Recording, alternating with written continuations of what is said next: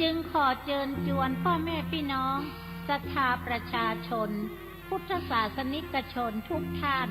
ไปร่วมพิธีดังกล่าว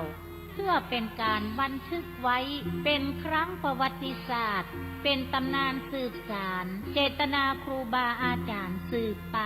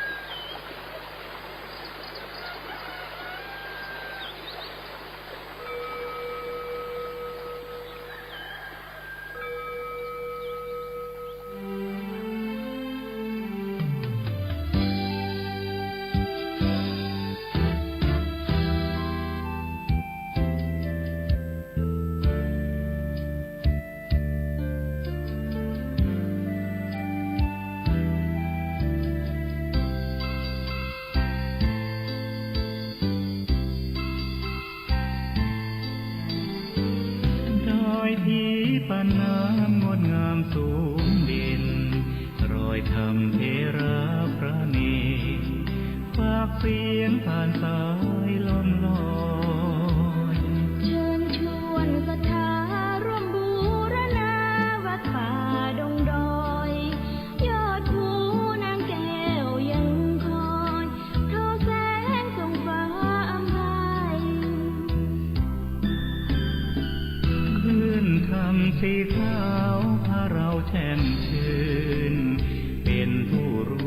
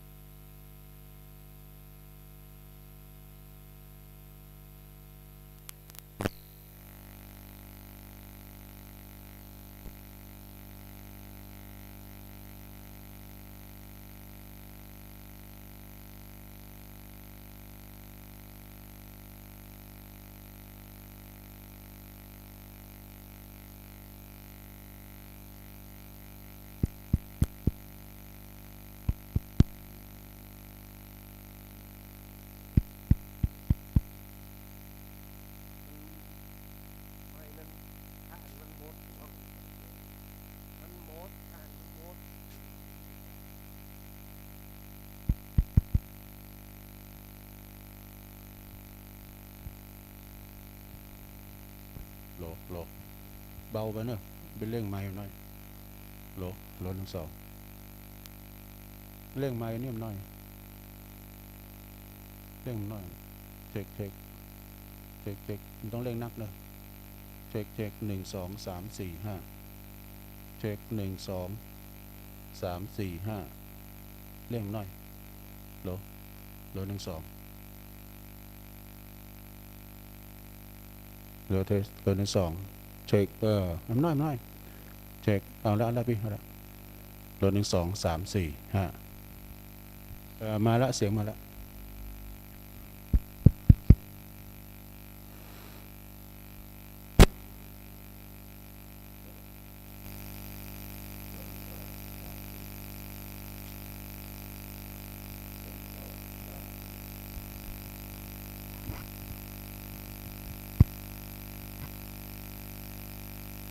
รถ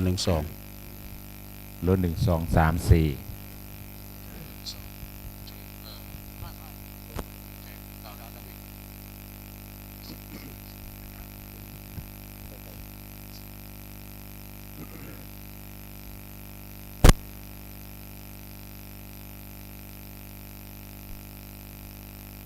ขอความนอบน้อมแด่พระรัตนตรัยอันมีพระพุทธพระธรรมพระสงฆ์เป็นสรณะตีปึงกราบแนบไต่ไหวสาถวายพระกฐมายังครูบาอาจารย์พระมหาเถรานุเถระท่านเจ้าคณะพระสังฆาธิการพระภิกษุสามเณรเจ้าจุโตนจุองค์ทุกวัดวาอารามพร้อมถึงสำนักตีผักสงฆ์ตัวเนอะเจริญปอน มายังบรรดาศรัทธาญาติโยมทั้งหลายเฒ่าแก่ยิ่งใจปอหลวงแม่หลวงปอลุงแม่ป่าปีป่านาคเอาอาศรัทธาตีนจ้องห้องวัดตีฟังกันอยู่ตั้งบ้านตั้งจองตั้งหอตั้งเฮินกันอยู่ในเวลานี้เนาะเวลานี้ก็เป็นเวลาดีตี3ปลายมาสักน้อยก็มาฟังรายการสัพเพเหระปกิณกะขอนลุงไก่แจ่งรายการเสียงธรรมแสงทองซึ่งก็ดำเนินรายการบริหารเวลาโดยตนตัวแห่งอาตมาภาพเก่ากระผมตุลุงนันชัยวัฒนาคเสโน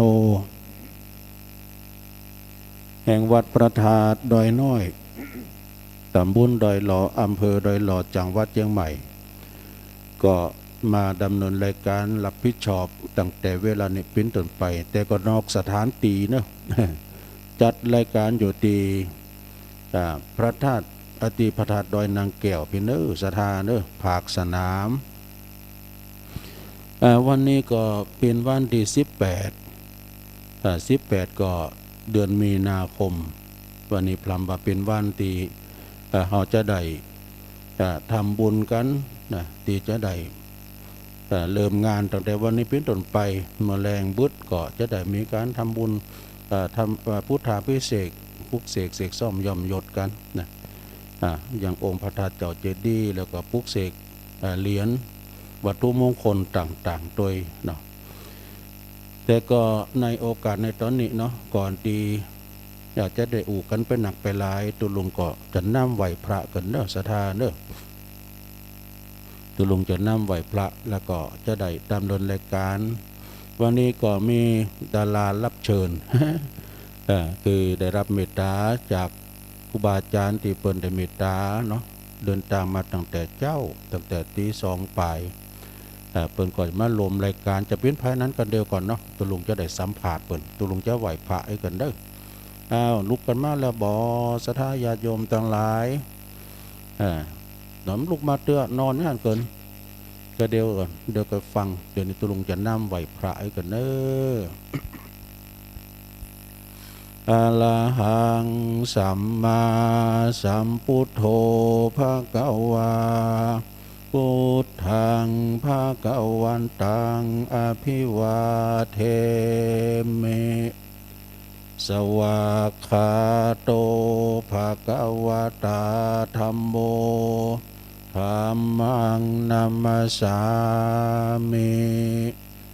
สุปฏิปันโนภะคะวะโตสาวกสังโฆสังฆังนะมามินะโมตัสสะภะคะวะโตอะระหะโตสัมมาสัมพุทธัสสะนะโมตัสสะภะคะวะโตอะระหะโตสัมมาสัมพุทธัสสะนะโมตัสสะภะคะวะโตอะระหะโตสัมมาสัมพุทธัสสะ อิติปิโสภะคะวะอะระหังสัมมาสัมพุทโธวิจาจารณะสัมปันโนสุขโตโลกวิโตอนุตตโลปุริสตัมมาสาลทิสัทธาเทวมนุสสานังพุทโธภะคะวะติสวากขาโตภะคะวะตาธัมโมสันติติโกอากาลิโกเอหิปัสสิโกโอปันนะยิโกปัจจตังเวทิตาโปวินโยหิติสุปฏิปันโนภะคะวะโตสาวกสังโฆอุจจุปฏิปันโนภะคะวะโตสาวกสังโฆยายะปฏิปันโน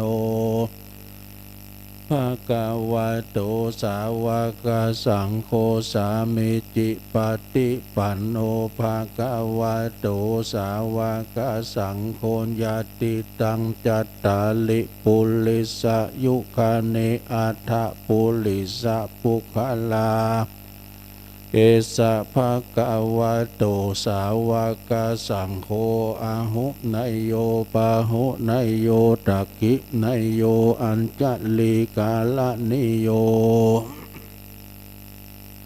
อนุตตลังปุญญเขตังโลกัสสาติจยันโตโพธิยามุเลสักยานังนันทิวัตโนเอวังตวังวิจโยโหหิจยสุจยมังคะเลอปลาจิตตปันลังเกสีเสปทวิปุคะเลอภิเสเกสัพพพุทธานังอากัปปะโตปโมทติสุนัขตังสุมังกัลังสุปภาตังสุหุติตังสุขันโนสุมุหุตโตจะสุยิถังพรหมจัลลิสุปัทกินังกายกัมมังวาจากัมมังปัทกินังปัทกินังมโนกัมมังปณิทิเตปัทกินาปัทกินานิกัตตวนะละพันตัตเถปัทกิเนสัพพิติโยวิวัจจันตุสัพพะโลกโควินาสตุมาเตภวัตวันตรายโยสุขีติขายุโกภวะอภิวาทานาสีลิสันนิจังวุตตาปัจจายโนจัตตารโอธรรมาวาทันติอายุวันโอสุขังปะลังเอาแล้วศรัทธาญาติโยมทั้งหลายตุลุงก็ได้เป็นเก้าเป็นโหนำสวดมนต์ไปเป็นตีเรียบร้อยก็ขอบคุณพระติตไลรัตนะผ่านแผ่วพระแก้วเจ้าทั้งสามประการจงได้ดลบันดาลมาปกป้องคุ้มครองรักษาครูบาอาจารย์ประสงค์องค์สามเณรเจ้าอยู่กับวัดกับว่ามีสง่าราศีงอกงามไพบูรณ์ในพระพุทธศาสนาอยู่กัมจูปูจาสืบทอดพระศาสนาเป็นเนื้อนามบุญศรัทธาได้สักการะปูจากราบไหวเด้อศรัทธาญาติโยมก็เหมือนกันเด้อขอให้มีสุขภาพพลานามัยสมบูรณ์แข็งแรงหน้าแดงแสงเฮอเนาะปราศจากทุกโศกโรคภัยนะถ้าเดินทางมาวันนี้ดีโดยนางแก้วก็ขอเดินทางเกี่ยวขาดปลอดภัยทุกตารางกิโลเมตรของการเดินทางทั้งขาไปและขากลับนะวันนี้สราญาติโยมทั้งหลายเจ้าก็ปรากฏว่าเทวบุตรเทวดาโปรยปลายเขาตอกดอกไม้เพี้ยนฝุ่นหาดแก้วตกลงมาป๊อกแป๊กเป็นเหมือนหนักเด้อสราเนาะบ้านหนักแต่ว่าภาคอื่นเนาะสถานที่อื่นๆอาจจะมีหลายแต่ที่นี่ปลอดโปร่งไปแล้วเนอะก็พานก็สอหาผัดเต้นในตัวลุงมาขี่ลูกเจ้าได้กันสอหาผัดเต้นมาเอามาปกตู่ลำโพงปนในกับพิ้นโหงแต่มันหายไปแล้วเดี๋ยวนี้หายไปแล้วเนาะสนะแต่วันนี้สราญาติโยมทั้งหลายก่อนที่จะได้ฟังเทศน์ฟังธรรมตัณหาสามเหงา เดี๋ยวกันเนอะตุลุงเนอะเดี๋ยวตุลุงจะได้ประกาศอันนี้ก่อนก็คือข่าวสารงานบุญแล้วก็วันนี้ก่อนเป็นการเตดนำเตดธรรมคือปุ้นละอ่อนน้อย ละอ่อนน้อยเปิ้นอยู่ปูนอยู่จังหวัดออสเตรเลียพระใจบ่ได้ประเทศออสเตรเลียนี่เปิ้นว่าวันทำบุญวันคล้ายวันเกิดนะของน้องไมเคิลวงเล็บน้องไมกี้ โอ้17ว่าแล้วเนาะว่าตุลุงได้เตดทำสักกัมก็วันนี้ก็ถือโอกาสว่าน้องเปิ้นกำลังเจริญอายุมาได้3โขบเนาะ3โขบโยมอุ้ยโยมแม่ยังเขาเป็นทำบุญคล้ายวันเกิดให้น้องไมเคิลโดยน้องไมกี้ก็เพราะน้องไมกี้ปัญใหญ่ปัญสูงเจริญเติบโตขึ้นมามีสติปัญญาปัญญาเนอะอนาคตรุ่งโรจน์แจ่มใสเนอะแล้วก็ทำงานหนึ่งเนาะอันนี้ก็บุตรกอยวาก็ฮะเนาะบุตรกอยวาเพราะว่าเป็นข่าวสารงานบุญบุตรก่อนเนาะเปิดฝากประกาศมาเอาละเนาะสัทธาญาติโยมทั้งหลายตอนนี้ไปก็เปิดบ่คือเป็นการเสียเวลานักไปกว่านี้นะชั่วโมงแรกนี้ก็จะได้ฟังเทศน์ฟังธรรมได้รับความเมตตาจากท่านอาจารย์พระธนกรกตปุญโญตัวลุงเชาเนอะตัวลุงเชานี่เปิ้นอยู่สำนักสงฆ์ปางน้ำทุก็ใกล้ๆเนี่ยตะวันตกเนี่ยสัทธาญาติโยมตัวลุงเปิ้นมีเจตนาดีเนอะเปิ้นก็ว่าวันนี้ตัวลุงเปิ้นจะมาแสดงธรรมเทศน์ธรรมมรดกธรรมปืนบานล้านนาก็ตัณหา3เหงานะตัณหา3เหงาจะปิ้นจะใดวันนี้เฮาก็จะได้ฟังนำเลงเสียงธรรมโอ้เสียงเปิ้นกว้างแล้วโอ้ถ้าเป็นของในปุ่นเนอะตุงแป้งมงคลทุ่งแป้งว่าเสียงเปิ้นกว้างเสียงเปิ้นโมนเปิ้นก็ปำเป้งปรมีธรรมก็จะถามว่าจะสัมภาษณ์ตุลุงไวสาตุลุงนะครับเนอะไวสาครับเดี๋ยวตุลุงเจริญพรครับเจริญพรไปทางศรัทธาญาติโยมให้หน่อยกันเนาะครับก็ขอเจริญพรยังบรรดาพ่อแม่พี่น้องศรัทธาสาธุชนทุกท่านที่เปิดเครื่องรับวิทยุฟังทาง FM 104.5 เมกะเฮิรตซ์ที่สัญญาณส่งของวัดฝายหินครับผมก็เคยถามเรียนถามอาจารย์ท่านอาจารย์ว่าอยู่สำนักสงฆ์นี่มึนแล้วก็ตีปางน้ำพุครับอยู่ปางน้ำพุนี่ก็มาปีนี้เป็นปีที่4แล้วครับโอ้พอดีกันแล้วชมาหลวงพ่อโบสถ์อายุโบสถ์ได้กี่วาษาแล้วครับผมนี่ก็บวชมาได้9 พรรษาโอ้พอดีแล้วครับผมที่สำนักสงฆ์นี่สั่งย้ำเดี๋ยวนี้ครับที่สำนักสงฆ์นี่ก็อยู่รูปเดียวครับมันมีอยู่ตนเดียวเนาะอยู่ตนเดียวครับผมแต่ก็ไม่ได้สั่งได้กึศนั่นเด้อก็เดี๋ยวตอนนี้ก็มีครับก็กำลังสร้างต่อเติมศาลาครับอาคารศาลาอเนกประสงค์ครับที่ภายในวัดครับผมพอดีศรัทธาญาติโยมทั้งหลายว่าตุลุงก็ออกรายการตุลุงไปก็มีความสนใจในการเผยแผ่ธรรมบรรณังโดยตุลุงนี่ก็เปิ้นได้แจมให้หน่อยนะตุลุงก็หันว่าโอ้ตุลุงเสียงเปิ้นกว้างเสียงเปิ้นดีเปิ้นจ้อยให้หน่อยนะโอ้โมนนะวันนี้ก็เลยถือโอกาสโอ้ตุลุงถ้าว่างขอนิมนต์ตุลุงมาหน่อยตุลุงพอจะมาได้เจ้าจีกันมานอนนี่นะละวัดได้ตุก็เลยมาตอนเจ้าเพิ่นมาทั้งหมดที่2 กึ่งแล้วนะเนาะแล้วก็พอดีก็ตุลุงก็โชคดีจะปิ้นโตจุยตุลุงจะได้มอบหมายถวายเวลาตุลุงเชาไว้เด้อแต่บึ้ดในศรัทธาญาติโยมจะโทรมาหาเปิ้นก็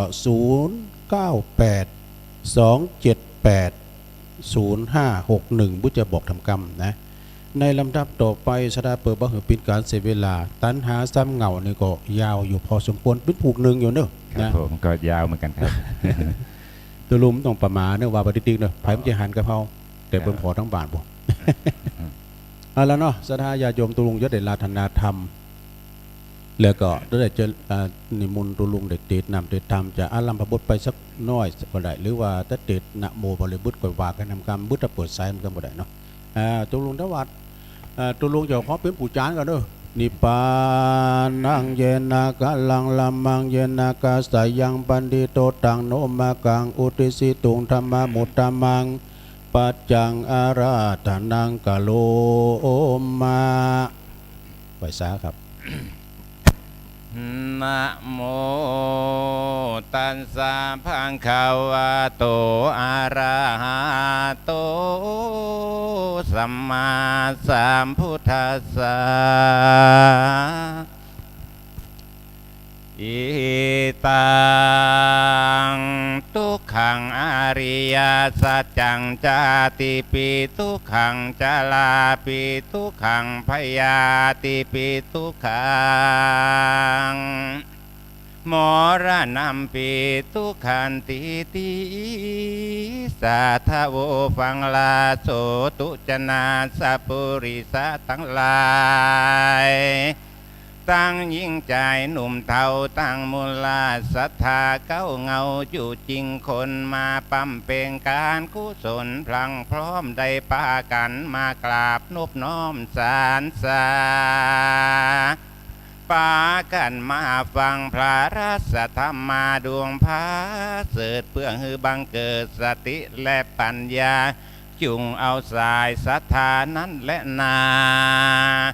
มาเป็นตีจังมาเป็นตีตังแห่งฐานรองหือดุดดังขันตองใบใหญ่มารองรับใส่บุพาต่างดวงมาลาดวงดอกไม้ย่อยืนไว้กราบปูเจ้าสัญญานั้นแหละนามาจำจอดเงียงหูรู้รอดสำเนียงบ่ใจว่ามาฟังเสียงนี้และเอามวลคือฟังเอาล้วนแก่นสารแปลงใจเจยบ้านต่อตังบ่ฮือใดปาดปังไปไหนทัดห่วงใยเป็นวางเอาใจนั้นห่างการงานการลูกการหลานการอันอื่นเฮามาเก็บกันไว้ก่อนมายังผ่อนและตั้งในหาอาหารต่างใจเตื่อมแทงคือการมารู้แจ้งแห่งปัญญาจากดวงธรรมาตานสอนบอกอันว่าอาหารภายนอกนั้นก็เสาะหามาเมินการจำเริญศีลธรรมพระเจ้าก็คือห่อข้าวกินเตียวต่างเมื่อชีวิตเราได้วายวางโป้งขาดมรณะตายไปคุณงามความดีตั้งหลายนี่แหละนาจักได้มาเป็นป่าไถ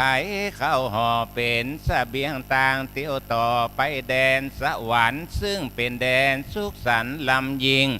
คือว่าแดนเมืองแก้วมิงมหาเน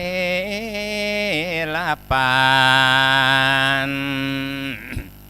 พุทโธโลกานาโถพระพุทโธต้นผ่านเผ่าตนเป็นครูเก้าแห่งพุทธศาสนาพระมีเมตตาเตสนาภายโพดเพื่อให้เกิดสุขประโยชน์แก่สัตว์โลกทั้งหลายดังเราจักบรรยายไปภายนาจุงเอากันมาอดถ่อมท่าและดาฟังพุทธวจนังพระพุทธังหากกล่าวไว้ว่ามนุษย์เกิดมาในโลกลุ่มไตมาเป็นทุกข์มากหนำหนาทุกอริยสัจจาคือทุกธรรมดาติดต่อทุกเกิดก่อตัวกันมาจาติปิทุกขาทุกปฏิสนธิมาบังเกิดก่อกำเนิดเป็นคนชราปีทุกขาทุกเววนเมื่อแก่เมื่อเฒ่าแม้นว่าลูกนั่งตั้งเต้าก็มาอิดอ่อนและรวยแรงพยาปีทุกขาทุกพยาธิมาเพื่อแฝงใดมาเจ็บป่วยไข้มรณะปีทุกขาทุกเมื่อไกลมิงมุ้ยมรณะอันนี้แหละคือทุกสภาวะขันธธาตุไผก็บ่อาจลวงพ้นอำนาจของมันเป็นทุกมาเกาะหวันจ่องหอยเป็นทุกสืบถอยโต้กันมา พระพุทธาตนองค์อาจว่าบ่ฮือมีความประมาทละสาจุงมาคิดพิจารณาที่ทวนก็จักหันล้วนว่าเป็นกองทุกข์และตั้งมวลแต่แลนาศรัทธาสาธุชนตั้งหลายเฮ้ยจูผู้จุงมาส่องรู้ยังกองทุกข์ตั้งหลายมันมีมากมายหลายหมู่เกิดเป็นคู่ของคนพระตัสสะพลตนวิเศษจี้แจงเหตุไขขี้ญาว่ามันเกิดมาจากตัวตัณหาก็คือความอยากความมากของคนเกิดมาในตัวตนคนเราทั่วนาตัณหาตัวบาปกาป้าคือเกิดยังกองทุกข์และตั้งมวลพระจริงจักจวนจี้เหตุว่ามันจังก่อกิเลสทมนาตัวตัณหานี่แหละนาก่อเก้าคือเกิดลากเงาคือเกิดยังกองทุกข์ต่างๆนาจะแลนาพระสัทธาสวัสดาผ่านแผ่วจี้ฮือหันแล้วว่ากองทุกข์มันเกิดมาจากตัวตัณหามนุษย์สาเพื่อบ่ฮือมนุษย์คนเราได้หลงมัวเมาก็กอดฮือสัวตุ่มต่อตัวตัณหาแม้นหากมันหนาก็ฮือรู้จักเบาบางลงพองรู้จักหย่อนเบาบางรู้สัววางตุ่มตอดบ่เฮือได้ก็กอดเป็นอุปทานเอาสมุเฉทประหารมาฟันฟักลาบตัณหาก็จักรู้หายและไม้บางก็จักหันหนตางสุขาสุขบังเกิดความสุขล้ำเลิศและมีมาอันว่าตัณหานี่แหละนามีหลายหมู่ตัณหามีอยู่3 ประการกามาตัณหาคือความปรารถนาใครมีใครใดตกต่ำไตปัญจกามคุณอันเป็นมูลเก้าเหตุคือก่อกิเลสวัตถุกรรมคือมารักตั้งสวยตั้งงามปุ่นแยงแข็งพอของจุจอบล่อลวงตามีมายาจุจอบหูสู้ชอบฟังเสียงสัทธะสำเนียงเพราะมวลเสียงเราร่วนปุ่นฟังโตเป็นคารุดังดมกลิ่นหวานรสลิ้นกินลำโพธพาตามถูกต้องใจก็มาจ้องก้องและยินดีตกเป็นข้าอินทรีย์บ่วงบาทเข้าสู่อำนาจสัมผัสสาเลยเกิดเป็นอิทธาและอานิธาลมคุดแขวดโลกกระทำตั้ง8เข้ามาเกาะกลุ่มเข้ามารารุมเข็นคองก็ย้อนตกสู่ห้องกิเลสตัณหาเลยเกิดเป็นทุกขาทุกมาจองโมหาก็ซ้ำมานองนำปาทุกกับหูกับตากับการก้อยการพอกับสิ่งลวงล้อมารยาอันมีสัพพะนาในโลกห้องของแต่งยองก็มีมากเหลือหลายตกแต่งร่างกายล่อหลอกมีตั้งของเมืองนอกของเมืองในแฝงมาจุจอบใจฮือกวายฮือพอมีตั้งเราโรงล่อโรงบำเรอมีเสมอพลังพร้อมสิ่งแวดล้อมหลอกอารมณ์ยิ่งโลกสังคมปัจจุบันนี้นาแด่ตัณหาซ้ำแพ้เชื้อมากเหลือหลายป่าคนชิบหายตกขายคองพ้นออกนอกห้องสินธรรม หันหลังตั้มศาสนาพระเจ้าโคนมืดเศร้าหันพิษกระทำทุจริตล้ำโลกมีละโมบหันแก่ตัวบ่รู้จักกลัวละอายต่อบาปมาตีขนาบเต็กเต็งมาเป็นนักเลงนักเลนนับเข้าเส้นผิดกฎหมายปาความชิบหายมาสู่คบกันเป็นหมู่เป็นจุมชอบมั่วสุมพนันค้านต่อของลวงล่อกินเงินต่างอาหาความเจริญบ่ได้ปากันมาตกต่ำใต้ตุกใจจะแลนาภาวะตัณหาตัวทวนสองนี้นาแดย่อมเป็นตัณหาไม่เอาเผาลนใครเอาตัวตนเป็นนั่นเป็นนี่กิเลสจักจี้และป้าไปล้างพ้องก็มาเป็นสายใยของขอดหือใจได้ก็กอดเป็นอุปทานล้างคนก็มาขอบนบ้านหวานไวมาปรารถนาเป็นเทพไทยตนศักดิ์สารล้างคนก็ตำบุญฮือตานก็ยังวอนวานหวังรอดเอาจันฟ้ายอดสูงสุดหลังคนก็มาปรารถนาเป็นเทวบุตรเทวดาตนวิเศษก็ยังบ่เสียงกิเลสตัณหาพ้องก็มาใครใดยศถามาแฝงไฟพ้องก็มาใครเป็นใหญ่เป็นสูงตัณหาจักจุงบ่รู้จักอิ่มจักพอใจนอขอนอบ่อิ่มบ่กายบ่รู้แนงนายวัตโลกาพ้องก็มาปรารถนากล่าวอ้างแต่บ่สร้างต่างกุศลก็ย่อมบ่หันผลมาตอบพ้องก็กระทำกรรมชอบบุญก็มาตอบตัวตานพ้องก็มาปรารถนาเถิงสวรรค์จันเขตก็ย้อนกิเลสมีหลายเลยกับกายลงสู่ห้องเข้าสู่ต้องอาบายาภูมิก็มีแต่แลนาวิภาวะตัณหาตัวทวนสามนี้นาแด่ย่อมได้แก่ตัณหาคือความปรารถนาบอกให้เป็นอันนี้อันนั้นบ่มุ่งหมายมันต่อชาติใดบ่มีความอะไรในชาติเกิดบอกให้ก่อกำเนิดเป็นคนบ่ปรารถนาเอาเมืองบนจันฟ้าให้ตายความนาและดับสูญบ่หันเป็นกุลเป็นโตตัณหานี้โสดก็นับเขาก็บ่พิษแบบเบาอุเฉกาทิฏฐิโก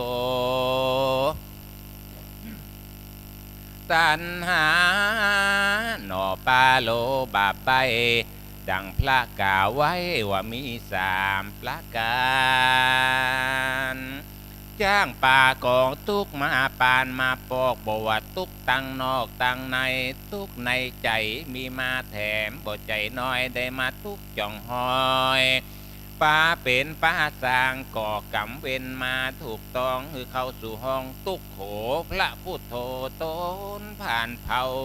จีแล้วเล่าว่าเป็นกองทุกและตั้งมวลละจริงจักจวนคนเราตั้งหลายจู้ผู้ได้มาส่องรู้หันต่างสุขต่างวิมุตติโมกต่างพ้นจากโลกวัฏสงสารจะแลนา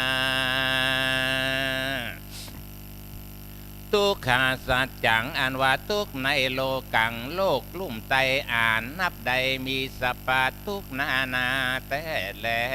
นาสัทธาสาธุจะนาเลยจูผู้อย่าได้อยู่ประมาทลาสาจุงมาพิจารณาถึงสังขารความแก่ความเฒ่าและความตายอันจักมาเตียวไต่เต่าเข้ามาและถึงตัวอย่าได้มัวเมาประมาทคือปากันรู้จักฉลาดด้วยสติและปัญญา แล้วพิจารณาถอนถอดสวะตุมตอดปงวางแม้นมันหนาก็ให้รู้จักเบาบางลงพองรู้จักหย่อนเบาบางรู้สวะวางตุมตอดบอกให้ได้ก็กอดเป็นอุปาทานความทุกข์จังมาปานมาปอก็ย้อนเอาทุกข์ตั้งนอกเสาะหากันมาคือตัณหานี้แหละนะมาใส่นำมาให้ลวงลายทุกข์กับร่างกายเลี้ยงปากเลี้ยงต้องทุกการแต่งยองต่างสวยแต่ตั้งงามทุกตัวตามมีมาแถมบ่ใจน้อยคือมาทุกจ่องหอยได้เลี้ยงลูกเลี้ยงหลานเลี้ยงตั้งแต่ปาต้องมานมาเกิดก่อกำเนิดเป็นคนเป็นทุกเผาลนไม่เอาบ่มีทุกอันใดเต้าที่ได้เลี้ยงลูกเต้าและเมียตนก็มาทุกแสนทาโลนลำบากมาคืดยากเลี้ยงลูกน้อยน้อยที่กำลังการทุกทรมานเลี้ยงลูกคืนใหญ่อดแฝงไฟทะนุทะนอมมดบอกฮือไตไรบอกฮือตอมพ่อแม่ก็มาทานุทะนอมกล่อมเกลียงอดสาเลี้ยงก็หวังมีเป็นกุลไว้จูหนูนเมื่อพ่อแม่แก่เท่าหวังเปิ้งลูกเต่าเป็นแรงเป็นโต้งเป็นแวงไปปลายนาพ่อแม่ก็มาถ่อมท่าและด่ากอยอันนี้แหละเป็นแรงคือทุกธรรมดาในโลกล่างเสื้อก็เป็นทุกเศร้าโศกมีมหา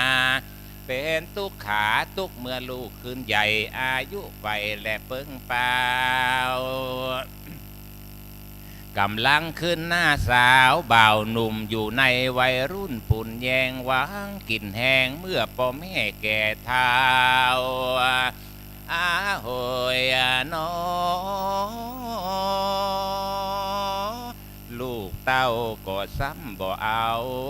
ไหนหลางคนก็มาเป็นฟืนเป็นไฟ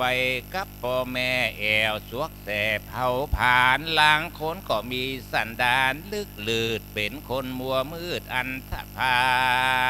ลบ่เอาการเอางานสร้างสักสิ่งกินแล้วก็วิ่งลงเรือนพ่อแม่ตักเตือนสอนบอกสัมมานอกคอกเรือกรรมลางคนก็ปาตัวทะลำต่ำจ้าตกเป็นค่าการสนุกม่วนเมางันเอาตั้งการพระนันขันต่อของลวงล่อกินเงินตั้งอาหาความเจริญบ่ได้ปากันมาตกต่ำใต้ตุกใจแต่แลนาหลางคนก็มาเป็นฟืนเป็นไฟกับพ่อแม่แอวสวกแสเผาผ่านหลางคนก็มีสันดานลึกลือเป็นคนมัวมืดอันธพาลบ่เอาการเอางานสร้างสักสิ่งกินแล้วก็วิ่งลงเรือนพ่อแม่ตักเตือนสอนบอกสัมมานอกคอกเรือกรรมหลางคนก็ปาตัวทะลำต่ำจ้ามาตกเป็นค่าการสนุกม่วนเมางานเอาตั้งการพระนันขันต่อของลวงล่อกินเงินตั้งอาหาความเจริญบ่ได้เอากันมาตั้งเล่นตั้งพายไม้และพายตองมาต่อเล่นต่อลองไฮโลบักเอวมากินแอวและเรื่องงานมามีสันดานว่ายากสอนยากปาคือพ่อแม่ได้ลำบากทุกใจทุกอันใดบ่เต้าเลี้ยงลูกตาโอหลางคนก็มาเป็นขี้เหล้าและเมายามีความลาสาประมาทปาตัวเข้าสู่บ่วงบาทอบายภูมิปาตรงขุมถอนยากปาคือเป็นกรรมวิบากเมื่อนานแต่แลนานเด็กขาผงจะน่าเลยหนุ่มเน่าอย่าได้เตียวไต่เต้าเข้าไป หาสาวเสวนาคือการสมสู่คบกับหมู่เพื่อนหมู่ฝูงล้างพ้องก็จุงไปต่างดีต่างชอบประกอบต่างศีลและต่างธรรมล้างคนก็นำปลาตกต่ำไตเข้าหาต่างร้อนไม่เผาผลาญอันคนอันสะพานฮึกหยาบคนฟูงบาปมากมวลมีอันคนดีนั้นหากมีน้อยคนใจถอยหากมีหลายคนป่าไปต่างชิบหายก็มีเหลือแหล่คนหันแก่ต่างกินก็มีทุกแดนดินลุ่มไตหือปากันระวังไว้การคบหมู่และเจ้าจุมจ้างป่าตกขุมวิบากย้อนหมุมมากลากและป่าไปนั่นแหละนะฟูงหนุ่มสาวเปิงเปล่าหนุ่มเนาจุงอยู่ตามแบบเบาแห่งคนดีคือมารักศักดิ์ศรีตัวเก่าอย่าฮือเหม็นเน่าเป่าสูญหายอยู่ก็ฮือเปื้อนเสียดายตายก็ฮือเปื้อนเราไว้จากโลกไตฮือเปื้อนอะไรหาฮือเป็นคนมีราคาแปลงบ่ถูกหากเป็นลูกก็ฮือเป็นลูกแก้วยิ่งกว่าหัวแก้วหัวแหวนอย่าฮือพ่อแม่ได้มาใกล้แกนแนงนายอย่าฮือเจ้าบ้านได้มาอิ่มใกล้แกนตาฮือตั้งอยู่ในอุทานะชาสัมปทาคือว่าความมันและความเปลี่ยนหากเล่าเรียนก็ฮือมันเรียนเขียนอ่านอย่าเป็นคนขี้ข้านเบาปัญญาการมีวิชาไว้กับตัวดูดไม้ไต่นำสิ่งต่างเดินต่างอันหาความเจริญไปภายนาคือก้มหน้ารับตาเอาการนักก็เอาการเบาก็สู้อย่าคดคู่หลังยาวอย่าเปิดเปล่ากินง่ายอย่ามาใจจ่ายเกินตัวต่างสุขใจก็คือต่างจอบต่างประกอบสุจริตกรรมนั่นแหละนะศรัทธาตั้งหลายอยู่ผู้ติอดใจมาพรำรู้โนดาฟังรัศธรรมังคือรถพระธรรมพระเจ้าฟังต่อเต้าถึงปลายอย่าได้ฟังได้ปางเปล่าฟังแล้วเล่าจำไปแถมในยะนึ่งนาการตั้งโสตาดาฟังคือแจ้งทีก็จักเป็นที่สอนใจการเกิดมาเป็นคารวาสวิสัยนี่นามันอย่างมายุ่งล้างเตื้อผัวเมียก็มาแตกพุ่งเปปังบอดซัดจังผ่องแผ้วล้างคู่ก็มาเป็นผัวแก้วเมียแสงล้างกู้ก็มาเป็นผัวแปลงเมียรักล้างกู้ก็มาเป็นผัวยักเมียผีและเมียเพศก็ย้อนมีเหตุหลายประการล้างกู้ก็อยู่สุขสำราญมั่งมุนตุนเต้าล้างกู้ก็มาเป็นเจ้าเข้าเจ้าของก็เพราะบุญสะหนองตัวตอบก็ย้อนประกอบแบกกองดีล้างกู้ก็มาเป็นคนตุกขีทุกขนาดบ่สมความมุ่งมาตรปรารถนามาตุกขามาดไม่ตุกเลี้ยงคอเลี้ยงใส่การเสาะว่าหากินตุกเมาวินคืนลองก้าขายต้องเสียวโหนตุกเมาวนปั่นบาก็ย้อนตกเป็นค่าตันหาและปาโลนั่นแหละนะล้างเสื้อก็มาเป็นตุกโขอกพูดโทมาเป็นตุกกับปีกับน้องมาบัดตัดล่องปองเติงหาย้อนสมบัตินานามอละดกตกทอดมาจู้จอดแบ่งปันการ ลางคนก็มาหานแต่ใดลางคนก็ใจมาดไม่ด้วยโลภะโลภบังอามมาหันเงินหน้าดำมาหันคำหน้าเศร้าบ่อยู่ตามแบบเบาแห่งสินธามพ้นชิบหายวายวัมวินาศตกบวงบาทเขขำก็ย้อนเรื่องเงินเรื่องคำมีบ่ใจน้อยลางคนก็มาเป็นถ้อยและเป็นความบ่ขับตามสินธรรมพระเจ้าว่ากันตามแบบเบาสุจริตจุ้งปากันคิดพิจารณาที่ทวนทรัพย์สิ่งของล้วนเป็นสาทานตามคำโบราณว่าไว้เสียเงินเสียคำเป็นของหิใดหาใดเสียน้ำอกน้ำใจจักเอาที่ไหนมามอสังบ่คืดพอและเล่งดูลางคนก็มาเป็นศัตรูกันเหมือนงูกับเขียดลางถือกำเกียดโกธาบอกว่าวงศาพี่น้องมาบัดตัดล่องปองตึงหาการเป็นเผ่าปงปันวงญาติบ่ใจจักขาดกันไปไหนปาหือตุกใจตุกมาคองอันนี้คือตุกกับพี่กับน้องมันจังหูมีแต่แลนาอันว่าคนเรานี่แหละนะ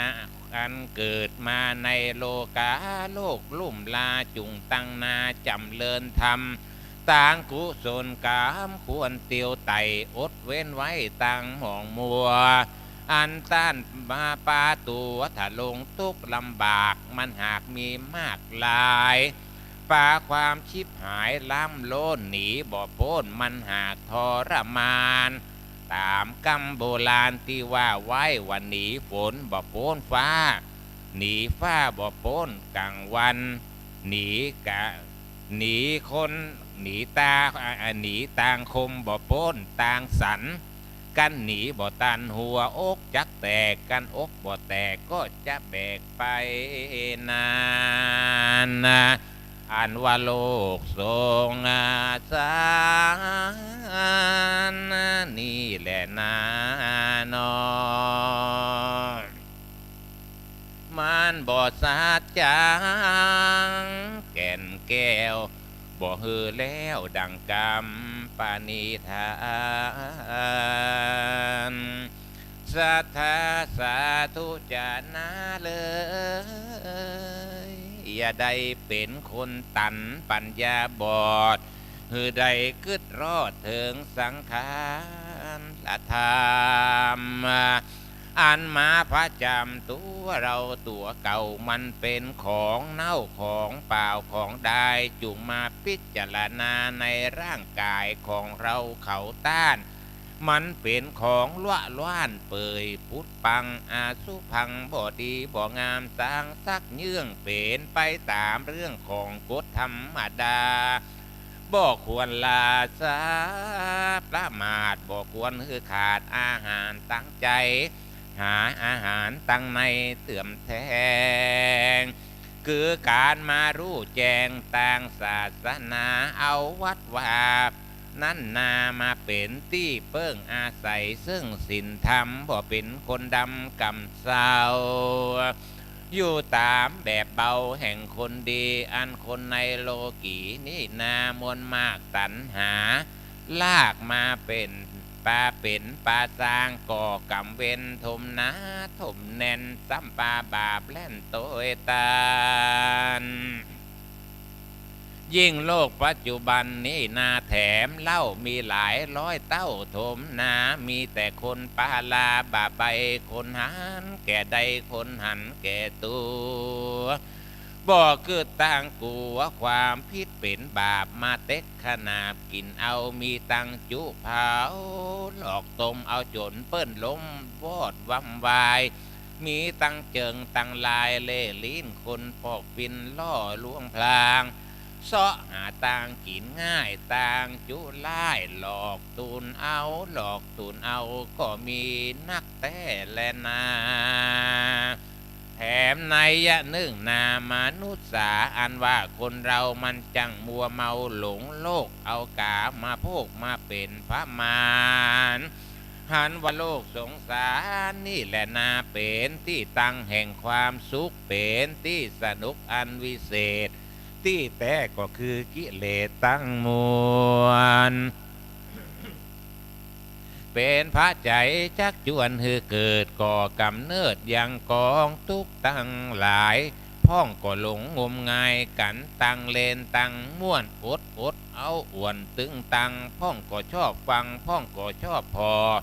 ของจุจอบล่อลวงตามีสัพพะนาในโลกห้องเป็นของจ้องก้องลืมตัวหลางคนก็เมามัวตั้งเราหลางคนก็พอหันพอแก่พอเฒ่าก็ยังมาเมาโซเซใจยังบ่หันเหปิกปอกยังจมอยู่ในคอกสงสารสังบ่อายหืดหลานหืดลูกเจ้าบ้านดูถูกและดูแฟนสังบ่แงนแย่งดูพ่อแว่นหยังพ่อคือแม่นตัวเราหันเป็นเงาเท่าโกกโวกบ่อันก็ตักน้ำใส่กะโหลกช่างโหกดูเงาพ่อบ่เล่าแต่เล่าคนเท่าก็ซ้ำบ่รู้สึกตัวมาไข้หัวเหมือนบีให้เท่าขี้ไร่ศอกกอกหัวก็ปองออกเขาพรเขี้ยวก็ปอคอนล้อลูเตวตูดก็ปอมาเตือนอายุปีวันเดือนใดเต้าใดหากนับใดอายุอันจักมาตั้งนามันหากไกลกว่าตั้งลางปากันระวังสังเกตตัวกิเลสจังมาปานมาเป็นมารเกิดเกิ้งมาหนองเนื่องอารมณ์อันว่าโลกสังคมนี้แหละนามาปากันกิ่งเกือกมาค้ำเกือกกันชิบหายบอกว่าของกล้าของขายก็มีหลายจำแนกมีแปลกหลายประการมีตังอาหารและการแต่งยองของแต่ง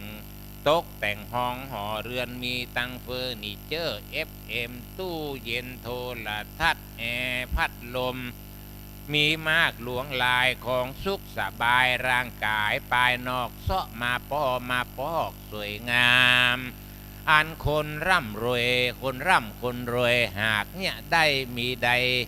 คนตุกหอดไล่ตุกยากอับโจรซ้ำมาดินลนซ้ำเขือกมาเสาะเสือกไข่ใดไข่มีมาไข่มีเหมือนกับต้านเลยฟุ้งซ่านไปตามสมัยหากพอใจก็เอามาไว้ก่อนแล้วก็แก้ผ่อนเป็นคราวบอกว่าเงินเดือนเงินดาวเสาะมาปอมาปอกออกดอกบานงามดอกเบี้ยก็มาลามติดไต่ไข่คือมาเป็นตุกใหญ่ตุกมาไข่มาเตือนถึงกำหนดเดือนมาคอยเจ้านี้ก็มาถามไทยและทวงเงินหวังความเจริญเอาหน้าที่แต่ก็มาตกเป็นค่าแห่งตัณหานี่แลนามนุษย์สาอันว่าคนเรานี่นาหากจักจากล่าวจี้มาชอบหุ่มเป็นนีไว้กับตนกับตัว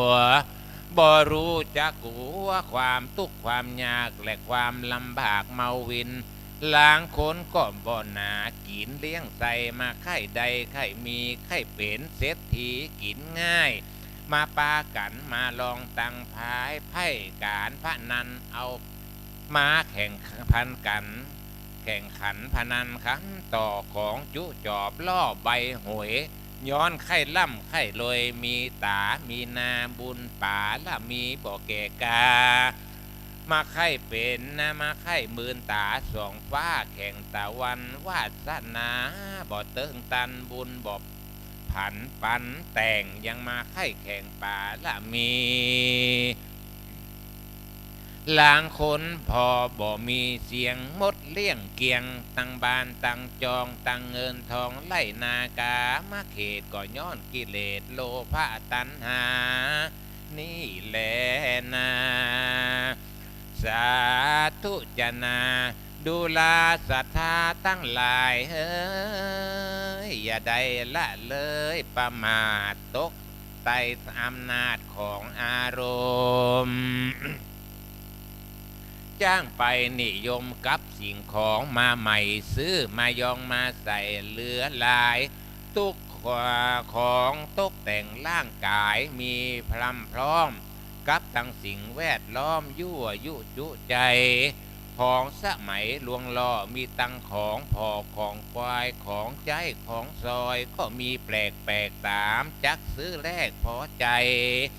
ตั้งผ้านุ่งผัวใบกามาโพกมาปาเอาโลกบังทำหันหลังตำศาสนาพระเจ้าบ่ปากันเข้าสู่วัดวาอารามบ่ตัวตามคนโบราณเชื่อเผ่าปางเป่าเสื่อมสูญของเมืองในปลายนอกของเมืองนอกปามาบอกว่าต่างภาษากำจากำโอบ่เรียนรู้และบ่เรียนร่ำรู้ลืมตัวมาปูนดีกัวคนที่จะมาไปนาระวังจะตกเป็นขาดเป็นไตบอกว่าไก่และไก่ว่ากันในปัจจุบันวันนี้คนปาการลบหลีกลี่จากศาสนา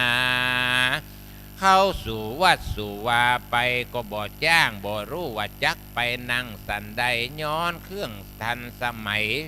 นั่งบ่ได้กราบไว้ก็บ่เป็นเกณฑ์ของก็บ่จ้างก็ย้อนเฮินห่างศาสนานั่นแหละนะ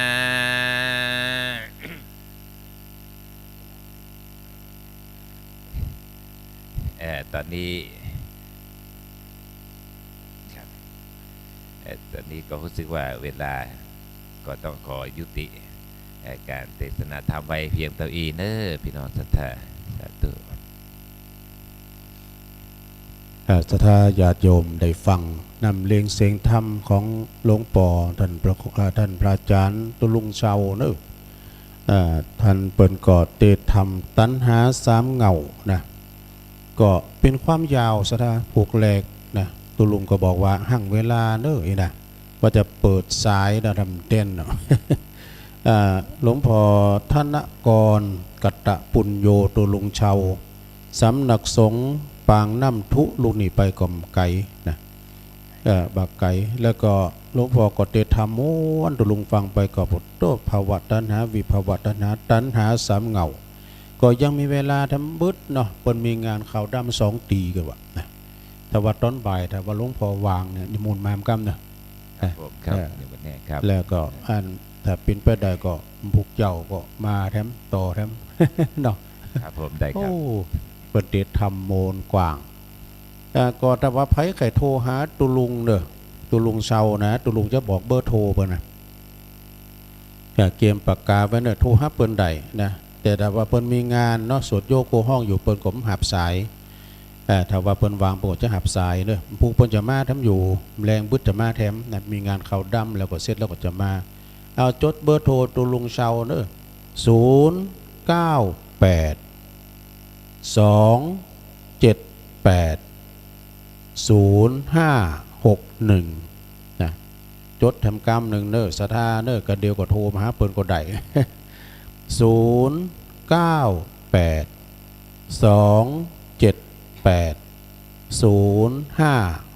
2780561เนอะ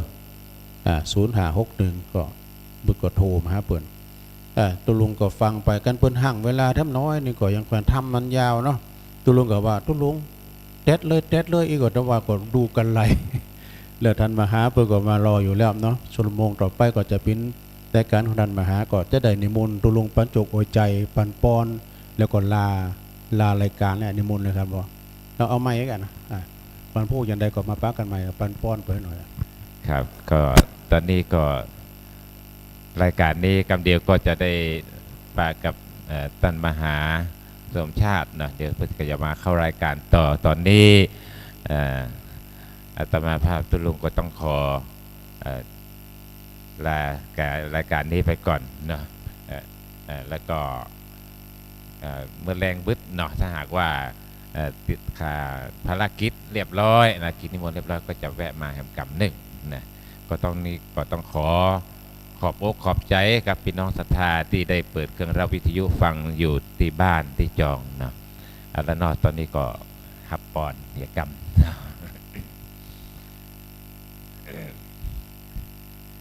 ยะทาวารีวาหาภูลาปาริปุเรนติสากลังเอวะเมวะอิโตทินังเปตานังอุปกปปติอิทิตังปฏิตังตุมหังคิปะเมวัสมิสตุสัพเพปุเรนตุสังคปาจันโทปนัลโสยะถามณีโชติละโสยะถาสัพพีติโยวิวัสสันตุสัพพะโลโกวินัสสันตุมาเต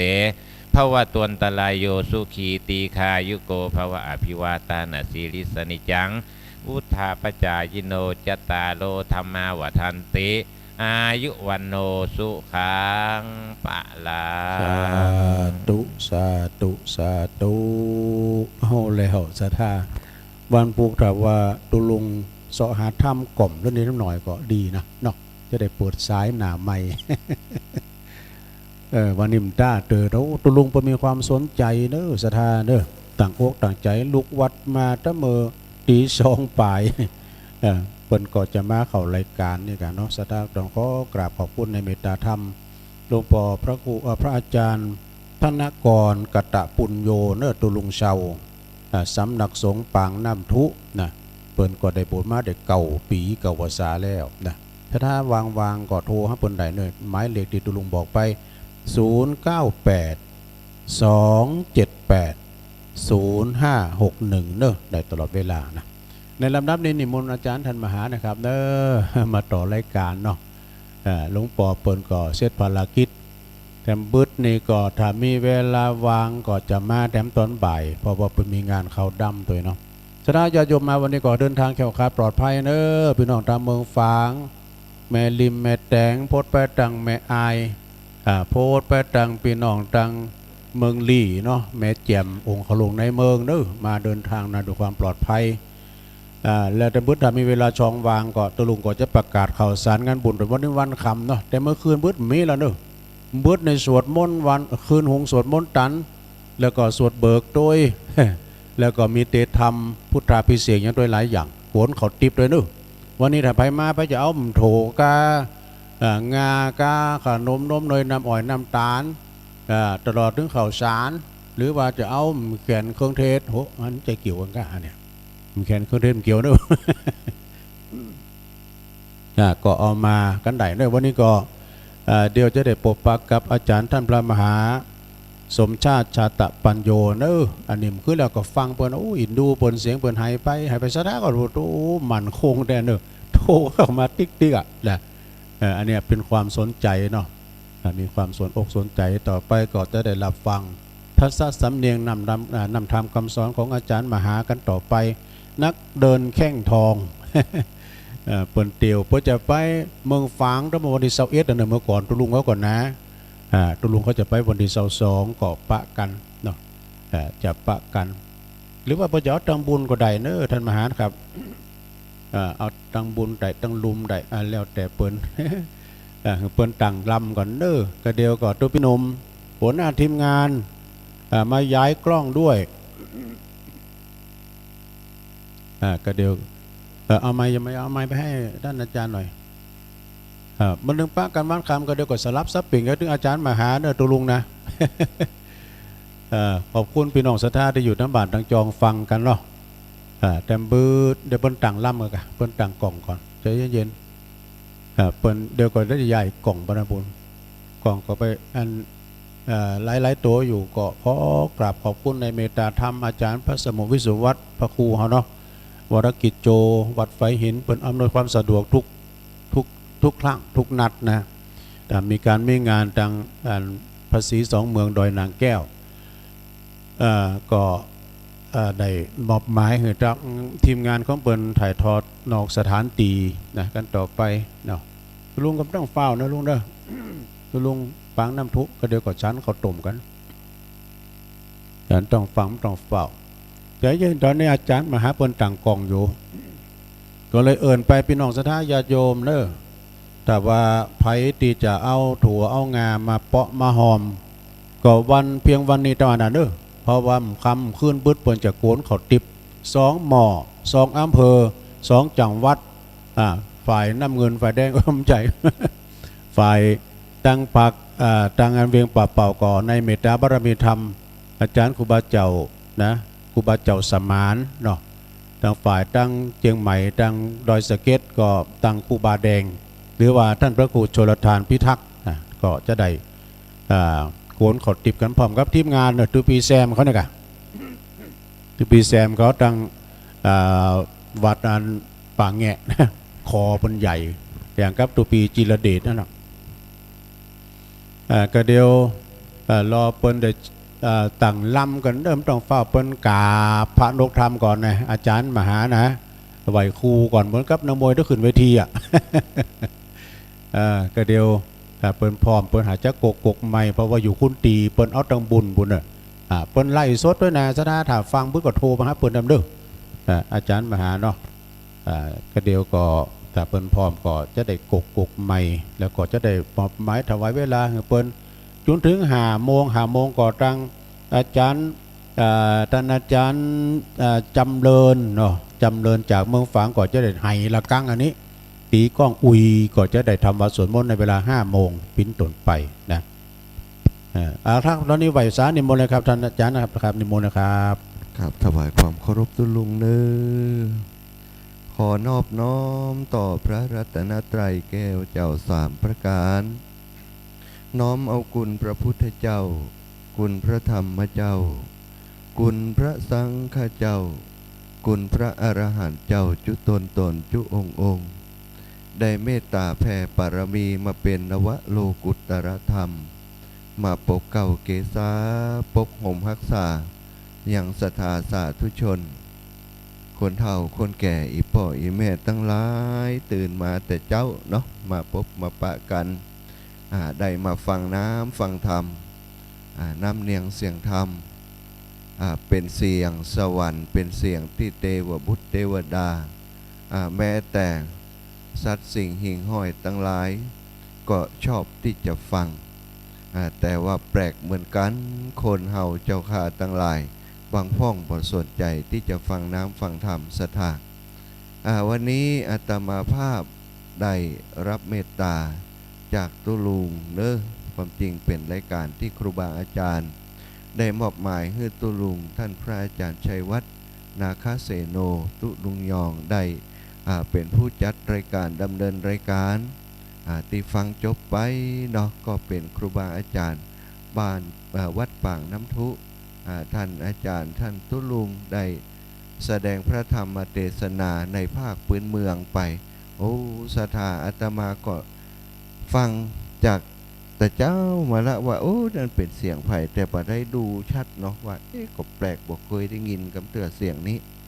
เป็นเสียงไผ่ที่แรกก็นึกว่าเสียงครูบา40,000เขาว่าวันนี้เสียงครูบา40,000แปลกไปโอ้แต่ตะกี้มาบอกใกล้ๆบ่ใจเป็นตุลุงโอ้น้ำเนียงเสียงธรรมของเปิ้นก้องกังวานศรัทธาแล้วก็เป็นกรรมบักเป็นกรรมเป็นภาษาเมืองของเฮาเนาะจังหวะก็ดีเสียงธรรมที่ท่านครูบาอาจารย์เปิ้นเทศไปก็ดีเป็นน้ำเนียงเสียงธรรมที่ฟังแล้วมันรื่นหูฟังแล้วมันจับใจเนาะศรัทธาญาติโยมที่ฟังอยู่ตั้งบ้านโอ้ได้เบอร์โทรครูบาอาจารย์ไปแล้วเนอะตุลุงเปิ้นก็ยินดีนะติวัดติวาของเปิ้นก็อยู่รูปเดียวองค์เดียวศรัทธาอยู่บ่ไกลจากม่อนพระศรี2 เมืองนี้สักเท่าใดศรัทธามาแอวที่ม่อนพระศรี2 เมืองวันหน้าวันตามาก่อสดไปแอววัดปางน้ำทุเหี่ยกำไปพบกับครูบาอาจารย์ไปนิมนต์ตุลุงไปเทศก็ได้นะแต่ว่าถ้าไปไก่ก็ต้องเอารถมาฮับตุลุงจิบถ้าเต็มใกล้เต็มหิมนี้ไปคนเดียวได้อีวะลุงนะศรัทธาญาติโยมเนอะเอาละพบกันเจ้านี้ก็ต้องถวายความเคารพกับครูบาอาจารย์ทุกรูปทุกองค์ทุกวัดทุกวาทุกสำนักสงฆ์ทุกสถานที่ปฏิบัติธรรมที่ครูบาอาจารย์พระมหาเถระพระเถรานุเถระได้พัก ปฏิบัติธรรมนำศรัทธาญาติโยมได้ทำบุญสุนทรทานได้กินไก่ตาลตามวัดวาอารามต่างๆเรากับผมได้เป็นผู้บวชใหม่ยังเป็นนวกะยังเป็นพระหน่อยหนุ่มอยู่เนาะพระหนุ่มโดยพรรษาแต่ว่าอายุก็นักหนาแล้ว เท่าแล้วหนุ่มแต่พรรษาวดายอายุเก่าใกล้จะ60แล้วแต่จะได้ก็ตามต้องถวายความเคารพต่อครูบาอาจารย์ที่มีพรรษามากพรรษานักกว่าเรากับผมซึ่งได้เมตตาเข้ามาฟังรายการบางครั้งบางทีเพิ่นก็โทรเข้ารายการมาฮือกรรมแนะนำบางครั้งบางทีออกรายการไปแล้วเปิ้นก็โทรมาฮือกรรมแนะนำหลายรูปหลายองค์เนาะที่ได้เมตตาเรากับผมก็ถวายความเคารพอย่างสูงต่อทุกรูปทุกองค์สำหรับเจ้าวันนี้ก็เป็นเจ้าวันที่2แล้วเนาะสถานที่ทำการถ่ายทอดเสียงไลฟ์ทำถ่ายทอดเสียงสดๆไปจากม่อนพระศรีสองเมืองบรรยากาศที่ผ่านมาตะวันนี้หลังจากที่ได้ดำเนินรายการออกอากาศกันไปช่วงบ่าย3 โมงเนาะศรัทธาญาติโยมก็ได้ฟังบรรยากาศต่างๆจากสถานที่ม่อนพระศรีสองเมืองจากครูบาอาจารย์หลายรูปหลายองค์ตุลุงพระอาจารย์ชัยวัฒน์นาคเสโนท่านพระอาจารย์ศรีมื่นก็ได้เข้ารายการบอกเรื่องราวต่างๆที่เราได้ดำเนินการได้ห้างได้จัดดาสถานที่ต่างๆตั้งแต่เจ้ามาแล้วเจ้าตะวานี้เนาะสถานที่ต่างๆยังบ่เรียบร้อยเตื้อครูบาอาจารย์ท่านพระครูอภิวัฒนวิกรมซึ่งได้มาประจำการตั้งแต่คืนก่อนและตื่นเจ้ามาหลังจากสวดมนต์ไหว้พระอย่างกันต่างๆก็แบ่งหน้าที่กันสถานแบ่งหน้าที่ปันหน้าที่กันได้พ่องกระหดนะน้ำพ่องกระปัดกวาดสถานที่หลังจากนั้นฉันเจ้าแล้วเจ้าตะวานี้ก็มีเท่าแก่อีพ่ออีแม่จากบ้านปางน้ำทุสถาวัดของตุลุงติเตดเปตะกีนั้นได้มาถวายจังหันเอาข้าวต้มมาเนาะแม่ชื่นใจไพรวันนี่ก็ต้องอนุโมทนาบุญกับอีแม่มาที่ม่อนพระศรีสองเมืองนี่ทุกครั้งทุกคราวก็มีโยมแม่ชื่นใจไพรวันเนี่ยเพิ่นได้มาถวายภัตตาหารถวายอาหารถวายจังหันข้าวน้ำโภชนาอาหารตลอดบ่ได้ขาดเลยสถาก็บ่แปลกใจว่าจะได้ลูกเต้าของอีแม่ถึงได้ทำการทำงานดีๆเนาะมีลูกสาวของเปิ้นนี่ทำงานอยู่ธนาคารธกส.สาขาเวียงป่าเป้าของเฮาได้ทราบข่าวว่าบัดเดียวก็ได้สอบเลื่อนขั้นไปเป็นผู้จัดการก็ว่าฮู้ว่าสอบแล้วเป็นจะได้ก็คงจะได้นะเพราะเปิ้นเป็นคนที่สนใจในการที่จะทำงานให้ดีที่สุดเนาะบัดเดียวนี้ศรัทธาญาติโยมทั้งหลายมาพอเอาเนาะคนที่เปิ้นสั่งลูกสอนดานดีนั้นส่วนใหญ่ก็เป็นคนที่ปฏิบัติเรื่องเกี่ยวกับการฮื้อต้านการรักษาศีลการปฏิบัติธรรมที่มั่นคงที่แน่วแน่บ่งอนแงนคอนแคนตั้งอกตั้งใจทำบุญทำกุศลแต่ก็ทำให้ลูกทำให้หลานของเปิ้นเป็นคนที่ทำงานมีงานทำที่ประสบความสำเร็จอย่างโยมแม่ชื่นใจไพวันนี้อาตมาที่นี่ทุกครั้งเจอเพื่อนทุกคราวเหมือนกันแม้กระทั่งตอนที่อาตมาเดินธรรมยาตราเพื่อการศึกษาเดินออกจากเวียงป่าเป้ามาจากที่แถวอันน้ำอุ่นนี่เนาะเลยน้ำอุ่นมาสักน้อยเนี่ยเดินขึ้นมาตอนเจ้าบิณฑบาตยังบ่ได้กำเตื้อสถาเดินขึ้นมาก็ขวายแล้วประมาณสักเกือบจะ10 โมงป่ายแล้วกะมาเจอกับรถกันหนึ่งครับมาจอดตั้งหน้าเปิ้นมาเจออาตมาบ่ใช่ไปเจอเปิ้นก็มีแม่หญิงคนหนึ่งลงมานำปัจจัยใส่ซองมาเนี่ยเดินเข้ามาหาอาตมาก็บอกว่าท่านอาจารย์สมชาติแม่นกว่าเจ้าข้าเจ้าอีแม่ทำงานอยู่ที่ธกส.เวียงป่าเป้าผ่านทางมาทางนี้อีแม่ชื่นใจไพวันได้ฝากซองมาถวายพระอาจารย์ เพื่อจะร่วมธุดงค์ธรรมยาตราเพื่อการศึกษาว่าโอ้ก็ได้ปั่นปอนให้เพื่อนศรัทธาพุ่นนะก่อนที่อาตมาจะเดินไปเชียงใหม่เดินไปตังเมืองฝางพุ่นก็ยังจำบ่ลืมจำภาพนั้นบ่ลืมโยมแม่ชื่นใจไพวันเปิ่นบ่ได้มาถวายอาตมาด้วยตัวเองแต่ว่าฝากลูกเปิ่นมาอันนี้เป็นกุศโลบายอย่างหนึ่งในการทำให้ลูกให้เต้าได้หันว่าการสนใจใฝ่ในการฮื้อตานั้นเป็นเรื่องสำคัญเนาะวันนี้เจ้านี้ก็เลยอยากจะอู้เรื่องของการทำบุญสุนทรทานการกินกันตานั้นศรัทธาทั้งหลายโอ้การที่ครูบาอาจารย์ได้ปาพี่น้องคณะศรัทธาเครือข่ายคลื่นสีขาวเฮานั้นมาสร้างปุญญาบารมี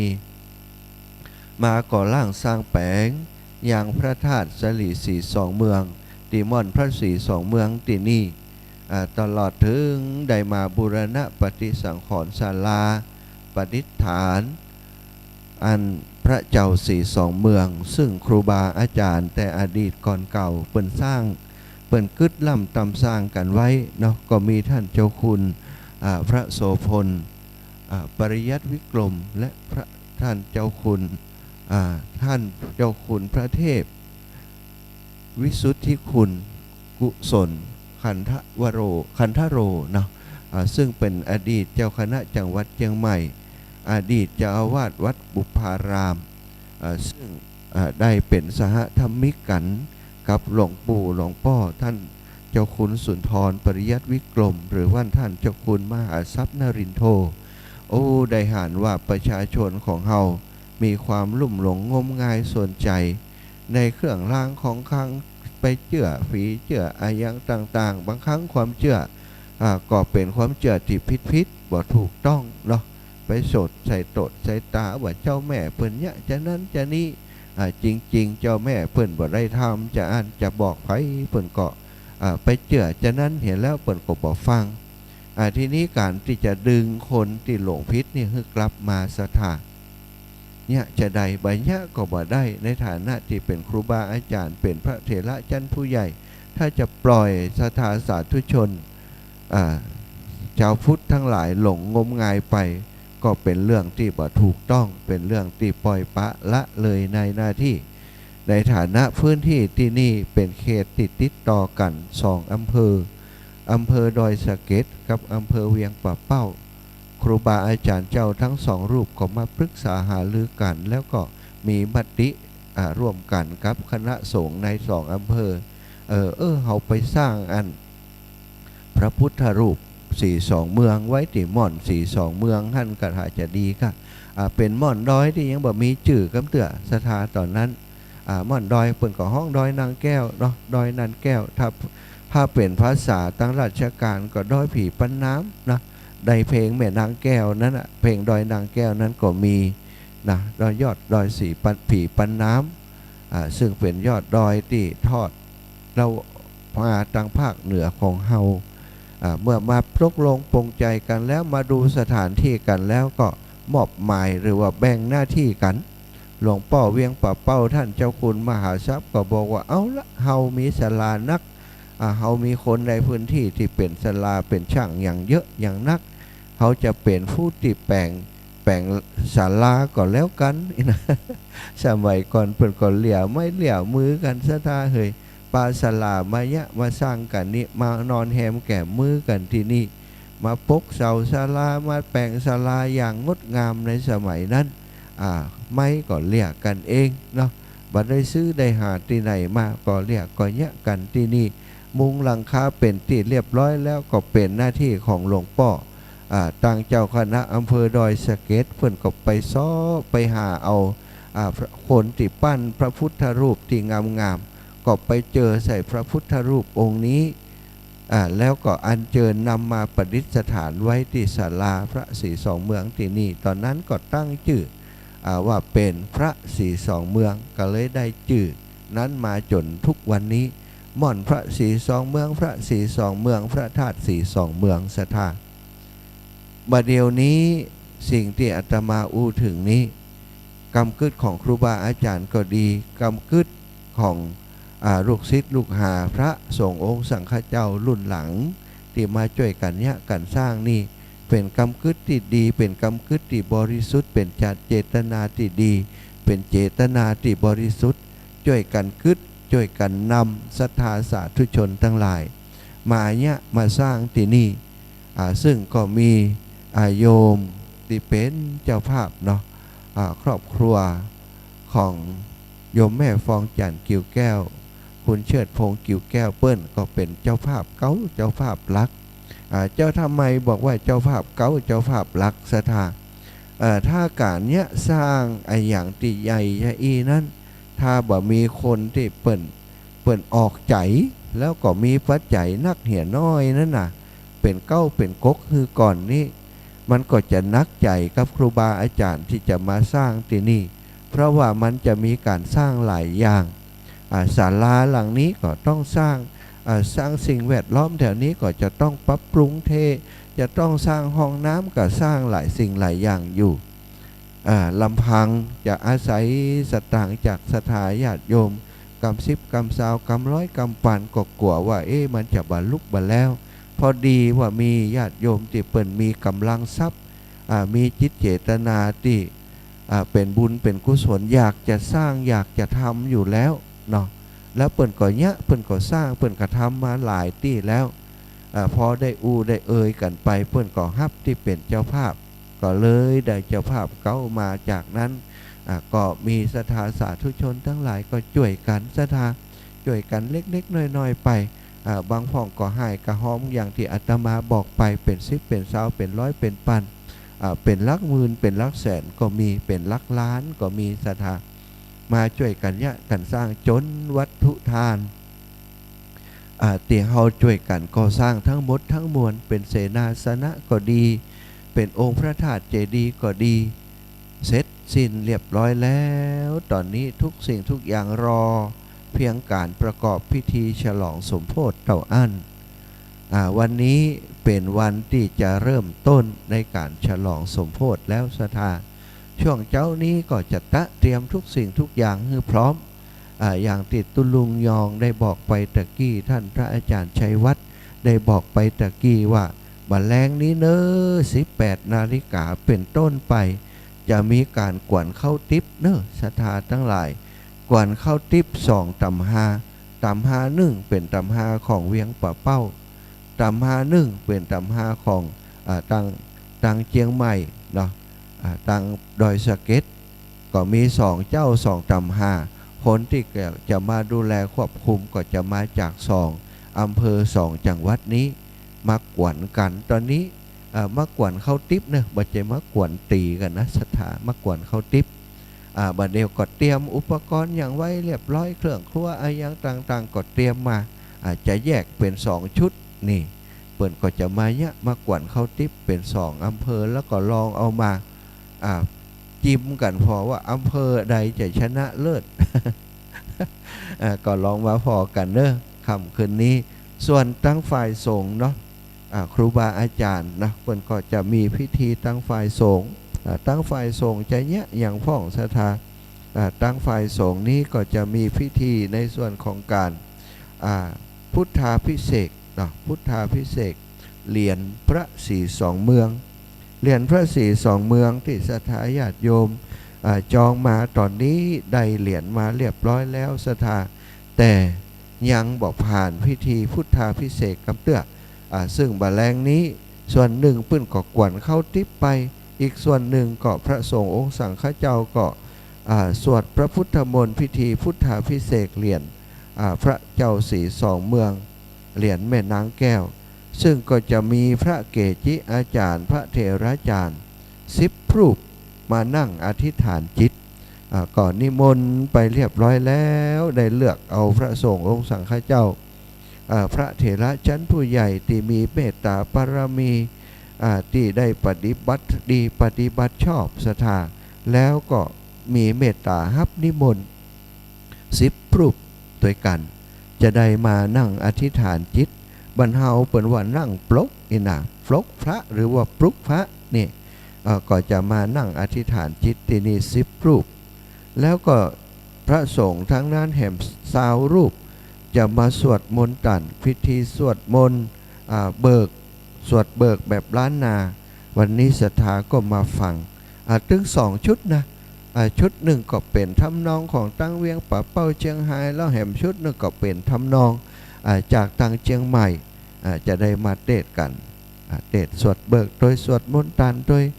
แล้วก็พิธีกวนเข้าทิพย์ก็กวนกันไปศรัทธากวนเข้าทิพย์ไป2 หม้อ 2 จังหวัดจากนั้นพิธีก็คาบเกี่ยวไปถึงตี 1 ตี 2ข้ามคืนไปเพื่อศรัทธาไปถึงเมื่อเจ้าก็จะเป็นการสวดไข่ตาพระเจ้าพระศรี2 เมืองซึ่งก็จะมี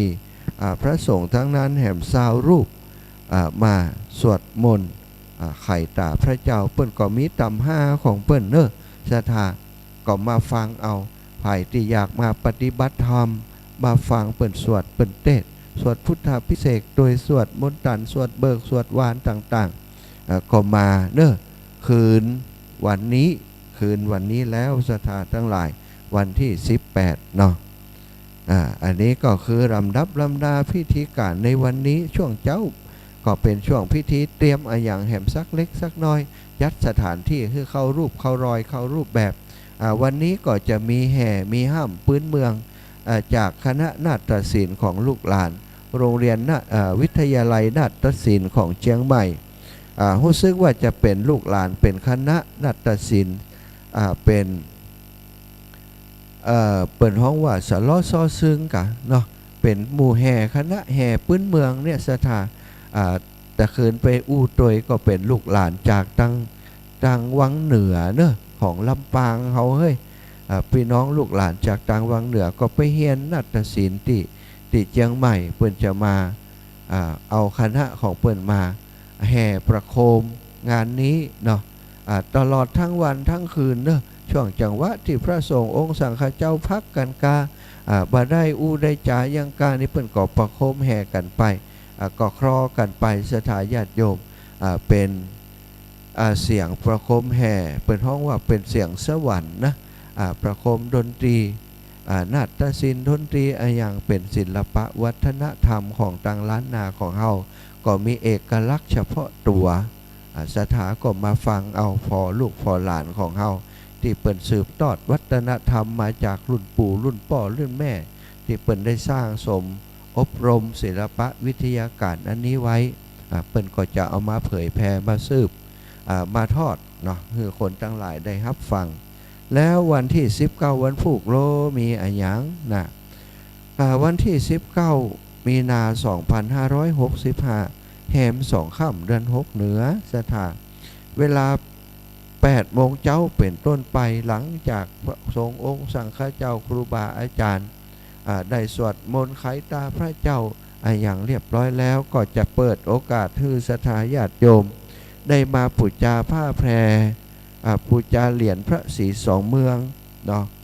ให้มาบูชาที่หน้างานได้พระศรี2 เมืองเหรียญพระศรี2 เมืองก็ผ่านการปลุกเสกแล้วศรัทธาทั้งหลายก็มาบูชาเอาที่นี่ได้เลยเนาะอาตมาก็มาอยู่ที่นี่ศรัทธาญาติโยมอีแม่บ่ได้จองกำหนาท่านมาหาแล้วอีแม่อยู่ไหนนี่อีแม่อยู่เชียงใหม่เพ่อีแม่ครูบาอาจารย์ตั้งเชียงใหม่ก็มีรถที่เปิ้นฮับจองอีแม่บ่ไปจองที่เปิ้นกันอีแม่บ่ฮู้จักเปิ้นอีวะฮู้จักมาหาบ่ฮู้จักครูบาอาจารย์ที่เปิ้นอยู่พุ่นอย่าใดดีก็เลยว่าเอาจะได้อีแม่จะเนี่ยจะได้อีแม่ส่งที่อยู่ไปฮื้อได้ก่อท่านมหาพุทธาฮื้อแม่ได้ก่ออีน่ะก็บ่เป็นหยังก็รับผิดชอบดูแลพอกอยกันไปศรัทธาเอาจะได้เนาะเปิ้นฮู้จักไผเปิ้นก็ขอคนนั้นเปิ้นฟังเฮามันน้อยเปิ้นมีเบอร์โทรของเฮาเปิ้นโทรมาก็รับอาสาขาที่เปิ้นบัดเดียวก็จำเป็นจองคือเปิ้นแล้วก็ส่งไปคือเปิ้นเนาะเอาจิตเอาใจกันไปจะใดก็ตามก็เป็นครอบครัวขึ้นสีขาวแล้วบ่าหู้เนอะปล่อยคนนั้นคนนี้เตอะไปหาคนนั้นคนนี้เตอะคนเฒ่าปออุ้ยแม่อุ้ยบางเตือบางทีก็จะน้อยอกมองใจใครได้ด้วยเปิ้นบัดได้สกรรมตอนนี้ก็รับผิดชอบไปหลายคนเนอะสถานแต่อีปอยอีแม่มาที่งานนี่แล้วว่าต้องเปิ่งบุญไผ่แล้ว มาปูจาเอาคนเดียวเนอะ ครูบาอาจารย์เพิ่นก็จะมีโต๊ะมีตังเตรียมไว้ปูจาเหรียญละ100 บาทเนาะจริงๆจะบอกว่า99 บาทก็เก่งใจบ่มีตังทอนก็100ไปเลยนะสถาเนาะ100นะปูจาเหรียญละ100เหรียญพระศรีสองเมืองก็100เหรียญเมื่อน้องแก้วก็100โอ้จะได้มี2เหรียญจะได้บ่เอาเปาะขันเหรียญเดียวบ่ได้สถาคนละอย่างคนละเรื่องละลาวแล้วเหรียญพระศรีสองเมืองนี้ทางด้านหน้าเป็นเหรียญของพระอาสารูปปิมปาพระพุทธรูปสีสองเมืองวันเดียวนี้ประดิษฐานเรียบร้อยแล้วก็ปิดทองโอ้โหทองบริสุทธิ์สถามาพอเอาคนเดียวตั้งหลังอาตมาถ้าไผ่ดูจากFacebook ไลฟ์ก็ดีไผ่ดูจากทาง YouTube ก็ดีก็จะหานว่างามจะใดเนาะโอ้เป่งมั่งเป็นทองบริสุทธิ์เนอะสถาตั้งหลายแล้วก็ปูจาผ้าแพรเอาไปไม่ยากบางอย่างอาจารย์นี่นะโอ้ก็เปิ่นจะยกชัดอะสถาก็อย่างที่เปิ่นยกจ่อฟ้ายกชัดอย่างทั่วไปเปิ่นก็จะเอาผ้าแพรผูกติดกับชัดนั้นขึ้นไปประดิษฐานที่บนยอดพระเจดีย์พระธาตุเป็นกะไผ่มาเจ้าก็จะได้ปูจาเจ้าตุลุงปูจาผ้าแพรนี่ปูจาผืนเท่าใดตุลุงท่านอาจารย์40,000ผืนเท่าไรปูจาผ้าแพรนี่แล้วแต่กะว่าผืนละแล้วแต่เนาะผืนหนึ่งแล้วแต่ปัจจัยมีเท่าใดบอกว่ากันแล้วบางเตือเปิ่นมีน้อยนะอาจารย์มีสาวได้ก็บ่ถามละมาปูจาเอาตามกำลังทรัพย์ที่มีก็แล้วกันเป็นโอกาสที่จะได้ร่วมบุญด้วยกันสถาบางพ่องกับปูจาผืน100ก็ได้ไปสถาเนาะปูจาไปเตอะนะสาวก็ได้หรือว่า3 ผืน100ก็ว่ากันไปเพราะมี3 องค์สถาฉะนั้นนี่สถาญาติโยมที่มาปูจาผ้าแพรเนาะก็เตรียมสตางค์เตรียมปัจจัยมาปูจาไปแล้วก็เอาผ้าแพรไปผูกด้วยตัวเองถ้าเอาไปผูกด้วยตัวเองบ่สะดวกก็ไปหาเจ้าหน้าที่เพิ่นจะประจำการอยู่ที่หั่นก็เริ่มจังแต่8 โมงไปนะ8 โมงวันผูกเนาะสถานทั้งหลายผูกผ้าแพรเรียบร้อยแล้วก็มาปูจาเหรียญอีแม่จะเอาไปฝากลูกฝากหลานสัก5 องค์ก็เตรียมสตางค์มาให้ครบเหี่ย5 องค์ก็500นะเหรียญพระศรีสองเมืองตั้งด้านหน้าเป็นพระเจ้าศรีสองเมืองแล้วตั้งด้านหลังเป็นรูปเนาะเป็นรูปเหมือนของพระธาตุศรีสองเมืองสถาเป็นพระธาตุศรีสองเมืองถ้าเอาพระธาตุศรีสองเมืองไปใส่หั่นมันก็บ่ได้นะสถาองค์ใหญ่เนาะก็เลยเป็นรูปร่างของพระธาตุศรีสองเมืองซึ่งมีรูปเหมือนรูปของพระธาตุเจดีย์พระธาตุดอยอินทนนท์เจดีย์ตั้งเชียงใหม่เนาะแล้วก็มีเจดีย์พระธาตุดอยสุเทพตั้งเชียงใหม่จะกี่ไปอินทนนท์ แล้วก็แห่ง2 องค์นั้นก็คือพระธาตุดอยตุงเพราะตั้งหลังจะมีรูปพระธาตุอยู่3 องค์เนาะกันนั้นก็คือพระธาตุศรีสองเมืองสถาด้านหน้าด้านหลังฉะนั้นสถาญาติโยมต้องเข้าใจว่าที่ปฐมตั้งหน้าเป็นพระ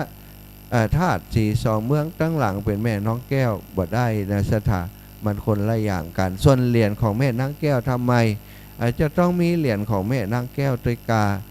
สถาตั้งหลายก็เปิ่นอยู่ก่อนเนาะแม่นางแก้วเปิ่นอยู่ก่อนคนตั้งหลายส่วนหนึ่งก็นับถือ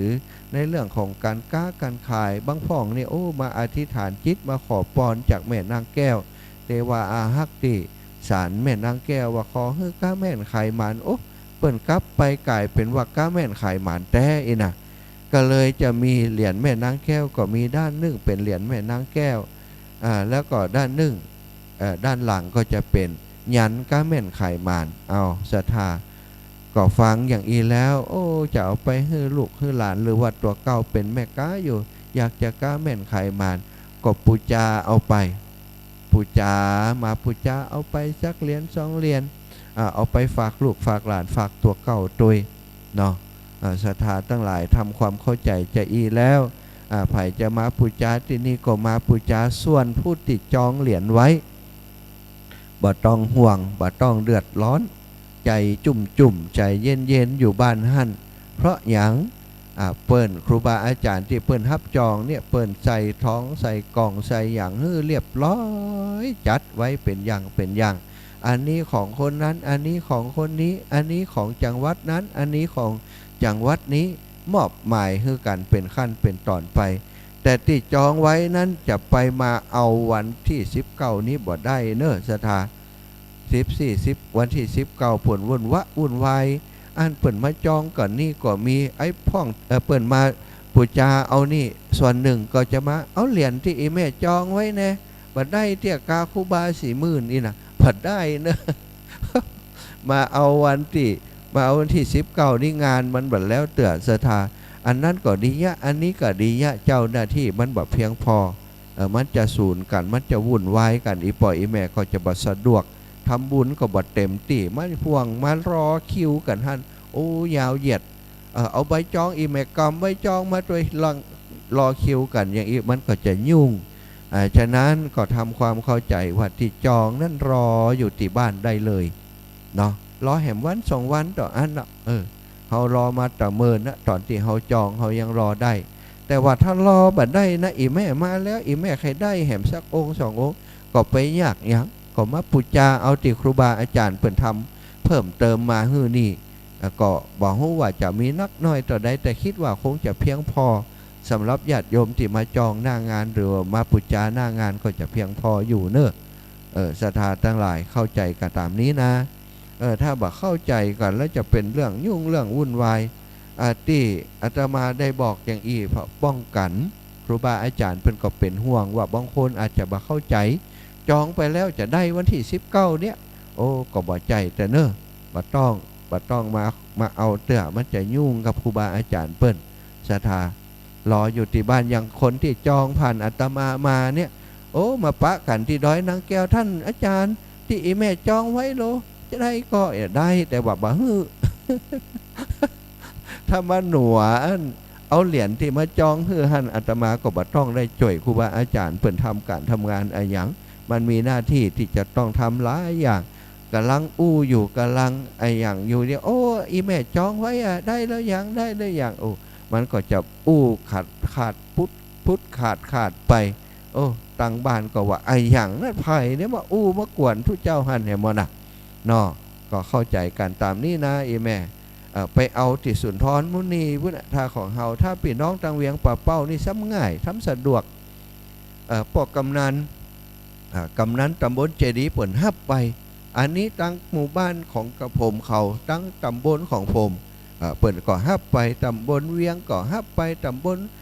เวียงการหลงเปิ่นก่อฮับไปเปิ่นฮับไปแล้วเปิ่นก็เอาไปฮื้อผู้ใหญ่ของเปิ่น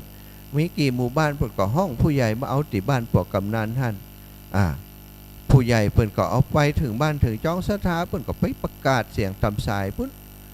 วันที่21เนี่ยเป็นประกาศเสียงตามสายก็ฟังเอาอันนี้เนอะบัดเดียวที่เหรียญมาแล้วนะมาเอาที่บ้านผมนี่เนอะคนที่จองไว้ก่อนเรียบร้อยนะโอ้รวดเร็วสะดวกกว่าบ่ต้องมารอกันที่นี่มันจะวุ่นวายบางพ่องก็กลัวโรคระบาดอะไรอย่างเฮาก็ต้องระวังตัวเฮาเหมือนกันเนอะอันนี้ก็บอกให้กันได้เข้าใจได้รับทราบแล้วงานมันแล้วเหรอวันที่19นี้อย่างแหมวันที่20อีนะวันที่20ก็สำคัญเนอะการฉลองการสมโภชสิ่งสำคัญอย่างอีเป็นงานประวัติศาสตร์นะศรัทธาโอ้แล้วงานวันที่19ก็ลวดตานออกไปเลยจบอีนะโอ้เตรียมงานกันมาเป็นเดือนเนาะศรัทธาวันเดียวเสร็จแล้วปิกไปเก็บหัวปิกไปอินดูคนที่เปิ่นจัดดอกจัดดวงอย่างเปิ่นก็จะมีฉลองสมโภชมันยังงานใหญ่แห่มลุกก็โฮมผ้าพระธาตุนะกะสถาอันนี้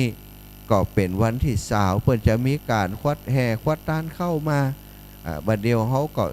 สมโภชเรียบร้อยแล้วเป็นพระธาตุเจดีย์ที่สมบูรณ์แบบแล้วเป็นศาลาพระศรีสองเมืองสมบูรณ์แบบแล้วได้ถวายไว้ในพระพุทธศาสนาเรียบร้อยแล้วก็แสดงว่าเป็นสถานลันธรรมที่เกิดเป็นบ่อเกิดแห่งบุญแห่งกุศลที่ศรัทธาทั้งหลายจะได้มาร่วมบุญกันมาจากทุกสารทิศ ต่อไปนี้ก็จะมาร่วมบุญกันที่นี่ต่อไปเพื่อนก็จะมีประเพณีส่งน้ำพระธาตุ42 เมืองที่นี่ก็ฟังไปตั้งหน้าว่าเปิ่นจะกำหนดเอาวันใดแน่นอนก็ฟังก่อยสถานทั้งหลายเข้าวาษาออกวาษานี้มีแน่นอนแต่ส่งพระธาตุเนี้ยเปิ่นจะเอาวันใดก็รอฟังแห่มกรรมเนาะอันนี้ก็วันที่20เปิ่นจะมีการฉลองสมโภชกันในส่วนของการเปิ่นห้องว่าการมีการเล่าขานตำนานเนาะเล่าขานตำนานดอยนางแก้วโดยผ่านวัฒนธรรมการซอการคับซอของตังล้านนาของเฮาท่านหนึ่งที่มาแน่นอนก็คือแม่ครูแสงเอ้ยพร้อมครับทีมงานลูกหลานศิลปินล้านนาศิลปินซอบ่สามารถจะบอกได้ว่ามีกี่คนแต่ว่าแต่ละคนนี่ฝีไม้ลายมือมาฟังเอากันก็แล้วกันสถานเป็นทีมงานที่ตังแม่ครูแสงเอ้ยเปิ่นคัดเลือกมาซึ่งครูบาอาจารย์ได้มอบหมายให้แม่ครูเปิ้นเป็นผู้ที่คัดเลือกศิลปินจะมาซอในครั้งนี้ก็เด็ดๆทั้งนั้นกันแล้วกันสถานที่เขาเคยฟังใน YouTube ก็เคยฟังที่เปิ้นบันทึกแผ่นขายกันเนี้ยก็จะได้มาพบมาปะตัวจริงเสียงจริงแล้ววันค่ำเนอะวันนั้นน่าจะซอกันจนพุทธจนค่ำจนมืดนั่นน่ะก็เป็นการเป็นห้องว่าเป็นการฉลองเฉลิมฉลองเนี่ยอย่างเสร็จเรียบร้อยเปิ่นสมโพธิเรียบร้อยก่อนฉลองกันซะทาการเฉลิมฉลองกันครั้งนี้เป็นงานบุญครั้งนี้จะเป็นบุญที่เป็นสีขาวแท้ๆนะซะทาครูบาอาจารย์ผู้นำท้องที่ท้องถิ่นเปิ่นอู้กันแล้วว่าห้ามมีของมึนเมาเครื่องดื่มอย่างต่างๆมาในงานนี้เด็ดขาดใจคำว่าเด็ดขาดหมายความว่าถ้าหันก็จะจับจะยับนะมีเจ้าหน้าที่ดูแลผอกอยขี้เหล้าเมายาจะมาที่นี่มาอาละวาดมาวกเวกไว้ที่นี่มาตั้งวงมาชุมนุมกินเหล้ากินยากันที่นี่มาโหหิวที่นี่บ่ได้สถาบ่ได้เด็ดขาดถ้ามีก็จะต้องจับจะต้องยับกันมีเจ้าหน้าที่มีตำรวจมีอปพรมาคอยอำนวยการที่นี่การกินการตานกันฉลองสมโภชที่นี่ครั้งนี้ต้องเป็นงานกินงานตานที่บริสุทธิ์พุทธผ่องบ่ฮื้อมีเหตุการณ์ที่อย่างอันเกิดขึ้นแน่นอนศรัทธาทั้งหลายอันนี้ก็บอกกันไว้คิดเล่าหลวงทั้งหลายที่จะแห่มากินเหล้าที่พระธาตุ42 เมืองม่อนพระ42 เมืองเปลี่ยนใจเหียเนอะแทนที่จะม่วนฟังซ้อม่วนนี่เพื่อจะไปม่วนอยู่ในกงแคบๆเพื่อนนะดิมดีเพื่อนจะเอากงมาตั้งไว้ที่นี่ฟังซ้อไปตัวแต่ฟังอยู่ในกงคนนั้นมาก็ถ่ายรูปคนนี้มาก็ถ่ายรูปยุ่งเด้ออายเพื่อนนะอายลูกอายหลานอายครอบครัวปี่ให้น้องบ่ดีเนี่ยเนอะถ้าจะเมาอยู่ที่บ้านก็ฟังซ้ออยู่ที่บ้านก็ได้เปิ้นถ่ายทอดเนาะบ่เป็นอย่างไทยมักจะเมาแล้วก็เมาอยู่บ้านเอาก็ได้บ่ต้องมากวนเปิ้นบนดอยนี่เนอะเป็นการเล่าขานตำนานของดอยนางแก้วประวัติการสร้างม่อนพระ42 เมืองมีประวัติความเป็นมาจะใดฟังอย่างละเอียดจากบทซอจากการประพันธ์ของแม่ครูเปิ้นจากทีมงานของเปิ้นก็แล้วกันศรัทธาซึ่งครูบาอาจารย์เปิ้นได้ส่งรายละเอียดไปทุกสิ่งทุกประการวันที่สร้างครั้งแรกวันที่อุติจาวันที่สร้างสาเหตุของการสร้างแล้วก็สร้างเมื่อได้ภัยเป็นผู้ริเริ่มก็สร้างกันมีคนช่วยกันกี่คนมาจากต่างใดพ่องมาฟังเอาเนอะใครอยากจะฟังให้รู้เรื่องตั้งแต่ต้นจนจบก็ต้องมาเจ้านะมาเจ้าเลยมาปูจาพระปูจาเรียนอย่างเรียบร้อยแล้วก็มานั่งท่าฟังซอนี่บัดจำเป็นจะต้องภาวนาจังซอนั่งอยู่ตรงไหนฟังก็ได้ตั้งหลุมตั้งล่ามถ้าคนตั้งบนนี่นักแล้วกานะก็นั่งตีตั้งหลุมตั้งล่ามตีเป็นห่มเป็นเงา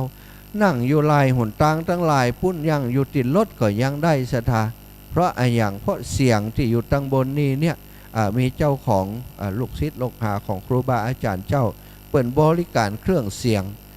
งตั้งบนนี่ดังไปถึงปึงเวียงปะเป้าพุทธศรัทธา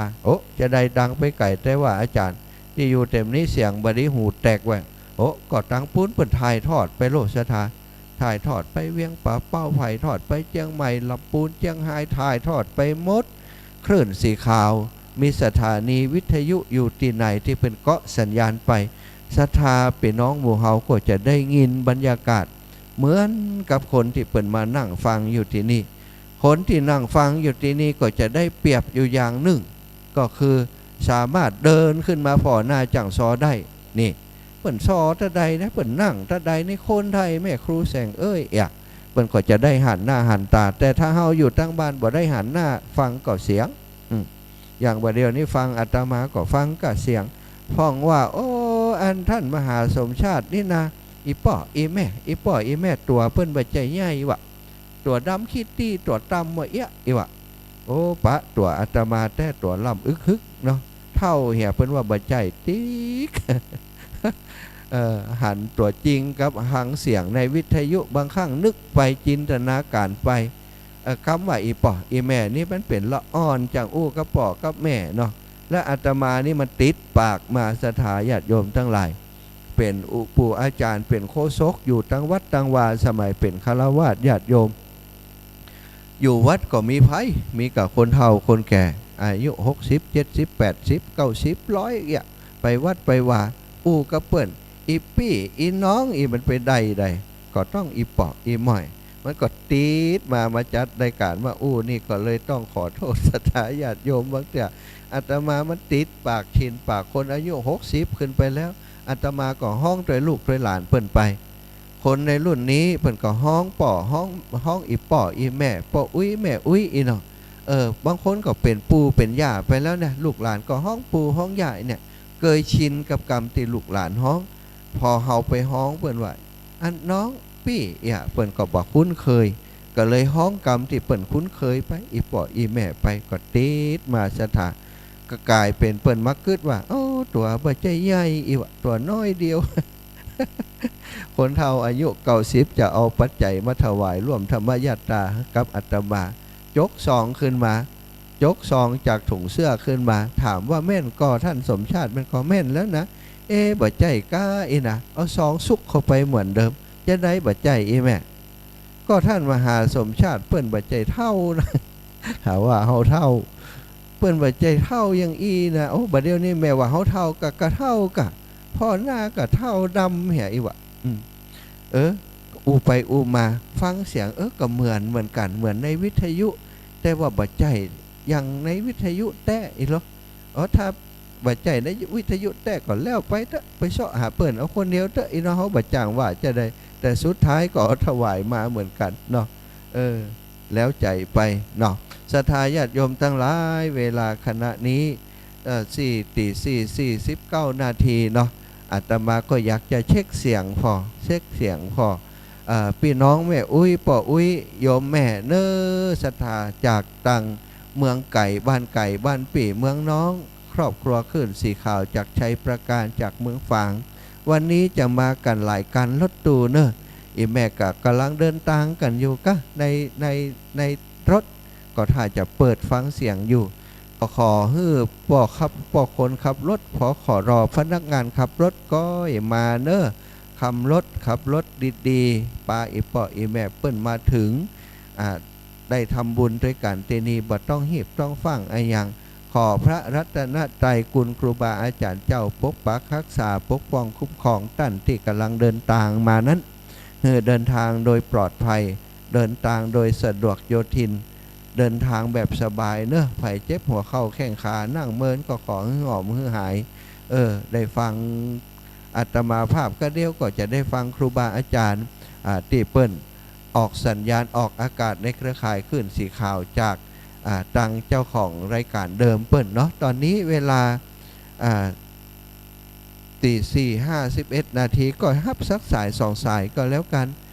ไผ่ก็กำลังเดินทางอยู่จะโทรมาบอกนะมามาจากก็ได้เอาเบอร์เก่าเนอะเบอร์เดิมนะ0808844173เนอะเอาแล้วแม่น้อยกัดนัดมาเป็นสายแรกเลยแม่น้อยเจริญพรโยมแม่ไหว้เจ้าแม่น้อยกัดนัดนะเจ้าฟังอยู่นะเจ้าชัดเจนดีเนาะแม่ชัดเจนดีนะวันนี้135 นี่แต่เจ้า อ๋อเจ้าแม่เออ เจ้า เจ้า เขาฝากไปหาตุลุงยองโตยก็ลืมเบอร์บัญชีเนอะเจ้า อ๋อ ก็จะโทรหาไม่หน่อยเนอะเจ้าไว้ ตุ จ้า ลุงยองไปลืมเบอร์บัญชีของแม่น้อยส่งเบอร์บัญชีให้แม่น้อยเนอะแม่น้อยจะหอมตังค์เจริญปอนโยมแม่น้อยแม่น้อยกัดนัดเนาะเอาล้อสายอื่นๆเนอะมาจากตังได้ฟังจากตังเวียงปะเป้าริมละเวียงปะเป้าจะมากันหลายอยู่ก้าวันนี้เจริญปอนจากตังได้แม่รายงานตัวเลยฟังจากสถานีใด โอ้แค่ประน้อมอยู่ฟ้าไม่งอนเล็กเจ้า โอ้ฟังท่านมหาอยู่โอ้สวัสดีเสียงคัดเป็นวัดเนาะ เจ้าแม่ตะวานี่มานันปั่นปอนแล้วมาหลายวันแล้วปั่นปอนอาตมาปั่นปอนกูเตือมันจังใจเสียงนักลงไปแม่มันก็เลยเสียงมันใจนักเนาะเวลามาจัดรายการตะวาจัดรายการแฮมตะคืนจัดแฮมเนี่ยก็คอแห้งไปนะ เมื่อคืนวันได้ อากาศมันเปลี่ยนไป ฟัง แม่ เมื่อเจ้านี่ตื่นมาเจ้านี่พอโอ้ฝนตกแค่ท่านมหากันนอนนู่นอย่างใดเนาะเนาะ โอ้เจ้าตะคืนก็ปกเป๊กเหมือนกันนะแม่แต่บอดนักตัวใดเนอะ แต่บ้านเฮาแห้งอยู่เจ้าที่มีงอนคิรินี่แห้งอยู่ฝางแห้งอยู่ อ๋อ แต่ตกแห้งแล้วก็หยุดเจ้า โอ้ล่ะหยุดไปแล้วเนาะบัดเดียวเนาะแม่บ่ได้มาก็บ่ได้มาเนาะ บัดได้ไป โอ้ เจ้า เจ้าบ่ เดี๋ยว เป็น เอา หยั ไว้ ง เอาไว้ที่ฝางนี่บางทีจะหาโอกาสไป เจ้า เพ ฟั ราะ ง ว่าติดงานเตรียมงานน้องๆ เอา เนาะ ฟังที่บ้าน เจ้า เนาะแม่เนาะฟังที่บ้าน เจ้า เนาะฟังที่บ้าน เจ้า เอาเจ้าสาธุนะแม่เนอะ ขอบคุณค่ะเจ้า เจ้าศรัทธาญาติโยมโทรมาเนอะโทรมาเบอร์0808844173เนอะบ่ต้องโทรมา0980052515เนอะเบอร์นั้นอาตมาใจไลฟ์สดอยู่ศรัทธาญาติโยมทั้งหลายขออนุญาตบ่ต้องโทรมาเบอร์นั้นโอ้มาแหมแล้วเบอร์นั้นนะเอาขอเป็นเบอร์นี้เนอะเอาอีป้ออู้เลยอีป้อบุญตัน กับบริษัทมหาฟังอยู่ด้วยท่านเด้อ ป้อฟังอู้เลยป้ออู้เลยป้ออู้ได้เลย ครับลูกฝนท่านฟังอยู่ด้วยท่านเด้อ เจริญพรป้อเจริญ ครับ พร ใครได้ไป จ้ะ คิดว่าฝากปัจจัยไปแล้วจังบัด โจทย์งาน โอ้จ้ะ โจทย์งานขึ้นบ้านใหม่ท่าน โอ้จดงา ปั น จ เนาะ จัยฝากไปเรียบร้อยแล้ว ฝาก แล้ว แล้ว จะตันหรือไม่จะได้ไปหรือไม่ โอ้บ่เป็นหยังอีก ตอนก็ขึ้นบ้านใหม่ทำบุญบ้านใหม่วันเดียวกันเนี่ย อ๋อวันเดียวกันเนาะ ครับ จ้ะ กับบริษัทท่านเด้ เจ อ ริญพรอีป้อ ไอ้สา สายรับสายอีป้อเปลี่ยนเป็นโยมแม่จากนายรายงานตัวจิมบอกสถานีจิมเนอร์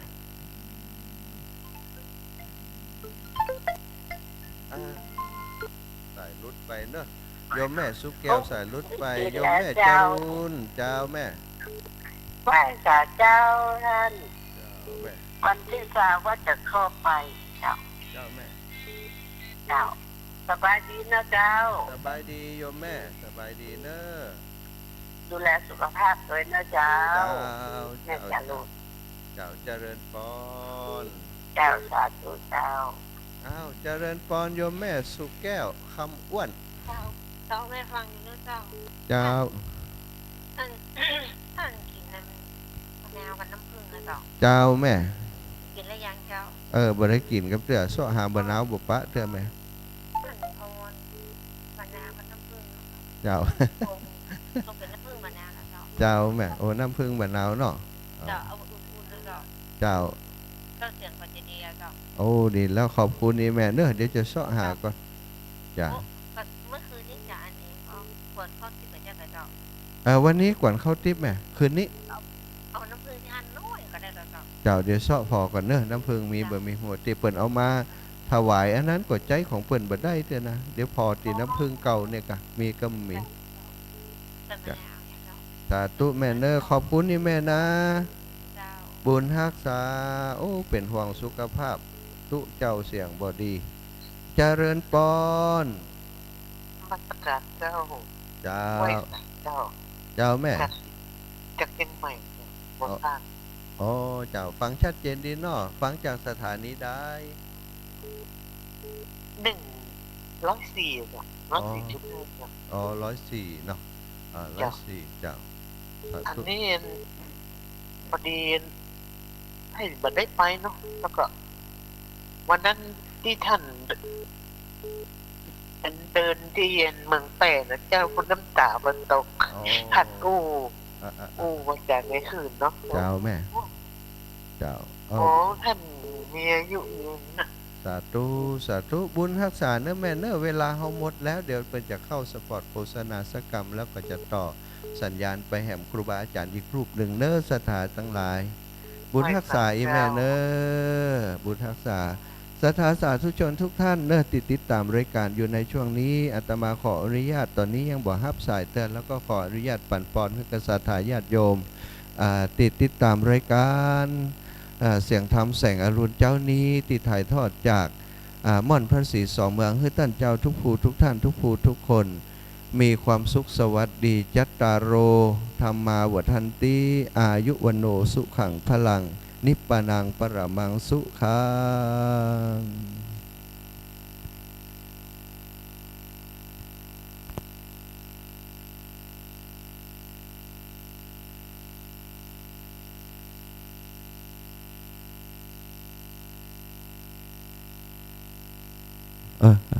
ตอนนี้เนอะสถาญาติโยม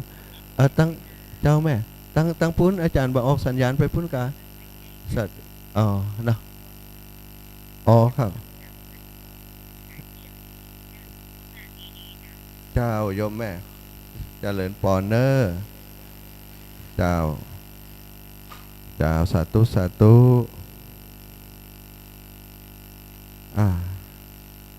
เอาเสียงมันขาดไปเนาะโอ้ตอนนี้ครูบาอาจารย์เปิ้นจะถ่ายทอดที่นี้ต่อไปเนาะส่วนตังปุ้นก็จะเป็นสัญญาณของตังเปิ้นปุ้นอาตมาบ่ทราบนึกว่าเปิ้นปกติเหมือนกูเตื้อจะต้องออกรายการให้เปิ้นก่อนศรัทธาก่อนบางอันเวลามันจะคาบเกี่ยวกันบางเตือโฮคนก็โทรศัพท์มาสายโทรศัพท์ที่ตะกี้เนอะที่โทรเข้ามาแล้วฮับวัดตันตะกี้ก็มีพ่อเจริญกองวอนจากตั้งจังหวัดลำปางอีพ่อฟังอยู่เนาะโยมแม่ยายซึ่งอยู่ที่ดอยสะเก็ดโอ้แม่อุ้ยหมอนอายุ84ปีแล้วเป็นแฟนรายการคลื่นสีขาวครูบาอาจารย์ทุกรูปทุกองค์อีแม่ก็พยายามโทรมาแต่ก็ฮับบัดตันเนอะแม่ยายตั้งดอยสะเก็ดเนาะโยมพ่อเจริญกองวอนก็ลองโทรมาแหมก็ได้เนาะตอนนี้ก็อู้จากกันไปก่อนตั้งสถานที่ที่นี่ตะวันลมแหงสถานทั้งหลายครูบาอาจารย์ก็ช่วยกันเก็บกวาดเพลียวพัดสักกรรมเนาะก็จะเป็นการสวดมนต์ทำวัดเจ้าตอนนี้ศรัทธาที่อยู่ทางบ้านก็ตื่นกันมาแล้วพ่องก็ขึ้นมาหุงข้าวเป่าไฟเนาะนึ่งข้าวเป่าไฟตั้งหลายบางพ่องก็ลุกขึ้นมาช่วยงานลูกเราบอกพอลูกพอหลานเนี่ยนั่นเนี่ยนี้ก็เพี้ยวพัดปัดกวาดในบ้านในจองแต่ตั้งนี้ก็เหมือนกันเนอะดีมอนพระศรีสองเมืองตอนนี้ครูบาอาจารย์พระสงฆ์องค์สังฆเจ้าที่เฮาได้มาปฏิบัติธรรมเนาะอยู่กันที่นี่ตั้งแต่2 วัน 3 วันที่ผ่านมาแล้วก็ได้ลุกขึ้นมาช่วยกันเพี้ยวพัดปัดกวาดกุดเตื้ออยู่ตนเดียวกวาดบ่แปะซะท้าเพี้ยวตรงนี้ก็ยังตรงนั้นปุ้นกว่าจะเสร็จก็ประมาณ8 โมง 9 โมงก็พอดีบางช่วงบางวันเนี่ยศรัทธาญาติโยมที่เปิ้นอยู่ใกล้ๆเปิ้นก็ได้มาช่วยเพี้ยวช่วยพัดเนาะเปิ้นมาถวายจังหันถวายเข้าคณะโภชนาอาหารเรียบร้อยเปิ้นก็มาช่วยเพี้ยวช่วยพัดจัดนู่นจัดนี้แต่วันนี้ครูบาอาจารย์อยู่กันหลายรูปหลายองค์ก็ช่วยกันเนาะเจริญปอนโยมแม่จากตั้งได้ฟังจากสถานีใดเนอบอกจิมเจ้า104เจ้า104เนาะเทพเสด็จเจ้าเอาแม่นวลกันนี่แม่นวลจากเทพเสด็จเนาะเจ้านัดกินน้ำอุ่นกับหอมเตรียมก็ดีแล้วเจ้าหอมเตรียมก็จะได้ล่ะโอ้ดีกะ แม่ลูกมาแล้วแม่จะกินน้ำอุ่นกับหอมเจียมอย่าลืมตึงหวานอ่ะ อ๋อดีโอ้เหมือนเป็นมีเคล็ดลับลุง เจ้ามากินอย่างเอี้ยจำเป็นวัดเลยเจ้า อ๋อเจ้าแม่ดีแล้วเดี๋ยวจะปฏิบัติตามเนอะ เจ้า เจ้าโอ้วันนี้สงสัยจะมีบัตรนาวมาเป็นกิโลเห็นละก้า แม่เนี่ยอย่างเอี้ยตึงหวานอ่ะลูกมาน่ะ โอ้ถ้าได้ กินน้ำอุ่นก่อนที่จะล้างหน้าแปรงฟันนะ เจ้าแม่โอ้ถ้าได้บัตรนาวนักจะขายบัตรนาวเนอะ เจ้าจะเขาขายกันที่รอบหนาวแปรง เขียนเลยบัตรนาวแปลงศรัทธาสาธุชนเนาะที่ฟังอยู่ตั้งบ้านโอ้เปิดอันฟังเปิดติดตามกันได้ฟังเสียงแหบเสียงแห้งไปเปิดก็เป็นห่วงจริง ๆ แล้วอาตมาก่อนตั้งแต่วันที่13พุ่นนะไอ้แม่นะมีอาการที่อันตั้งแต่เดินทางไปพุ่นวัดใจเสียงนักไอ้แม่เสียงมันเลยอักเสบเสียงเลยมันแตกไปนะเสียงแหบอ่ะ สาธุแม่เส้นเสียงทางหัวใจเปิดนักก็เหมือนกันครูบาอาจารย์ก็เป็นเหมือนกันนะเนาะสาธุเนื้อแม่เนื้อบุญรักษาเจ้าเอารับเปลี่ยนกันรับสายแม่ก่อนเนอะเจริญปอนว่าจะได้อีป่อคนลำปางป่อเจริญกองวอนไปจ้าเจ้าโอ้บ่ใจกะนี่ไผกอกเจ้าโอ้เจ้าแม่ไม่ฟังงั้นในกลางคืนนั้นตั้งกักนะเจ้าชัดเจนเนาะขอบคุณครูบาอาจารย์ห้วยตองซักเนอะเมื่อคืนนี่แม่ก็โทรมาหาเนาะเล่นรีบบอกอาจารย์น่ะคือจันสีจองมันเงินบัตรมาก่อนบ้านแม่อยู่ไกลวัดธรรมบาลจ้ะเจ้าแม่จ้างนี่นะเจ้าอาจารย์นั่นเขาจะเอาเข้าบ้านได้ก็เคยมาแล้วเหรอยิ่งไม่ทำได้นะเจ้าแม่บัตรตาผ่านเคยไปนะแต่ว่าก่อนเป็นอย่างฉันหน่อยมันบุญกับตัวเองบ้านแล้วมองกล้าจ้าน่าก่อนจะไปตั้งพูนเนาะเจ้าแม่เจ้าสาธุอาจารย์เป็นน้ำอุ่นนะเจ้าเจ้าสาธุขอบคุณอีแม่เนอะสาธุเจ้าปัจจุบันเนอะเจ้าเอาแล้วรับสายอันนี้สายนี้บัดได้วางกับเตือนนะพอเจริญอีปอโทรมาแห่งกรรมแล้วจะได้ประมาณได้ว่านี่พอเจริญกองวอนมันติดแล้วทีนี้เฮาฮับมันก็สายเหมือนกับค้างกับสายอื่นเหี้ยนะเจริญปอนเนอเอาศรัทธาญาติโยมใครที่จะเดินทางมาเนอตอนเจ้านี้ตังไผ่จะมาให้มาหอมเอาน้ำพึ่งก็ดีน้ำอ้อยก็ดีข้าวก็ดีจะมากวนข้าวติ๊บก็เตรียมมาตันอยู่เนอะเจริญปอนแม่พวงพกาโอ้อีแม่เป็นจะได้อุโมงค์หลับปูนนะเจ้าอุโมงค์หลับปูนนี่10ขึ้นหนังนี่ขึ้นนั้น100 อันแล้วสิเนี่ยกะเจ้าเจ้าฟังชัดดีเนาะแม่เนาะเจ้านอนฟังนึกว่าบัดทันเปิ้นอย่างละก้าเนาะนอนฟังกันดิตื่นแล้วก็นั่นนะเสียงเปิดวิทยุไว้เนาะเสียงท่านออกเนี่ยกะแต่ว่าก็ไปหมุนเพื่อนคนเท่าเนาะบ้านนี่ดีดีกะแม่ว่าจะไปย้ายสถานีเนอร์เขาฟังเนี่ยวันที่8ถึงวันที่20พุ่นนี้เนาะย้ายเนาะลังเตือมันกาดม่วนนี่เนาะเสียงม่วนเนี่ยกะเจ้าแม่มาเดียวเสียงแตกไว้เห็นแล้วนะจะบำรุงเสียงก่อนนี้นะถนอมเสียงเนาะใจเปิ้นนักลำไปเองไหมเจ้าแล้วท่านจะขึ้นนั้นมังปังเลยกับเจ้าก็เขาจะขึ้นไปวันที่21อีแม่งานเปิดมี22เนาะเขาจะไปนอนเจอครูบาอาจารย์เพิ่นสักคืนนะดีแล้วก็ไปทุ่งหมอกว่ามันต้องปิกไปปิกมาร่างงานไปพักเดี๋ยวเปิ้นตรงนั้นเปิ้นกับร่างไปจวนไปก้าเจ้าอันหลกพ่อกำนันสีทันเปิ้นอาสาคาถีบจะไปส่งอีแม่ไปนอนด้วยกันเพิ่นว่าพอสิกำนันสีทันกำนันตำบลเวียงเจ้าแม่เดี๋ยวแม่ขอถามหน่อยนะอันเมืองปานนี่มันอยู่อันโซนไหนนะเมืองปานนี่จัดไปตั้งวังเหนือก็ถึงเมืองปานแล้วก็ถึงเจโฮมอีแม่เจ้าไปตั้งวังเหนือนี่รักษาสุขภาพเนอร์ท่านเนอร์ เจริญปอนโยมแม่ เจ้าเอ็นนะเจ้า บุญทักษาเนอ เจ้าสาธุ สาธุสาธุโยมแม่จากแม่แจ่มเชียงใหม่โอ้ตะวามาก่อนนี่แม่ เจ้าเพราะว่าบ่ได้ไปจ้า วันนี้เรามาก่อน วันนี้จะถ้าจะบ่ได้ไปจ้าตอนนี้เพิ่นก็มีงาน โอ้เจ้าบ่เป็นอย่างเน้อตังปุ้นเป็นจะได้เป็นฝนเป็นลมก่อนตะวา ก็มีเจ้า โอ้ตังเพ่มีเน้อแม่เน้อ ไปแล้วเจ้า เจ้าโอ้ดีละบ่มีฝนมีลมเนาะดีแล้วเน้อ เจ้า เจ้าบุญรักษาบุญรักษา สาธุไว้สาเจ้า เอาเจริญปอนฮับแล้วเน้ออีแม่อู้ได้เลย เจ้าเจ้าไว้สาเจ้า เจ้าแม่ ฟังอยู่เด้ออย่างอาจารย์แฮนเนาะ เจ้าแม่น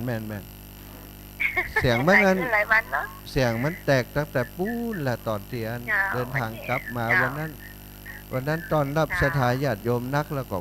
นักแล้วก็ปั่นปอนนักไอ้มันเสียงอักเสบตั้งแต่ปุ้นมาแล้วแม่หลอดเสียงมันอักเส อย่าง บ วันนี้ยังผมว่าเห็นสหายเนาะ เจ้าอันนั้นที่เจ้าน่ะอาจารย์จะมาอันทราบเอ็ดจะเจ้าจะมาบ้านไหนอ่ะ เจ้าก็ถ้าจะได้เขาจะแวะหาเน้อแม่เน้อ เจ้า ถ้า เจ้า ไป เจ้า ท่าน สา เจ้า ธุ เด้ เน้ อ อแม่ ดูดีมีลูกเด้อท่าน สาธุแม่ ตัวเด้อ สาธุเจริญปอน จ้า เจริญปอนป้อนานประเสริฐโอ้อีป้อ ครับท่านพระอาจารย์มีคนหันเกษตรน้อยจะเข้าติดตามพระอาจารย์นู้ตลอดทุกข์ติดนี่ติดดีเข้าความเดียวเลย เจ้าป้อ ฟังเสียงหวานนี่ล้อรักษาความดีนะครับเนื้อที่แข็งแรงครับ เสียงแหบเสียงแห้งไปเห็นแล้วครับมันเปลี่ยนอากาศเนาะวันนี้กับฝนกระตกด้วยวันนี้ อ๋อปุ้นตกก็ป้อ ครับตกขนาดนักเลยเจ้าครับ โอ้ดีแล้วจะได้จุ่มเย็นนะป้อนะเนาะ ครับ แต่ตั้งเพ่มันไข่นักไว้น้อยมันเอาบ่เฮ็บมาตกใส่เปิ้นครับตีแถวเวียงปะเป้าบ่เฮ็บตกอีป้อนักหน่อย ครับสัจเจนดีเนาะมันมุกกับมันใจให้ท่านพระอาจารย์เด้ออยู่ที่มีสุขในวันเย็นๆครับจะมีลูกไฟเปลี่ยนเด้อเป็นโอ้ลูกใส่แก้วสุขต่อไปครับเด้อครับสาธุตัวแทนคนเมืองน่านเนาะครับไว้สาครับ บุญรักษา นมัสการครับผมครับไว้สาครับ โอ้ท่านอาจารย์สามเณรลักษณ์ ครับ ได้มาบ่ได้ วันพุธครับ วันผูก19เนาะ ครับเจกับเจมาก่อน ครับ โอ้ดีอาจารย์สบายดีเนาะ ครับผม โอ้ดอกสแตนบายอยู่ตั้งปุ้นช่วยเหลือกันตั้งเพศก็ทำงานตั้งปุ้นก็ทำงานเนอะอาจารย์เนอะ ครับผม โอ้ขอบคุณโทรมาเป็นกำลังใจให้กันเจ้านี้ตั้งเพศก่อนเนี่ยการกันอยู่อาจารย์ ครับเดี๋ยววันพุธปากันนอ ครับผมครับไว้สาครับผม จะบุญทักษาอาจารย์เจริญปอนโยมแม่ว่าจังใด เจ้ากาพระษาเจ้าทานธรรมหา โอ้อันนี้เสียงแม่สายพินนี่ เจ้า คนบ้านเฮาเจ้า ท่านจะขอสอนด้วยนะเจ้า เอาซอก่อนดิครูบาอาจารย์จะสวดมนต์สักหน่อยเหรอเอาหน่อยเอานักก็ได้ซอไป ขอกราบไหว้สาครูบาอาจารย์แม่สายพินเมืองปางอยู่บ้านจ้องสันตำบลบ้านขอหมู่หนึ่งแต่นั้น จะได้ออกจากบ้านไปทำบุญนอนไหนจะไปตอน5เมื่อเจ้าจะไปตอนเจ้าจักตี5ไปจะไปแม่กินข้าวไงที่บ้านปางอายว่าอันเห็นว่าปัดได้ไปสักกำเลือวงวานที่น้องพระธาตุที่สองเมืองรุ่งเรืองกว้างไกลเขตร้อยต่อเชียงรายเชียงใหม่แก้วกวางผู้บาอาจารย์พร้อมตึงเจ้าบ้านท่วมกันกึดสร้าง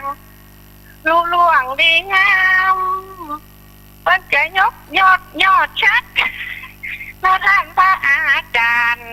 พี่น้องวงวานบ้านเหนือบ้านใต้ อกราบไหว้สานะครูบาอาจารย์ไทยวันที่10มีนาเปิ่นวันที่19มีนาเปิ่นมาฉลองพระธาตุจำลอง2 องค์2แถวเปิ่นสร้างไว้บนดอยหม่อนนางแก้วใคร ได้ไว้สากลับแล้วใจชื่นใจบานเปิ่นสร้างเอาไว้เป็นอนุสรณ์สถานแม่สายทินเมืองปานมาได้ไปเน้อเจ้าขอกราบไหว้สาพันตากราบน้อมท่านข้าหูมันยงเป็นตนอดทนขยันติดแรงพักดันเกิดทำซ้ำซังต้องครูบาอาจารย์หลายฝ่ายหลายด้านร่วมกันคือต่างพระราชจำลองดอยจุงดอยจุเทพพร้อมกันตึงสองมันได้เงินมันไม่ถอนทางพระภูก็สั่งไกลขึ้นสวรรค์ในปานจันทร์ฟ้าอันฐานพระภูกดยกเลิกขอเธอจะพาไปเจ้าได้คุณมาถึงกันพระอาจารย์พระมหาเจ้าแม่ขออันโมทนาสาธุบุญประกิมเนาะเจ้าเป็นตัวแทนคนลำปางมาช่วยงานครูบาอาจารย์เพ่เองไหมเจ้าขอสาธุประกิมทางสร้างมหาเจ้าสาธุเจ้าเจ้าบุญรักษาเนออีแม่เนอบทสอวันนี้ม่วนนะบทสอวันนี้ได้ความหมายชัดเจนดีเนาะสอด่วนแต่งด่วนนะกันเนี่ยโอ้เก่งโอ้ยมแม่สายพินนี่เก่งแท้ๆนะสอเหือเขาสักบทเนอะฮะตุลุงยองว่าท่านมหาเวลามีบทสอนี่นักเดินแข่งทองอินเนอร์วะขอบคุณอีแม่เนอะบุญรักษาโยมแม่สายพินเนาะจ้างซอที่เข้ารายการครับตุลุงยองประจำสถาพี่น้อง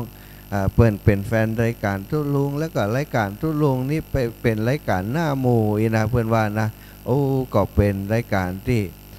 ให้คนเฒ่าคนแก่ได้มีโอกาสแสดงออกกันได้โทรมามาจ่าบางพ่องเปิ่นก็กำยองวันละคำมีนะได้ความหู้จากเปิ่นจัดนักสถากำเก่ากำเกียได้เปิ่นใจกันนี่ก็ได้ฟังจากเปิ่นเนาะแล้วก็ตังอันแม่สายพินก็ดีเนี่ยเป็นตัวแทนของคนเมืองปานที่เปิ่นโทรไปเนาะ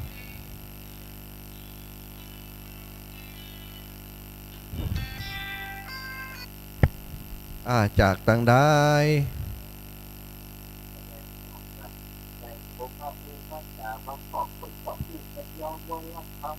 อันนี้ฟังวิทยุนะอัน2105ปิดวิทยุก่อนถ้าจะอูดทางเพลนเนอร์จากไหนแม่เจ้าจากไหน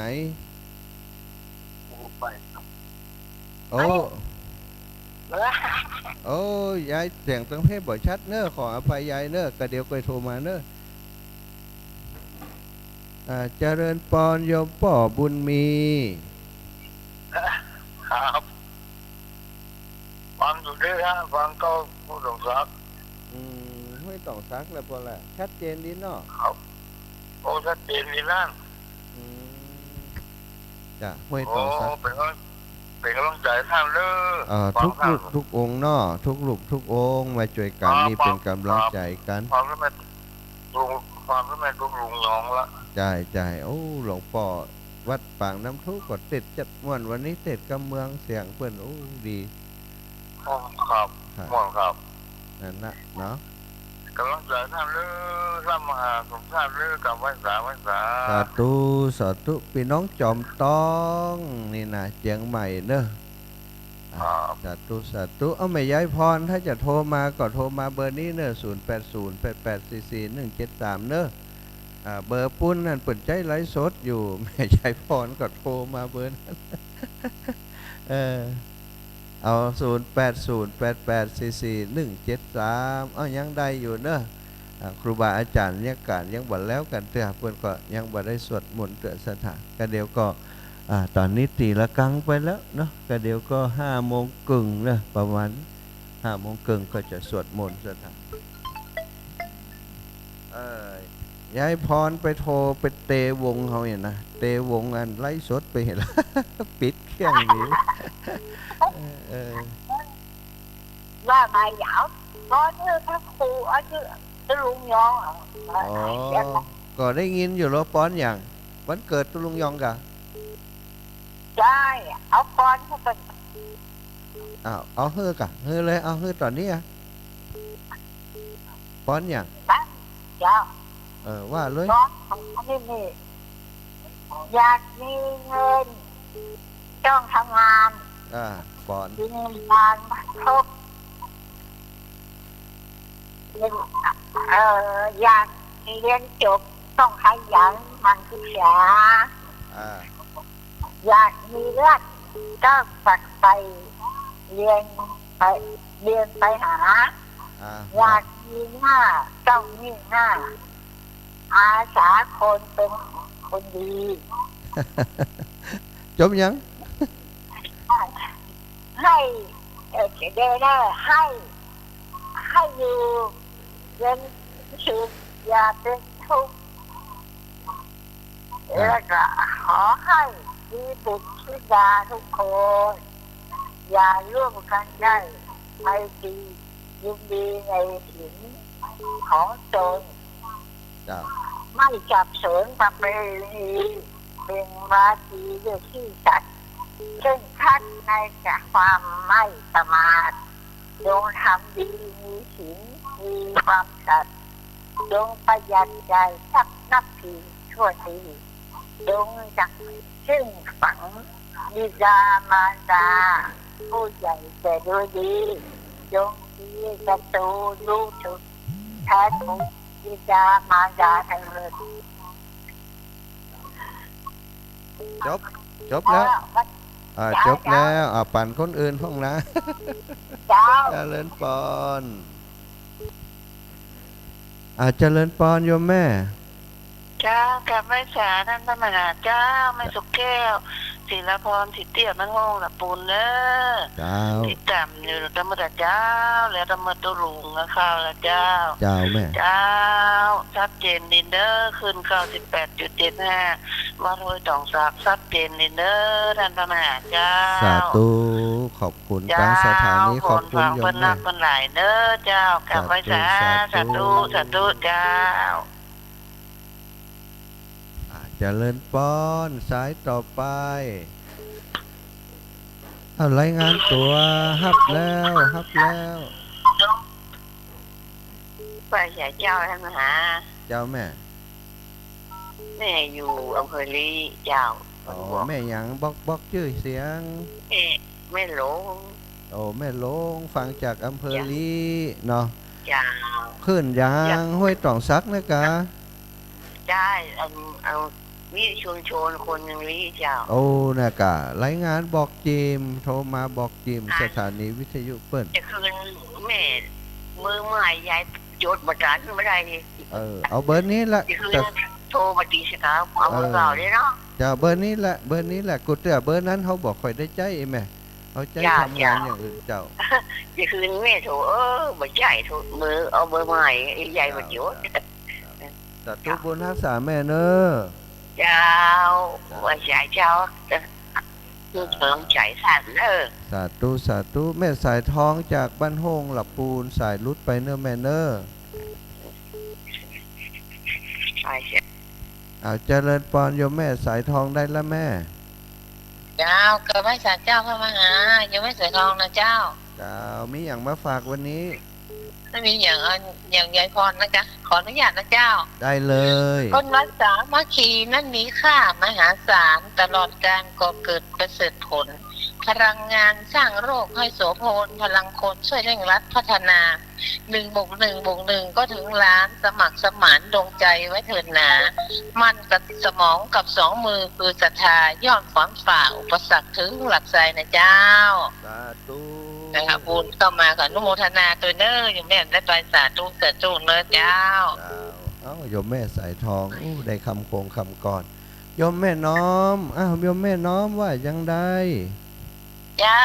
สาธุเจ้าเจ้าแม่เต้นไปได้น้อยเอาน้ำผึ้งอะไรอย่างไปฝากเด้อ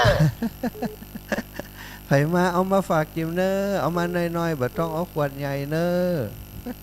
2 ขวดตุลุงมาปล่อยเจ้าดีกะเอามาหอมมันกวนข้าวติ๊บเนาะเจ้าดีแล้วได้บุญด้วยกันนี่แม่สาธุสาธุเจ้าเจริญปอนโยมแม่น้อยแม่นกำบ่แม่นฟังจากขึ้นได้แม่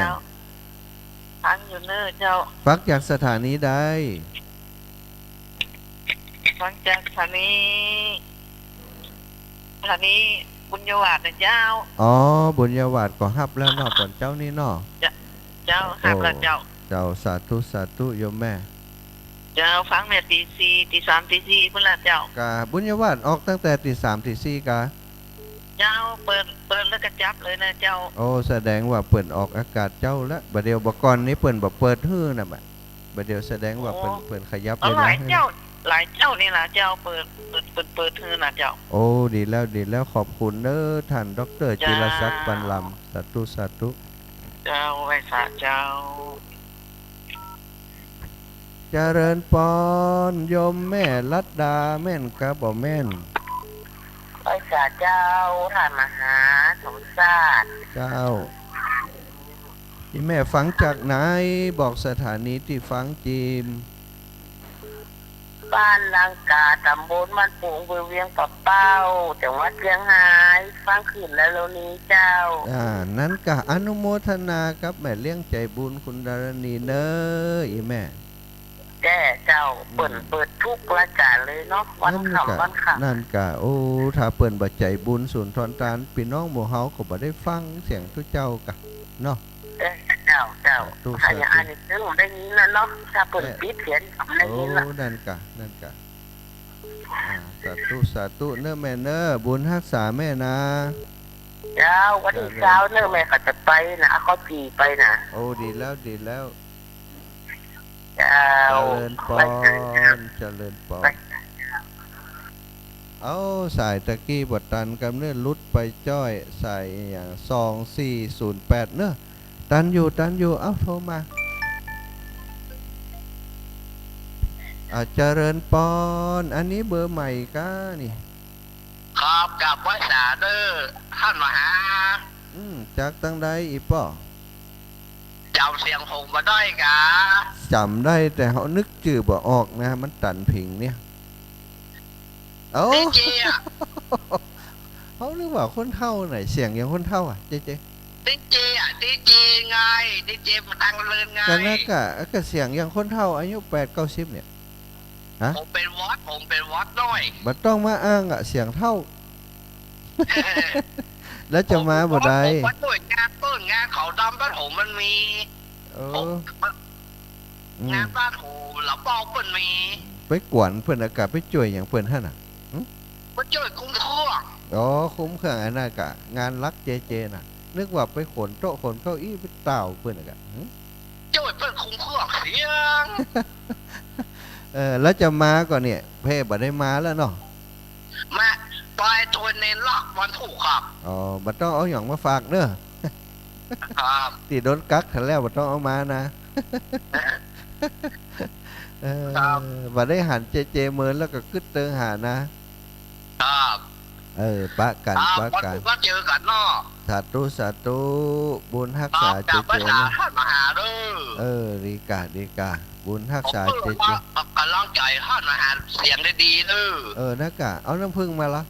อันนี้มีปลาเลิศด้วยน้ำผึ้งเปิ่นจะเอากวนเข้าติ๊บนะเป็นลูกของเปิ่นก็บ่ได้ถ้าเปิ่นเนี่ยแล้วอย่างการสาธุเจบุญรักษาเจเด้อกลับว่าสาครับบุญรักษา ใกล้เวลาที่จะสวดมนต์แล้วศรัทธาญาติโยมที่ยังค้างสายติดสายอยู่เนาะอยากจะโทรมามาจากก็โทรมาได้ตอนนี้เนอะบางส่วนเพิ่นก็เดินทางมานะต่างเมืองฝางเนาะตุลุงเนาะเมืองฝางไม่จงดีทีมงานของโยมแม่เพิ่นก็เดินทางมาวันนี้จะถึงกี่โมงบอกประมาณ8-9 โมงนี่กันเนาะโยมแม่เพิ่นจะออกเดินทางเจ้าสถานตอนนี้น่าจะถึงกลางตางแล้วเดินทางมาแล้ว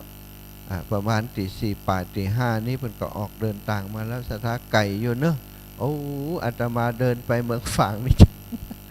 ก็จะถึงปุ้นเป็น6-7 วันสถานจากนี้ไปนั่นนะโยมแม่เพิ่นเดินทางจากปุ้นมาก็เจ้าเดียวก็ถึงเนี้ยตั้งรถตั้งลามันก่อนเร็วหน่อยเดินตอนนั้นปตทจอมพอมไปนอนก็จะถึงแม่ริมนี่นอน2 ตีจากไปปุ้นแฮมนอนแฮมหลายคืนไปถึงเมืองฝางเดินไปเลยหู้เลยนะว่าเพื่อนไก่แค่ไหนติดเดินทางมาหาเฮาเนี่ยเอาระยะทางที่เฮาเดินเนี่ยมาเทียบดูเจริญปอนโยมแม่ดวงดีก็บ่ใจเราฟังจากขึ้นได้สถานีไว้ขอบคุณเปิ้นกำแม่วันรู้ได้แล้วนอนในที่นอนนี่นอนอยู่ตายแล้วควายแล้วนะเพ่เปิดปอกกวาดเพี้ยวมดแล้วอีแม่ยังบัดตื่นเด้อดูโอ้ เดี๋ยวถ้าท่านพ่อครูเข้ารายการเพิ่นรับลูกเจ้ากินพักตั้งปลาเห็นมั้ยนะลูกจะไปเลยแม่แบบไปอีแม่มันร่างกายผสมบูรณ์กวดจิตกวดไปเป็นทุกเพื่อนบ่มาแล้วผสมบูรณ์บ่มาแล้วอดเอาฟังอยู่บ้านก็เหมือนกันนี่แม่เอ้ยเพิ่นก็ถ่ายทอดไปฮือเนาะจะพ่อบ้านเนี่ยให้ลูกไปจะเอาซองให้ลูกไปอ๋อดีแล้วเนอะจ้ะได้บุญเหมือนกันแล้วก็จะให้ลูกน่ะเอาซองเขียนนั่นแหละจะให้ลูกไปเอาเจ้าแม่เอาจัดตู้สัตว์ตู้บุญรักษาแม่เนอะจ้าบุญรักษาแม่ดวงดีนาลัตตะเจริญปอนอุ้ยสายสุดท้ายแล้วแม่อุ้ยนะอยากจะฝากน้ำผึ้งไปน้ำผึ้งแต้นะมันถูกนะเอาไปกินนะสักขวดนี่โพได้ก่อนได้กะน้อยนี่ได้ยมแม่ซื้อได้ผู้กี่ปียังดีอยู่น้ำผึ้งแต้จะฝากอาจารย์พี่พัดไปมันถูกแล้วลูกเลยเจ้าแม่ลวดฝากเหมือนน้ามาเหี่ยแกนกะแล้วแม่เขาได้พระทำสักองค์เหรอได้แล้ว2 องค์จำผูกได้กะจะบูชาไปทำได้อยู่นะได้เดี๋ยวจะบูชาไว้ให้ผูกอาจารย์พี่พัดจะไปนะเจ้าแม่แล้วเปิดพร้อมจะสวดมนต์แล้วนะแม่เอาละเนอะเดี๋ยวไปอู้กันหลังใหม่ก็ได้จะเดินปอนเนอะแม่เนอะโยโสภะคะวะอะระหังสัมมาสัมพุทโธสวากขาโตเยนะภะคะวะตาธัมโมสุปฏิปันโนยัสสะภะคะวะโตสาวกสังโฆตามยังภะคะวันตังสัทธัมมังสัสังฆังอิเมหิสการเรหิยะทารังอโรปิเตหิอภิปุชยามาสาธุโนพันเตภะคะวาสุจิระปะรินิพุตโตปิปัจฉิมาชนตานุกามปมานาสาอิเมสการเรทุกตาปนาการะภูเตปฏิคันหาโตอัมหากังเทการตังหิตายะสุขายะอะระหังสัมมาสัมพุทโธภควาพุทธังภควันตังอภิวาเทมิสวากขาโตภควตาธัมโมธัมมังนามัสสามิ สุปฏิปันโนภควโตสาวกสังโฆสังฆังนามามิหันธรรมยังพุทธัสสะภควโตบุพภาคณมาการังกะโรมะเสตัสสะภะคะวะโตอะระหะโตสัมมาสัมพุทธัสสะนะโมตัสสะภะคะวะโตอะระหะโตสัมมาสัมพุทธัสสะนะโมตัสสะภะคะวะโตอะระหะโตสัมมาสัมพุทธัสสะหันธรรมยังพุทธาภิทุติงกโรมาเสโสตัทธาคาโตอะระหังสัมมาสัมพุทโธเวชชาจารณสัมปันโนสุขโตโรกวิโทอนุตตโรปุริสธรรมสารติสัทธาเทวมนุสานังพุทโธภควาโยอิมังโลกังสัทเทวกังสมารกังสัพรหมกังสัสมานาพรหมนิงปัจจังสัทเทวมนุสังสยังอภิญญาสัจจิกตวาปเวเทเสธรรมังเทเสเสอาทิกัลยาณังมัชเชกัลยาณังปริโยสานกัลยาณัง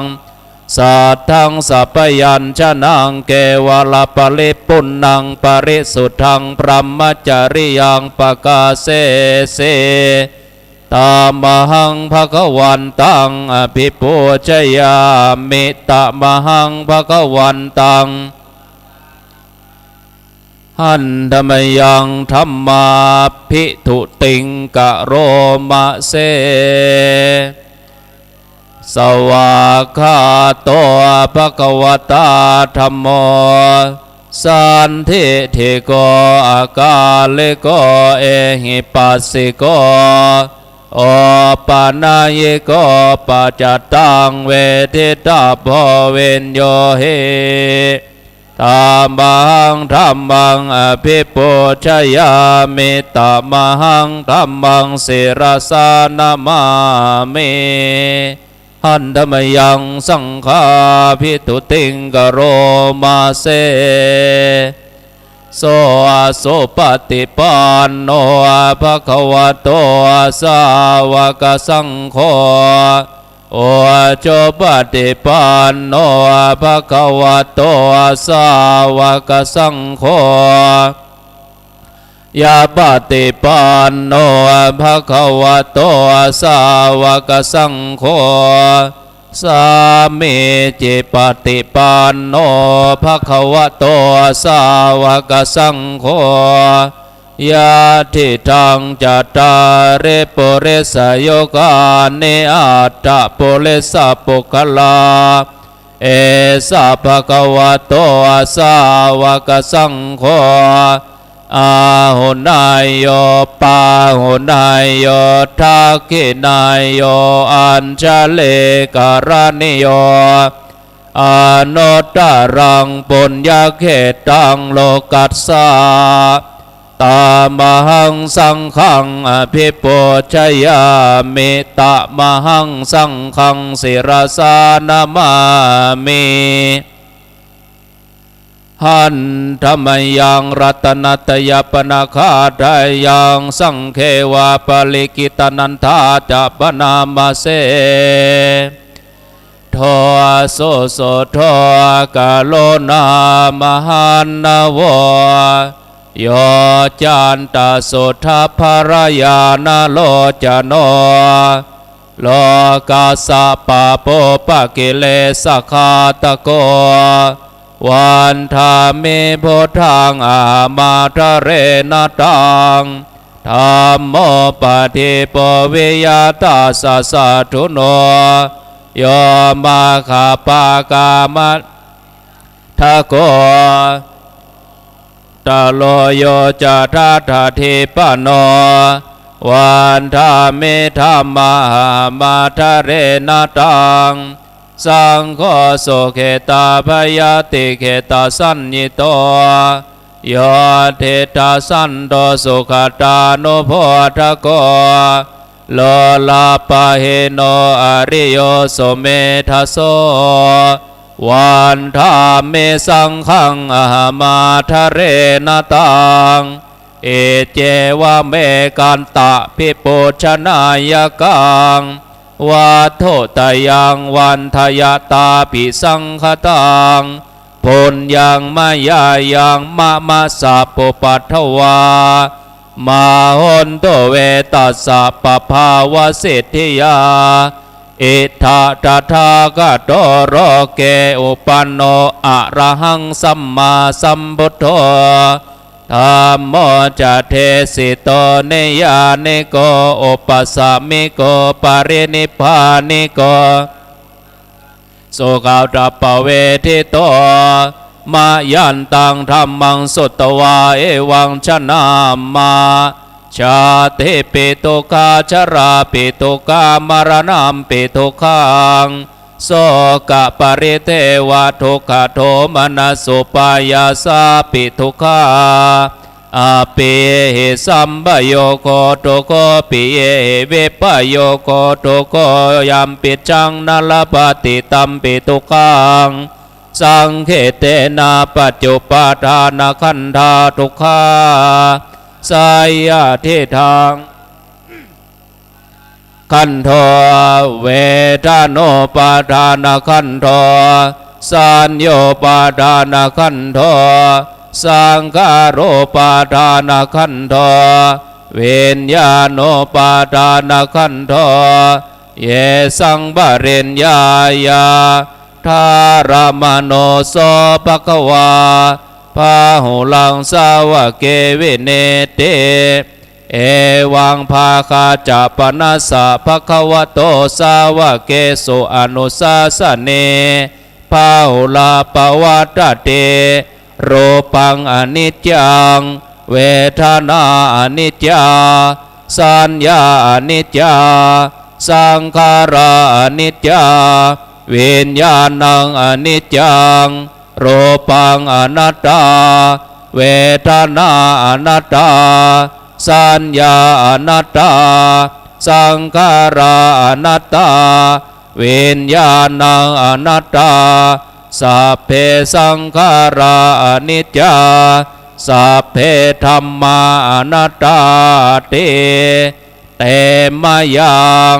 โอเตนะมหาชาติยาชรมารเนนาโสเกหิปริเทเวหิทุกเขหิโทมนัสเสหิอุปยาเสหิทุกโขตินาทุกขปเรตาอาเปวันเม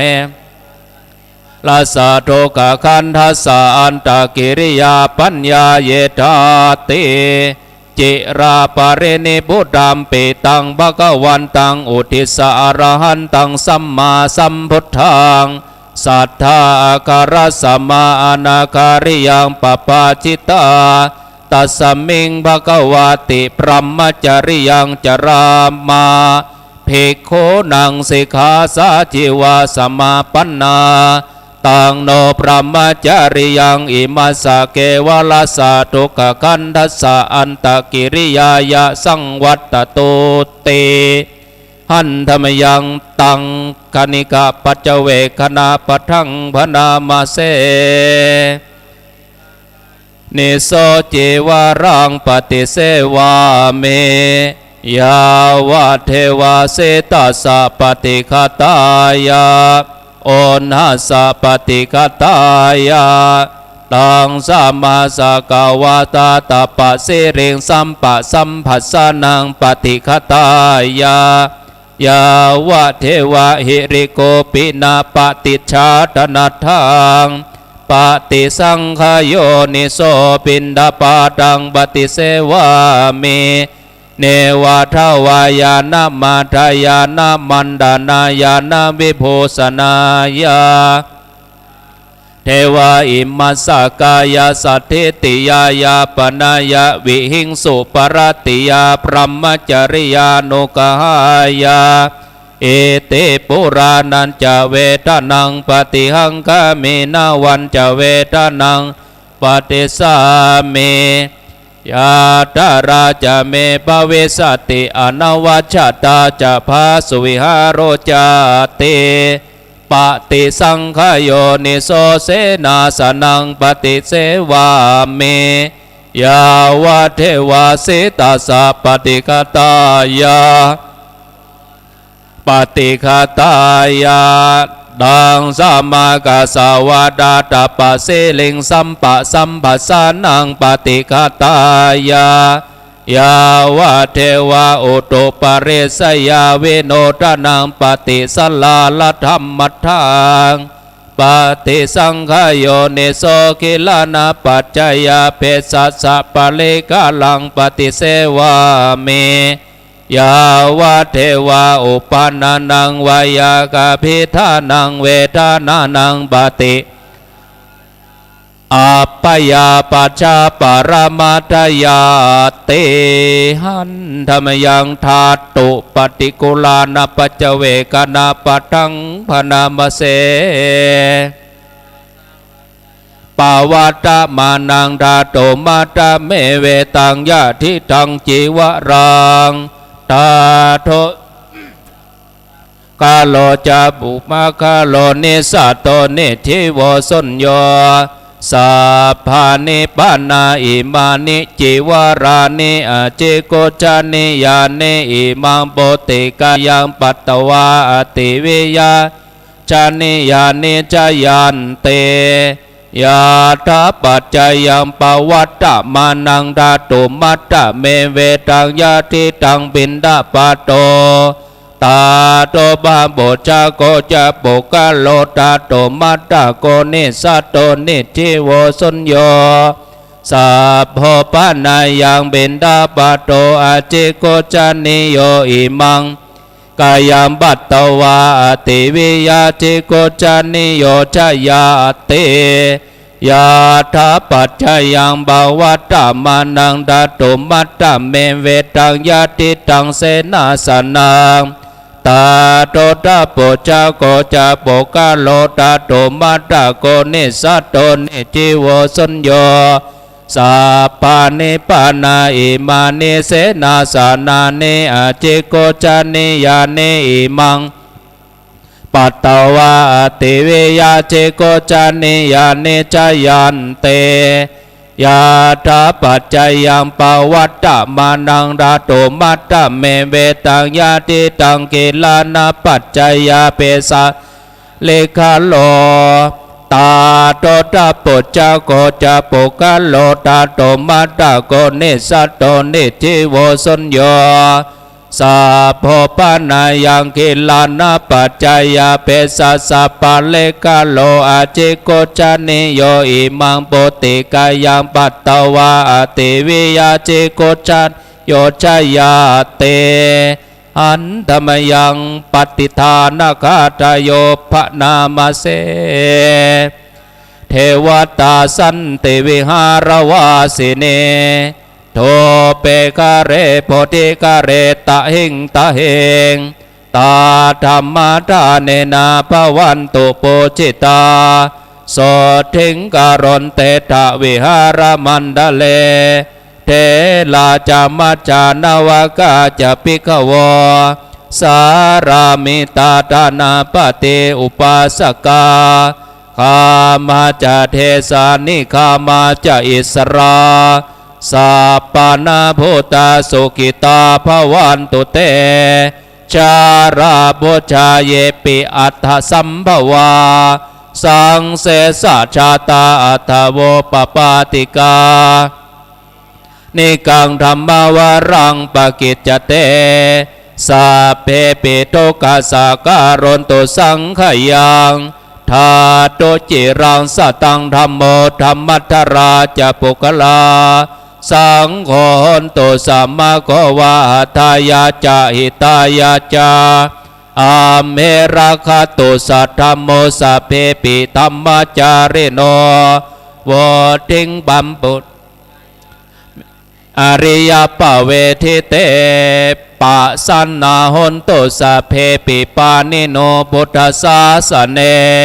สัมมาทารังปเวชันโตกะเรเทโวปวัสสโตวทิมภาวายาสัตตานังสัมมิตังเนโตเมทะเนงมาตาปิตาจะอาราชังนิจจังรักขันติปุตตะกังเอวังธรรมเมนะราชาโนปัจฉังรักขันตุสัพพทาบนกูบาขึ้นจักเคปะลิตัวนาเมตังตเมตาปะตันตังอวิกิตาจิตาปริตังบานันตุสักเกกาเมจารุเปเกลิติกาลตาเตจันตาลิเกวิมานิติเปลเตจารัญเยวตุมิเกเตอุมมาจายันตุเทวะจลตาลวิจเมยากากันตาปนากติตันตาจันติเกยังมุนิวลวัจนังสาดาวโนสุนันโตธรรมสวนาคาโรอายัมปรันตาธรรมสวนาคาโรอายัมปรันตาธรรมสวนาคาโรอายัมปรันตานะโม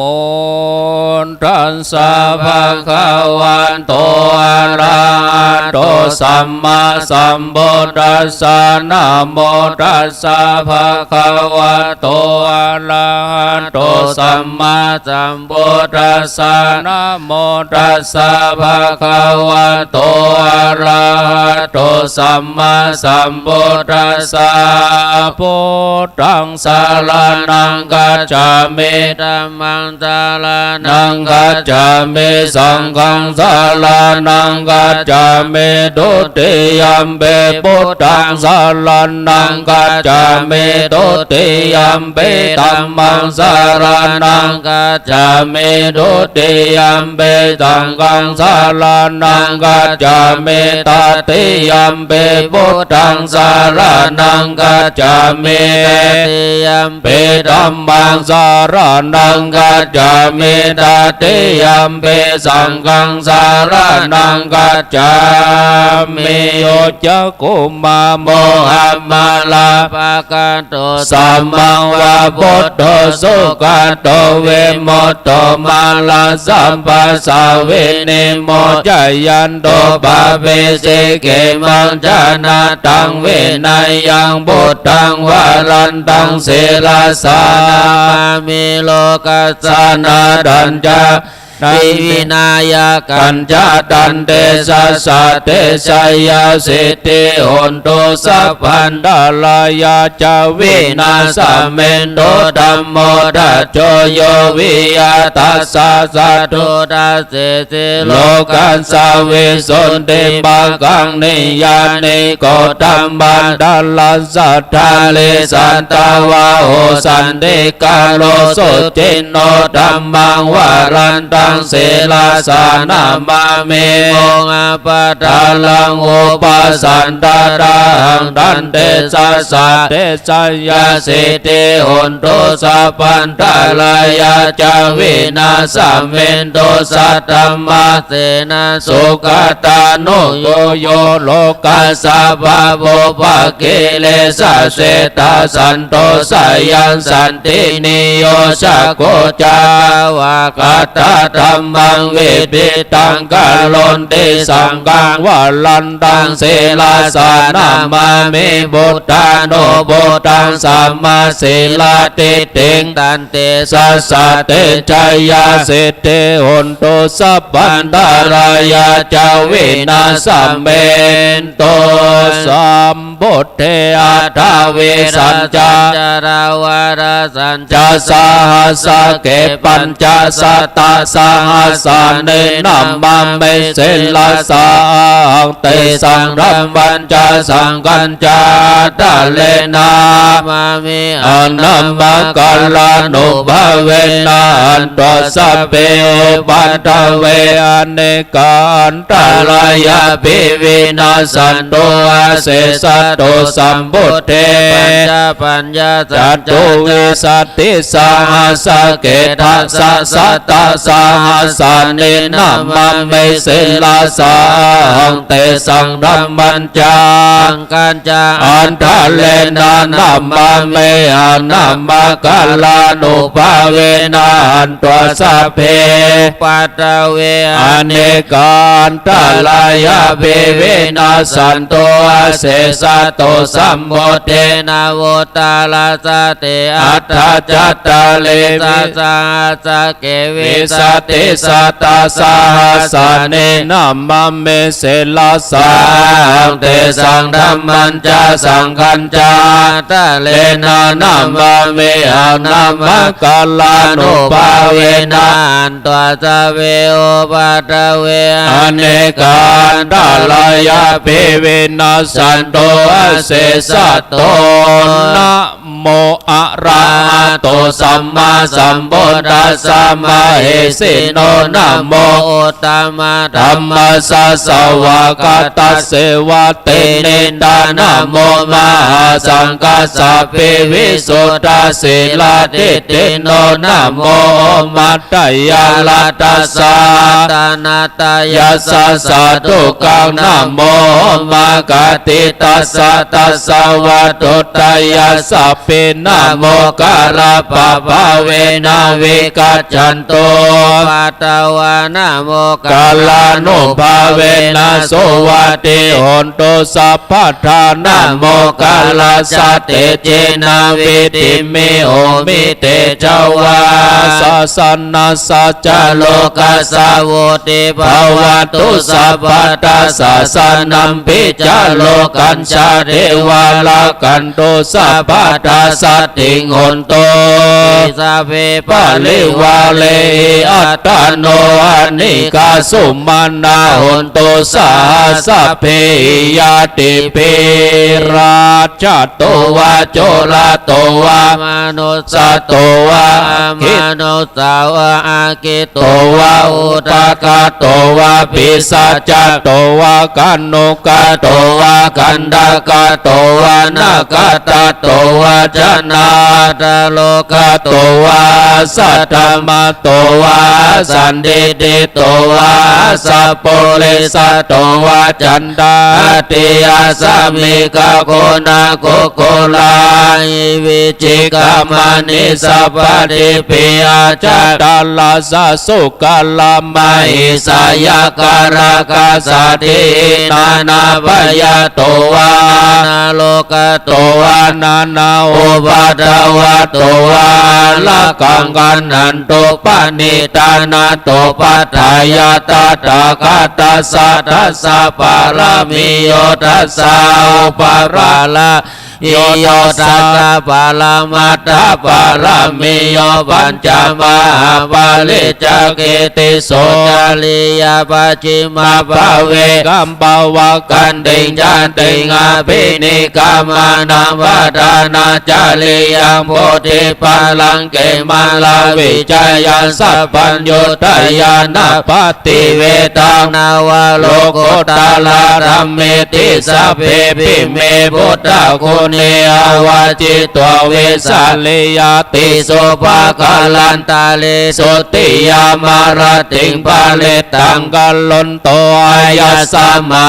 นันดาเตโลวิยากาลุญญาจิตังอุปาทาเปตัวโคเตตาสังเสสุจักวาเลสุเทวตายัสสานัมปติคันหันติยัญจเวสาลิยัมโบเลโลกาโน สะโดภิกาสัมพุทธันเดวิธรรมบายังกิปะมันตาลาตาเปเสปาลิตันตัมปนามาเหเสวนาจะปาลานังวาเดตานันจะเสวนาปุจาจะปุจาเนยานังเอตัมบังกาลามุตตามังปะเตโลปะเตสวะโสจาเปจักตาปุญญาตาตัสสัมมาปณิติจาเอตัมบังกาลามุตตามังภาวสัจจันจะสิปัญจวินัยโยจะสุสิกิโตสุภาสิตาจายาวาจาเอตัมมังกาลามุตตามาตาวิตุ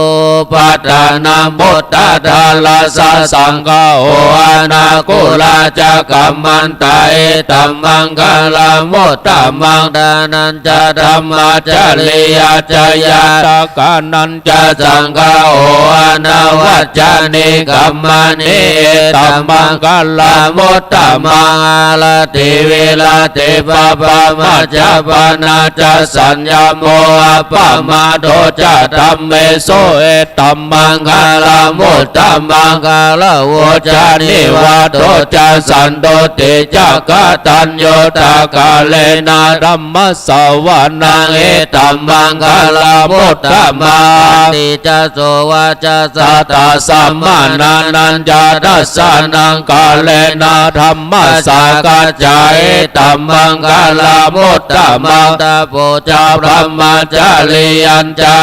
ริยสัจจานาดัสสานังนิพพานาสัจจิกิริยาจาเอตัมมังกาลามุตตามังตัสสะโลกธัมเม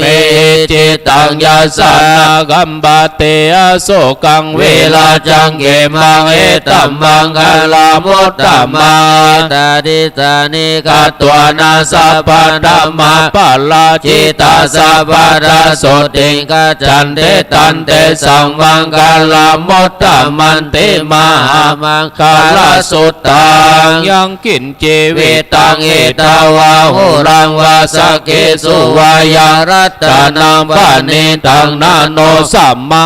ติตาถาคเตนะอิดัมเปปุเตรัตนังปานิตังเอเตนะสัจเจนะโสวัติหุนโตกายังเวลากังอามาตังปานิตังยัตตัจจกาสักกายโมนิสัมมาหิโต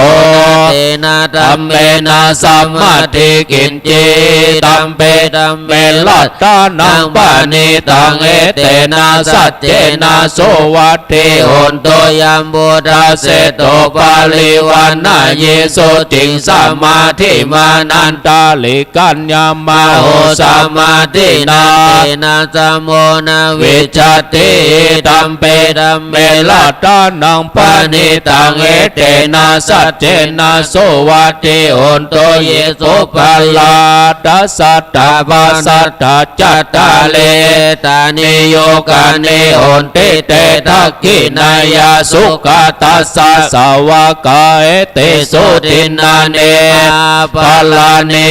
ธัมเปสังเขลัตตานังปานิตังเอเตนะสัจเจนะโสวัติหุนโตเยโสปายุตตามานาสาดัมเมนานิกามิโนโกตมัสสะสานามิเตปฏิปัตตา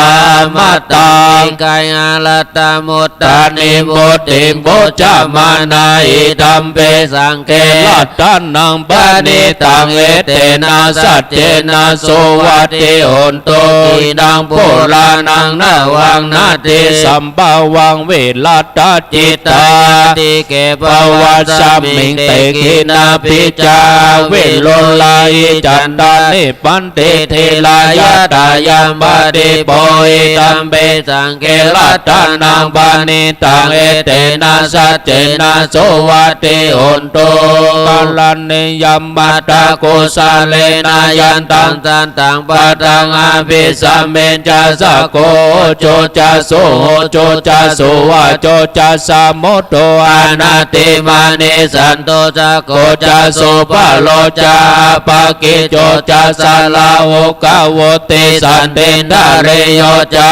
ปะโกจะปะกะโปโกเลโสอานานุกิโตนะจะโก ตังสัมมาจาเลกินเจเยนะเวนโยปะเลโอปาวาตายโยโสเกโนวาเกเมโนอนโดสาเวสัตตาภวันโตโสเกตาตาเยเกเจวานาโพตาเดตาสาวาตาวาวาวานาวาเสสาเตกาวาเยมาอันตาวามาจิมาลาสกา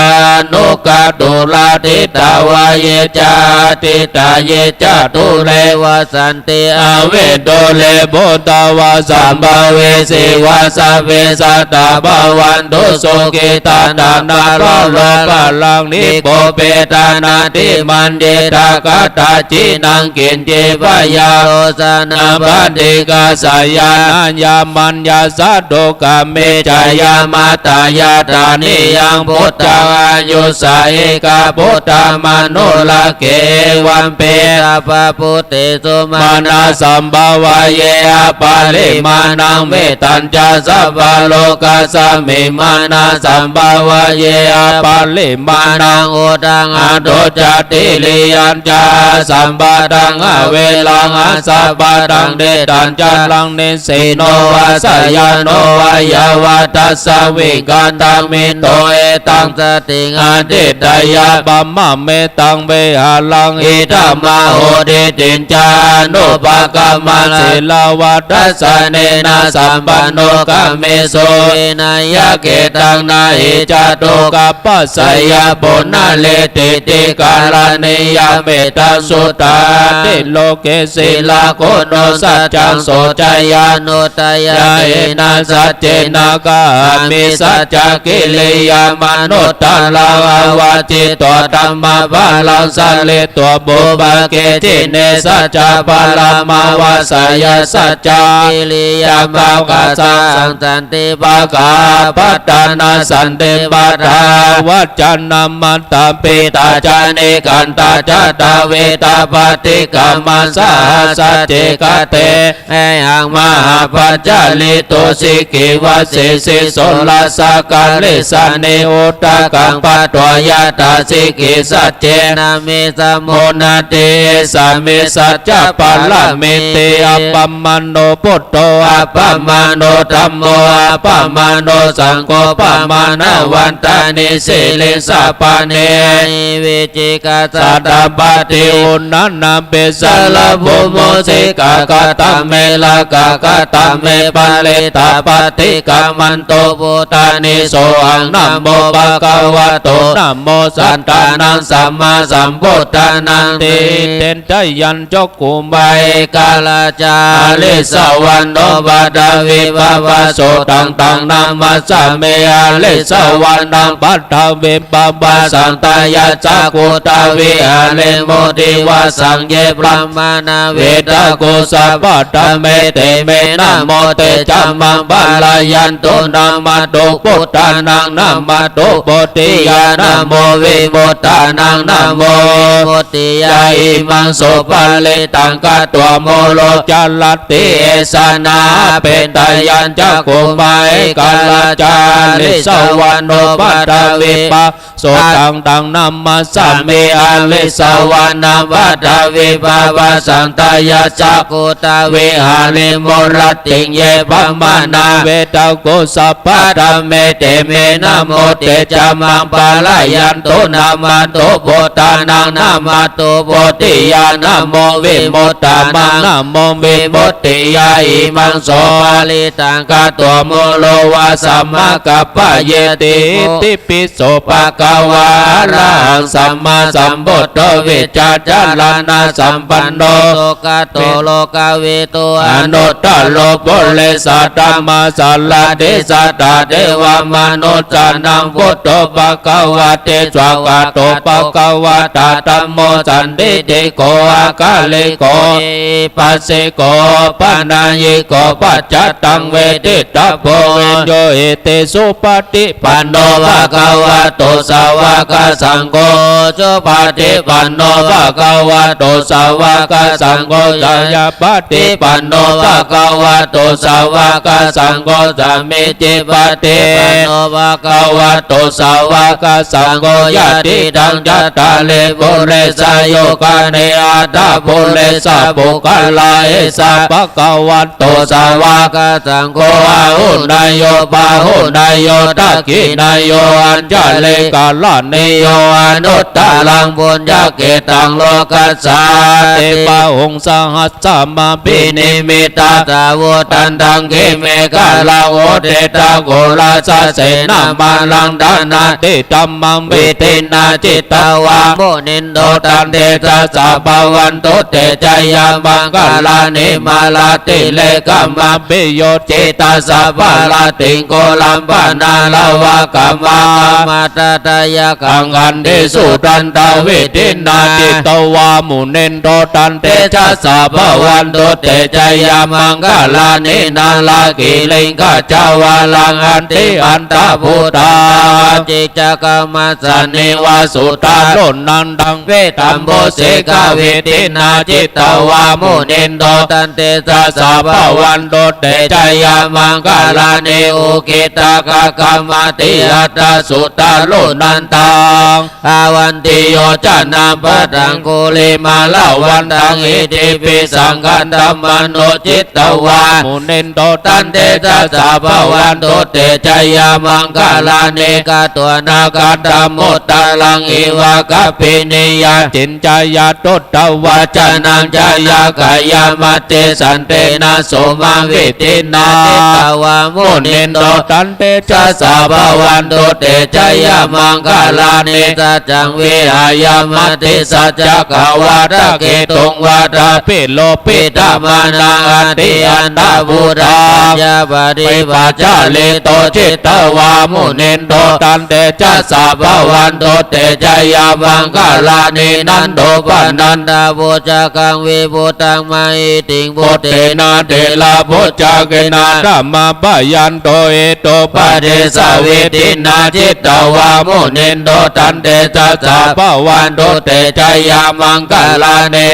โตปนันตาบูจากังวิบูตังมาอิติงบุเตนะเตลาบูจาเกนะธัมมาปยันโตเอโตปะเดสะเวทินาจิตตวามุนินโตตันเตจัสสะภวันตุเตจายามังกาลานิตุกาติติพุทธเกนะสุตตาตังบรัมมังวิสุทธิโจติมิติปาติตานังยานากะเตนะวิตินาจิตตวามุนินโตตันเตจัสสะภวันตุเตจายามังกาลานิตาปิพุทธจายามังกาลาตากะดายโยวาจโนตินาติเนสัลลัตเตมัตตันเดตวานานิกาเวเวตานิโจปัตตวานิโมขังสุขังอธิกามายาโลสัพพัญโยมหากาลนเนโกนาโตอิตายาสัพพปานินังโพเลตวา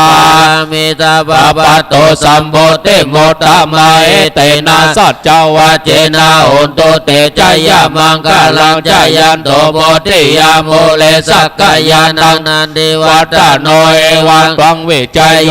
เอจายาสุจายามังกาเลอาปาลจิตตาปาลังเกสิเสปัตตาวิโภกาเลปิจิเกสัพพะพุทธนากัปปะโตปะโมดาติสุนาคตังสุบังกาลังสุปาปะตังสุติตังกโนสุโมโตจะโสเยตังบัมมาจาเลโสปัตตกินังกายกัมมังวาจากัมมังปาทักกินังปาทักกินังมโนกัมมังปานิติเตปาทักกินาปาทักกินานิกาตัวนาลาปันตาเตปาทักกิเนโพจังโคสัตติสังกาโตตัมมานังวิจัยโยตัตถาวิริยัมไปติปัสสติโพจังกาจตตาบาเลสัมมาโดเปกะโพจังกาสัตเตเตสัพพัตตสีนาโมนีนาสัมมาตากาตาปาลิตาโอเลกาตาสวัตตันเตอาภิยายานิพานายาเจ้าโพธิยาเอเตนะสัจจวาเจนะโสติเตโหตุสัพพะทายกัสสัมมิงสัมมาเยนะโตโมกัลลานันจักกัสสะปังคิลาเนปุจิเตทิสวาพุทธังเคสัทธาเตสะเยเตจัตตังอภินันติตัวโลกามุจิงสุตังคาเนเตนะสัจจวาเจนะโสติเตโหตุสัพพะทายกัทธาธัมมาราชาภิเคลันเยนะภิปิลิตุจุนทัตเถเลนะตัญเยว าปันนาเปตัวนาสาตัลลังสัมโมทิตัวจาปาตาตัมมาโวตาติตานาโสเอตัมเตเตนะสัจจาวาเจนะโสติเตโอนโตสัพพะตาไปนาเตจาปาตาตินันนัมเปมาเอสินากากาติเกสวะปัตตานุปติธัมมัตตาเอเตนะสัจจาวาเจนะโสติเตโอนโตสัพพะตายันตุนิมิตตังอวะมังคลัญจโยจามานะโพสะโกนาสัสสะโตภะภะกะโหตุโสปินากันตังพุทธานุภาเวนะวินาสัมเมนโตยันตุนิมิตตังอวะมังคลัญจโยจามานะโพสะโกนาสัสสะโตภะภะกะโหตุโสปินากันตังธัมมานุภาเวนะวินาสัมเมนโตยันตุนิมิตตังอวะมังคลัญจโยจามานะโพสะโกนาสัสสะโตภะภะกะโหตุโสปินากันตังสังฆานุภาเวนะวินาสัมเมนโตหิริโอตปะสัมปันนาสุขาสัมมาสัมมาอิตาสันโตสัพพุริสาโลเกวัตมติวุจเลสันเดปกาปัตตนาสันติปกาวัจนามาตาพิตาจานิกันตาจัตตาเวตาปฏิกามาจักกิกติมหาปัญจลิตุจิกิวัจิจิโสลัสสะกาลิสานิอุตตังปัตตวยตาสิเกเอสามิสัจจปาลามิเตสิลิทิติมาติเตโตจายาจิติมาเอติมาคุณาลิมิตาปุญญาธิกาลาสะสัพพันตรายานิวารณามัตตปะกวะโตอะระโตสัมมาสัมพุทธัสสะตวะติงสัมมาปุติสัลลกนานุภาเวนะสิตายานุปายัญจนานุภาเวนะทุตตลัสสัตตละมังคลานุภาเวนะชัพพนัลลังสิยา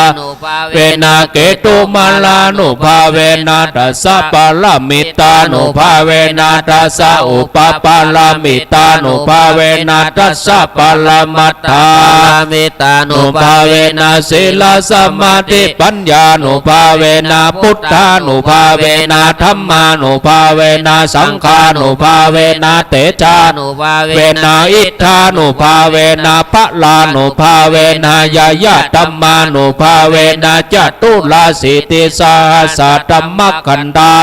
เวนะนาวาลุกุตตะละธัมมานุภาเวนะทังกิกามากานุภาเวนะอัตถสัมมาปฏิญานุภาเวนะชลพิญญานุภาเวนะจตุสัจจญาณานุภาเวนะทัสสะพละญาณานุภาเวนะสัพพัญญุตญาณานุภาเวนะเมตตาอุณาโมติตาโอเปขานุภาเวนะสัพพะปริตา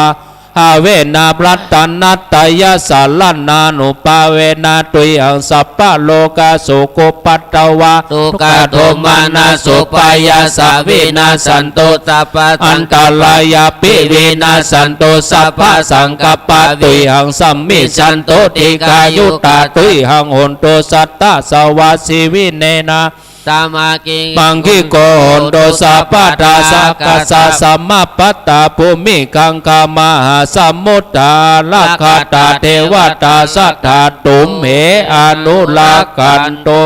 ทุกขปัตตาจนิทุกขปยาปัตตาจนิปยาสุขปัตตาจนิทุกขาอุนโตสัพเพวิปานิโนเอตาวะตาจาอเมงเอสัมปะตังปุญญาสัมปะตังสัพเพเทวา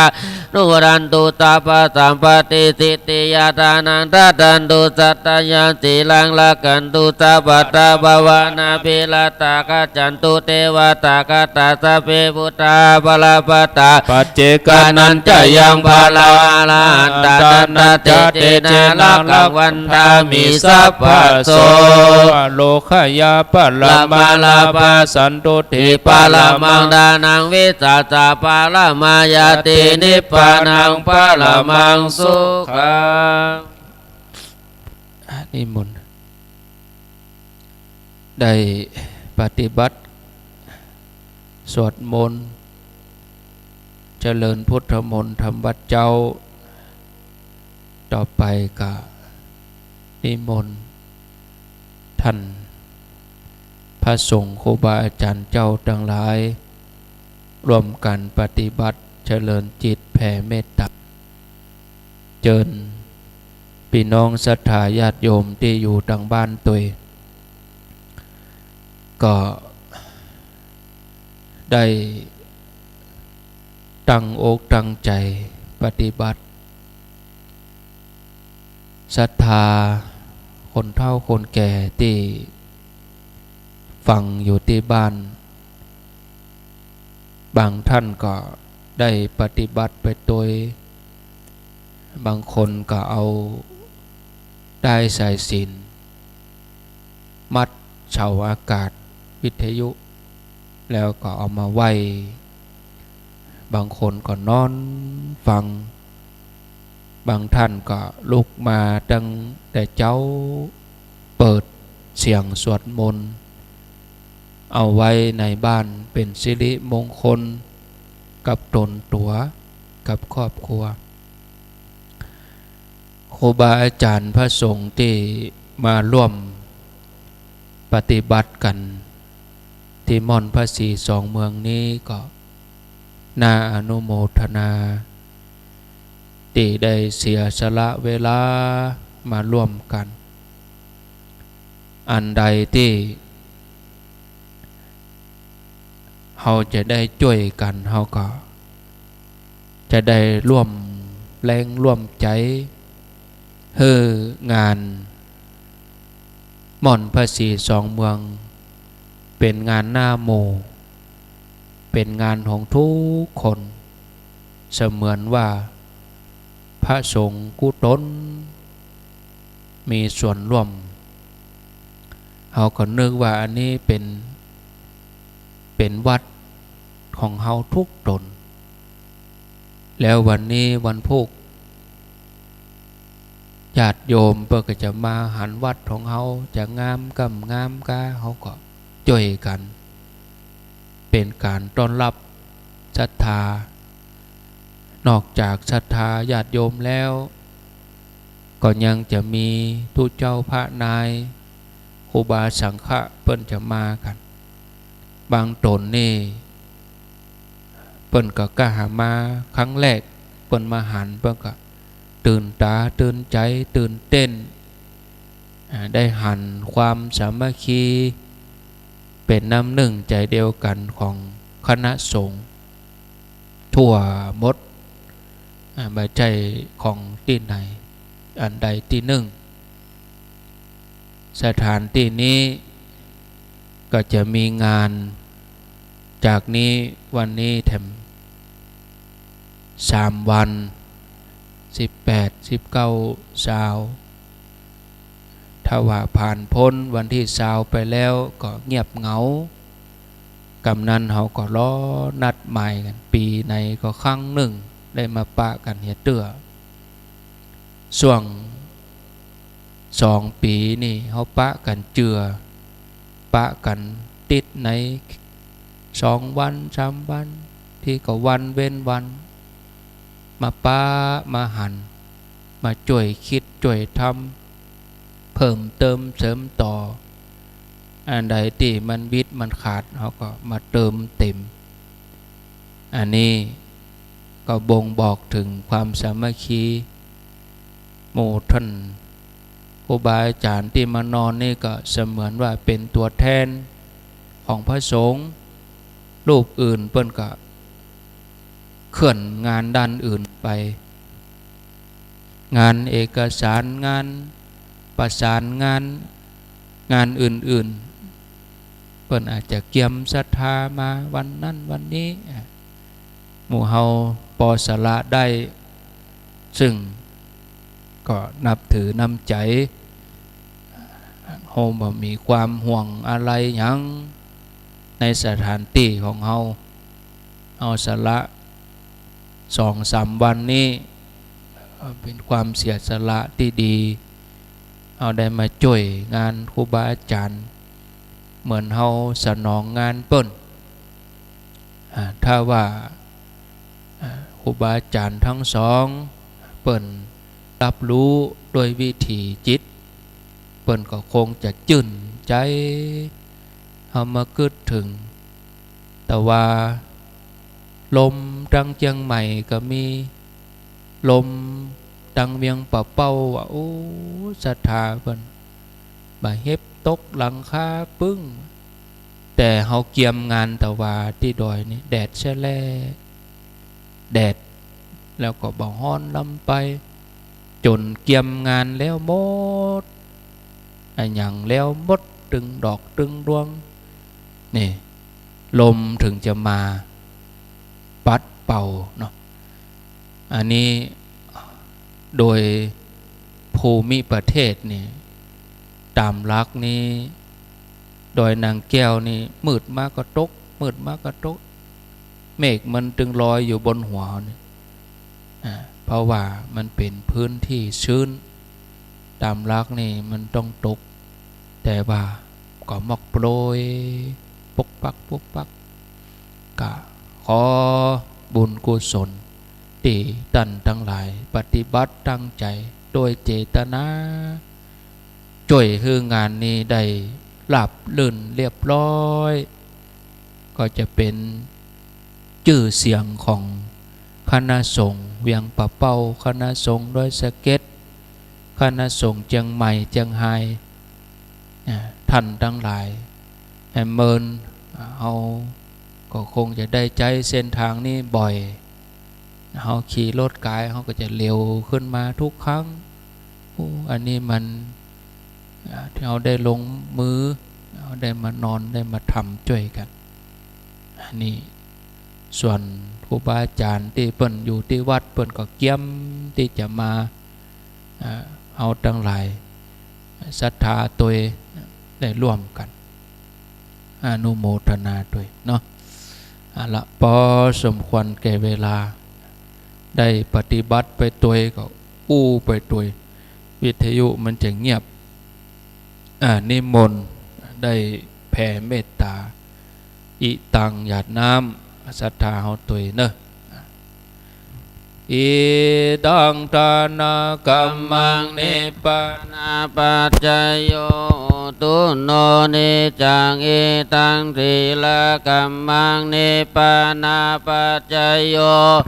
โอโนนิจังอิตังภาวนากัมมังนิปปานาปัจจโยโอตุโนนิจั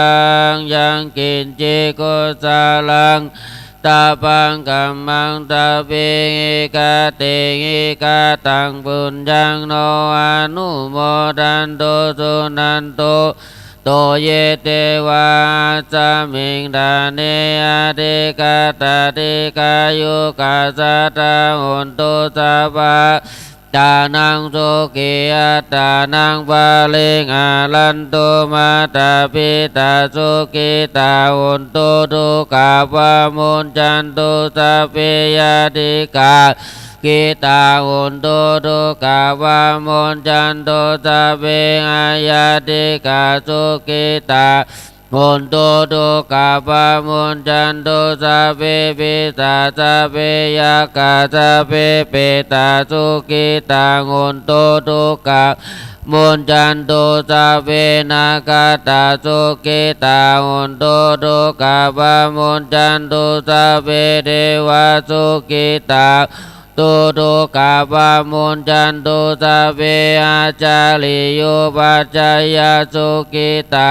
หุนตุทุกขาวามุนจันตุสัพพสัมปตินังจะมิจันตุ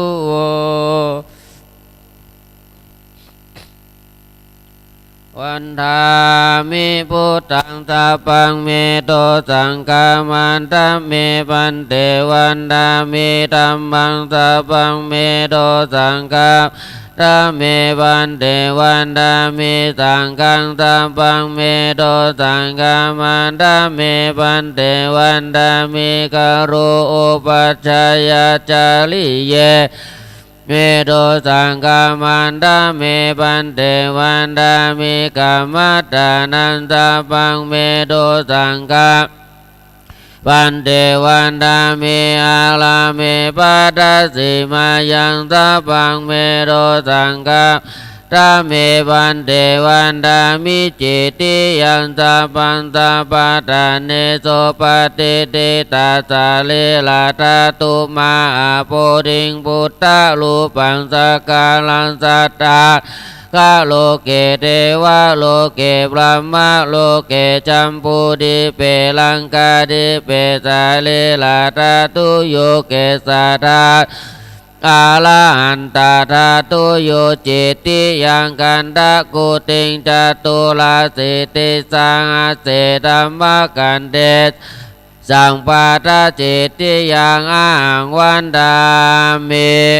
สัพพะโส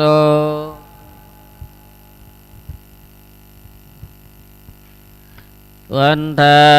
มิวันเตสะปังอาปาลาทังกามาทามิวันเตมยากาตังปุญญังสามินานุโมทิตาปังสามินากาตังปุญญังมายังตาตะวังสาธุสาธุอนุโมทามิเอาละนิมนต์ครับช่วยกันหลวจีวรเหลืออังสะ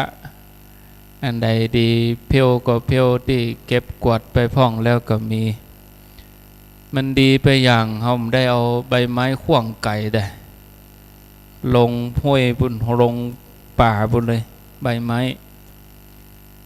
อันนี้มนเนอช่วยกันก็เดี๋ยวจะประคับประคองเวลานี่สักประมาณถึง7:30 นาทีแล้วก็7 โมงก็นิมนต์ท่าน40,000เนาะท่านครูบา40,000ก่อน7 โมงถึง8 โมงเนอะครูบา40,000แล้วก็8 โมงถึง9 โมงก็ท่านมหาสมชาติแล้วก็ตั้งแต่9 โมงไปก็นิมนต์ตุลุงยองเนาะเพราะว่าโยมจะทยอยมาก็พวก9 โมงปลายวิทยุนี่ถ่ายทอดแบบเรียลไทม์คือทุกเวลากำเดียว7 โมงถึง8 โมงก็นิมนต์ท่านจำนันวัดสันกุดทองหรือว่าท่าน40,000ได้อูจาเอิญเจิญจวนบรรยายบรรยากาศต่างๆบางท่านศรัทธาเพิ่นก็ฟังใหม่เขาก็ต้องเท้าความอารัมภบทต่างๆกิจกรรมต่างๆเริ่มต้นจนถึงฮอดวันที่20จะได้ญาติโยมเพิ่นได้ฟังกันแล้วก็8 โมงถึง9 โมงก็นิมนต์ท่านสมชาติก็ต้องฉันก่อนห้องต้องช่วงที่ท่าน40,000เปิ้นก็ท่านสมชาตินิมนต์ฉันห้องต้องไปก่อนตึงตุลุงตัวถ้าโยมเปิ้นมาโยมเปิ้นมาก็เปิ้นจะมาประมาณ8 โมงปลายโยมที่เปิ้นเอาภัตตาหารเจ้ามานะวันนี้ก็เป็นวันที่พระสงฆ์ครูบาอาจารย์เจ้าเปิ้นจะสวดมนต์ตันเจริญพุทธบนเบิกเนตรหรือว่าไข่ตาพระเจ้าวันนี้วันที่18 มีนาคมญาติโยมอยู่ที่บ้านบัสะดวกมาก็สามารถฟังถ่ายทอดอันนี้วันค่ำนี่ถ่ายทอดเฉพาะในเครือข่ายขึ้นสีขาวตี104เป็นแม่ข่ายเท่านั้นส่วนเบียงปะเป้านี่ก็เมื่อวันนี่บ่ได้ยินจะได้ยินก็ตั้งแต่บึดแมลงตั้งแต่18 นาฬิกาเป็นต้นไปตั้งสถานีเวียงปะเป้าถึงจะเริ่มรับสัญญาณถ่ายทอดถึง4 ทุ่มแล้วก็มาเจ้าวันพุธก็ฟังเวลาเดิมตี 5 ถึง 7 โมงเหมือนเดิมส่วนที่104แล้วก็ห้วยตองซักตลอดจนถึงเครือข่ายร่วมขึ้นสีขาวนั่นก็ฟังได้ตลอดทั้งวันทั้งคืนตั้งแต่วันนี้เป็นต้นไปก็จะพักประมาณสักเที่ยงเกิงหรือว่าตี 1หลังจากที่สวดเบิกคืนนี้จบก็พักเครื่องพักหยังแหมกรรมกับไข่ตาพระเจ้าวันพรุ่งมาเจ้าก็ประมาณตี 4ก็ไข่ตาพระเจ้าเบิกเนตรอันนี้กำหนดการในวันนี้ญาติโยมที่บ้านไผ่ที่ยังบ่ลุกเตื้อก็เตรียมตัวลุกมาได้แล้วเนอะลุกมาได้แล้ว6 โมงเกิงละหลับลุกเจ้ากินพักดังปายหลับลุกควายกินพักดังเกาลุกเจ้าได้หลายลุกขวายได้น้อยหลับลุกเจ้าเป็นเจ้าตังหลายหลับลุกควายปาเฮอลูกหลานเป็นหนี้เป็นข้าเนอตื่นมาเหียเนอลุกมาเหียเนอลุกเจ้าตื่นตัวเจ้าบัวกาบหันเนื่องนาพังพร้อมลุกควายบอดตันหนตางกีดกอมกาตัวบอดต้อมปุ่นอายจุงเก่งเข้าไว้อย่าไปเฮือขวายต่อหน้าสบายจำไว้เนอเจ้าจำไว้เนอเจ้าอรุณสวัสดิ์ธรรมะสวัสดีพี่อ้ายลูกตังใดมามาหาไผก็ตุลุงแดงอย่างวัดแม่ห้องไข่เปิ้นมาเด้อนะกลอยเอาไว้ที่อันตังขึ้นหันก่อนเอามากี่อันเอากล่องไว้หันนะเอากล่องไว้ที่อันตังขึ้นหันก่อนเอาขึ้นทางใดทางเพกเอากล่องไว้หันเปิดเจ้าหน้าที่เพิ่นจะได้เอาไปวางกำอันเนี่ยลูกปุ้นก็ลูกเพมา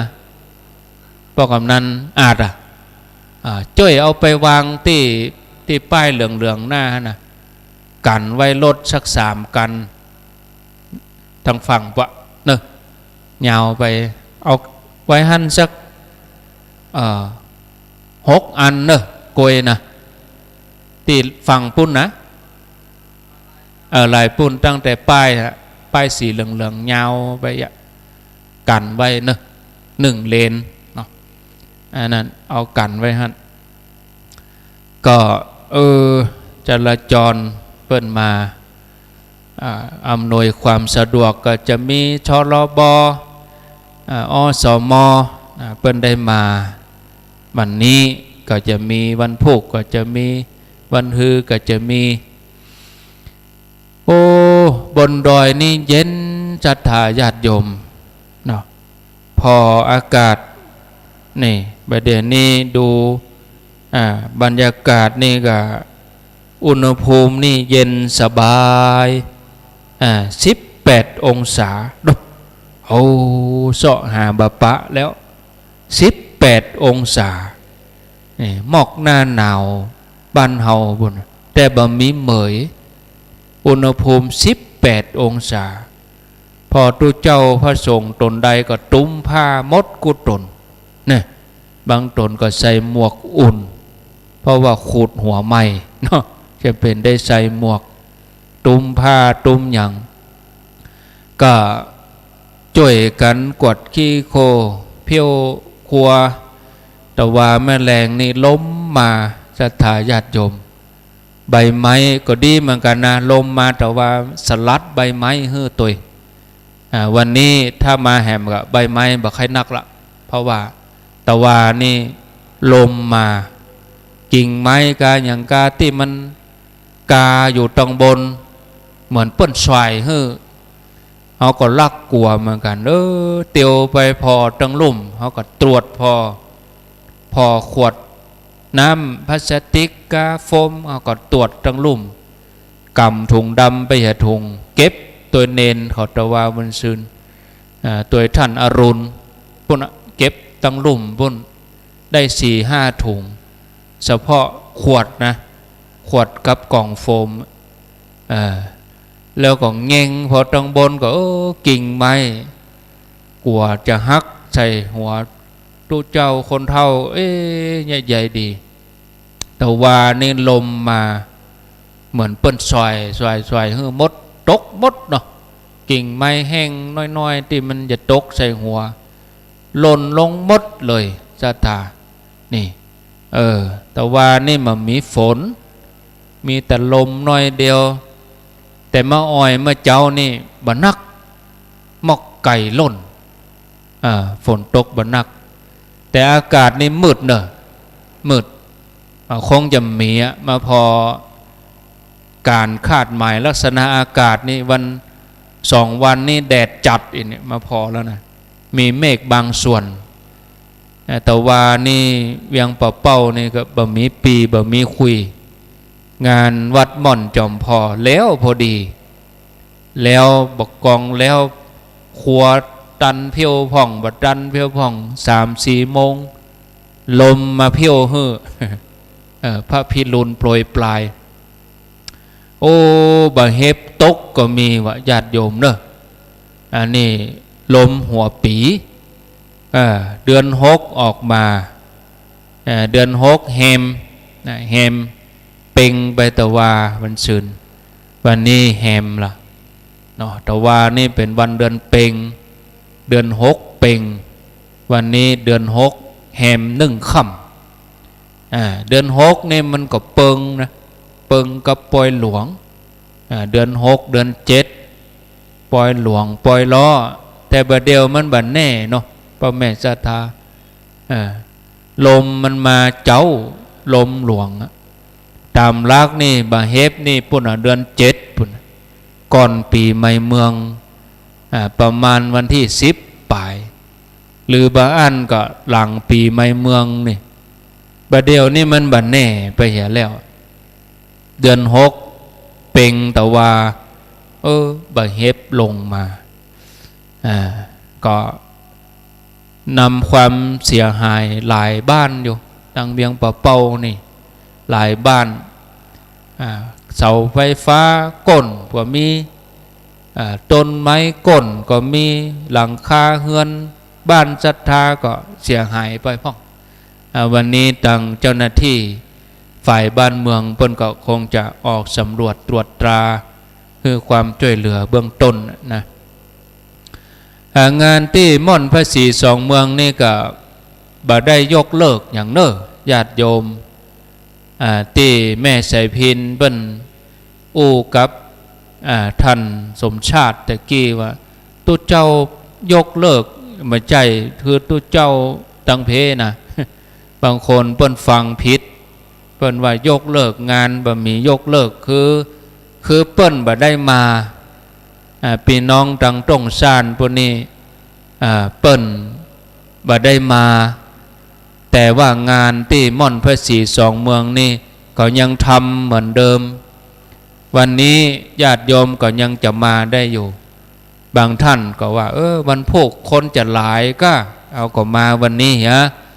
มาทำบุญมาปูจาผ้าแพนี่บ่ได้กำหนดว่าต้องอันตัวอีนะตามใจเนาะตามเจตนาบ่ได้บักได้ตอนนั้นตอนนี้อยากจะให้ญาติโยมเขามีส่วนร่วมบ่ได้บักได้กำหนดว่าตอนนั้นตอนนี้ตามเจตนานะวันนี้นี่ภาคกลางวันนี่ก็คนบ่หลายเอากัดทยอยกันมาแต่ว่านี่ก็มาหลายคณะวันนี้นี่สถานที่ก็70-80%นะศรัทธาญาติโยมพอแล้วก็งดงามดีไผ่ไม้เอวมาหันก็เปิ้นไปแปลงงามช่วยกันสิ่งละอันพละน้อยวันนี้ไผ่จ้างอันยังก็มาช่วยกันเวทีซอก็ย่ำแล้วเตื้อเนาะดอกก็เหลือหันน้อยเอามาปักมายังเต็มมูต้นไม้เก้าไม้ก็จะงดงามดี วันนี้ได้ช่วยกันส่วนใหญ่ก็ตุเจ้าพระเนนเขาเนาะทำเข้าใจครูบาอาจารย์เปิ้นผ่านงานมานักส่วนใหญ่ก็เป็นเจ้าวาดเป็นตุหลวงเปิ้นพอออกงานอย่างนั้นอย่างนี้งานจะต้องออกมาอย่างนั้นอย่างนี้ร่วมระดมความคิดความอ่านช่วยกันปีหูสองน้องหูหนึ่งยะการคนเดียวอิดหิมตายยะการหลายเหมือนเล่นโอ้ญาติโยมตั้งลุ่มบนกองงามติดป้ายฮะป้ายนี่ก็แปลงงามเนาะเดี๋ยวขอเมตตาท่านอาจารย์จำนันได้ขยับรถไปจอดตามช่องกันเนาะเพื่อโยมเพิ่นจะถ่ายรูปที่ป้ายรถตู้ด้วยเนอะรถตู้ของถ่ายทอดเสียงนะเฮาขยับไปถ้าเฮาอยู่เมินเฮาก็ปุ่นจอดลายปุ่นก็ได้ด้วยนะเย็นดีลายปุ่นนี่นะเอาไปว่าห่อมบนชุกเข้าไปที่ห้วยบุญเย็นดีถ้าเฮาอยู่เมินก็มาอันเดี๋ยวรถอื่นมาเดี๋ยวประกาศถามย้ายรถกำเนิดย้ายรถกำเนิดก็เดี๋ยวเฮาจอดตั้งในรถมาปิดท้ายเฮาจะไปการตั้งอื่นออกมาได้ฮะเหมาะยะเอาที่เฮาจอดง่ายๆเดี๋ยวรถมันมาติ๊กๆจะไปการหันสักกรรมเขามาปิดท้ายเฮาเหี่ยเฮาได้ออกสักกรรมอันนี้เรื่องการจราจรก็ญาติโยมวันนี้ไผ่มาก็เอาเตียนติดมือมาตัวเนาะเตียนขี้เพิ่งนะเอามอก7 นิ้วเนี่ยไผ่เอามาไผ่อันเอามาวันนี้ได้ก็เจิญเอามาตัวตมาก็ลืมเหลือนี่บัดหลายเหลือนี่บัดนักดีจะได้ใจเตียนขี้เพิ่งเตียนสีหยังก็ได้เอามาเถอะนะบ่จำเป็นต้องเป็นขี้เพิ่งเมืองก็ได้เอายาว7 นิ้วนะเอาเตียนมาถ้าว่าศรัทธาไข่ตาลนะน้ำนิ่มต้องเอามาแล้วเนอะศรัทธาเนอะน้ำนะพอเลอะแล้วตั้งนี้ไปถึงวันงานนี่ก็เพียงพอละเราจะระบายน้ำที่อยู่บนนี่คือเสียงมดน้ำนี่เราต้องขนมาละทัทธาจะเอาอาหารมาเลี้ยงก็ไผ่เอาอันอย่างมาก็เวลาเขาเอาเลี้ยงเอากินแล้วเขาก็ช่วยกันเก็บเอาถุงดำมาตัวคณะละถุง2 ถุงเนอะเอาถุงดำมาใส่ขยะเอากินแล้วอาหารที่มันเป็นอาหารเปียกของดิบของบูดของเน่าเอาใส่ถุงเอาถอกใส่เขากินแล้วถอกแล้วก็มัดถุงแล้วก็ติ้วลงไปไว้ลุ่มบุญก็มาอันมันลำบาก2-3 วันก่อนก็ถ้าเขาละไว้นี่มันก็ส่งกลิ่นจากนั้นเขาก็ช่วยกันญาติโยมเนอะก็ถึงแต่ว่าวันซืนนี่ไปเก็บก้าขวดน้ำมาได้3 ถุงดำญาติโยมเต็มหมู่ข้างถนนเต็มหมู่ข้างตังเตียวสัญชาตญาณของมนุษย์เรากินไหนขว้างหั่นแต่เนอะจะว่าสันดานก็ยังน้อย ห้องว่าสัญชาตญาณของมนุษย์กินไหนขว้างหั่นกินหั่นก็เอาไว้หั่นเตียวลูกนี่มีหั่นอย่างเก่าโอ้ฝนตกมาเฮ้ยศรัทธาเนอะบ่าฝนอ้อยว่าจะลากสายยางไปหดน้ำมีเนี่ยเดี๋ยวนี้ฝนตกมาพอให้พอดีมาพอแล้วก็บัดนักเท่าใดมอกอ้อยโปรยปลายมอกแผ่นดินลายเนี่ย ตกยังศรัทธาบ่ใช่ตกหั่งนะตกแล้วก็หยุดไปมันแห้งสักบึดตกมาแถมศรัทธาญาติโยมก็ขออนุโมทนาที่ได้ลุกมาแต่เจ้าได้ช่วยกันสวดมนต์ไหว้พระคนเฒ่าคนแก่ฟังวิทยุอยู่บ้านมันก็ม่วน ฟังไปวันนี้ก็จะมีคณะแห่จำเป็นได้เสาะเต็นท์ไว้นะได้ยืมเต็นท์สีเขียวนี่ไปกางที่เวทีกรรมการนี่เนาะโอ้ใครได้เต็นท์อย่างอี้แหมสักหลังเสาะหาก่อนเนอเต็นท์สีเขียวนี่นะโมละอ่อนแห่มีนี่หลังละมีตั้งหลังนี่เดี๋ยวเขาช่วยกันกลางเนาะช่วยกันกลางลืมไปเต็นท์เพิ่นเอามาตานเต็นท์เพิ่นเอามาทำบุญเมื่อตอนท่านพระครูชลทานพิทักษ์เอามาเดี๋ยวเขาช่วยกันกลางเต็นท์เหี่ยหลังกลางไว้ที่เวทีหั่นน่ะกลางไว้หั่นเหี่ยหลังวันนี้จะมีโมแฮลูกหลานจากวิทยาลัยนาฏศิลป์เชียงใหม่มาแห่ตั้งแต่9 โมงแห่9 โมงจนถึงปุ่นแมลงประมาณสัก6 โมงพิธีเริ่มเพิ่นก็หยุดนะศรัทธาญาติโยมสำหรับละอ่อนลูกหลานวิทยาลัยนาฏศิลป์เชียงใหม่จะได้มาช่วยงานแห่วันพวกบะหมี่วันพวกมีเรื่องงานบุญอย่างเดียวญาติโยมมาวันพวกก็ช่วงมางายนี่คนก็พอหลายตัวใดวันพวกนี้คนก็ทยอยมาศรัทธาเขาจะมาผูกผ้าแพกาเขาก็มาวันพวกวันนี้ก็ทำได้ยอดชัดก็อยู่ที่หน้าศาลานี่เจดีย์นี่ก็งามดีเจดีย์ตั้งอยู่นี่3 องค์เจดีย์ดอยตุงกับดอยนางแก้วแม่จันฟองกิ่วแก้วพร้อมกับลูกหลานเปิ้นได้สร้างถวายในพุทธศาสนาเปิ้นไปสร้างหลายที่หลายวัดหลายวาสร้างเจดีย์สร้างศาลาเนาะเจดีย์ที่ดอยนางแก้วนี่ก็แม่จันฟองกิ่วแก้วพร้อมลูกหลานเปิ้นได้ตั้งเจตนาเจดีย์นี่โอ้งดงามดีก็จะได้มีการเจริญพุทธมนต์สมโภช2 คืนนะคืนนี้นี่เป็นการเบิกเนตรไขตาพระเจ้าส่วนพระศรี2 เมืองนี่ก็แม่จันฟองกิ่วแก้วพร้อมลูกหลานร่วมปิดทองจนแล้วเดิมก็มีเจ้าภาพเปิ้นอยู่โดยสเก็ตนี่โยมขจรสารพีครอบครัวสารพีเปิ้นอยู่เชิงดอยโดยสเก็ตนี่เปิ้นได้ตั้งเจตนาร่วมปิดทองกำนั้นก็มีคนหอมคนนั้นหอมคนนี้หอมก็มีแม่จันฟองกิ่วแก้วเปิ้นก็ลูกหลานมาศาลาติดต่อศาลามาปิดทองที่องค์พระศรี2 เมืองเรื่องอารามงดงาม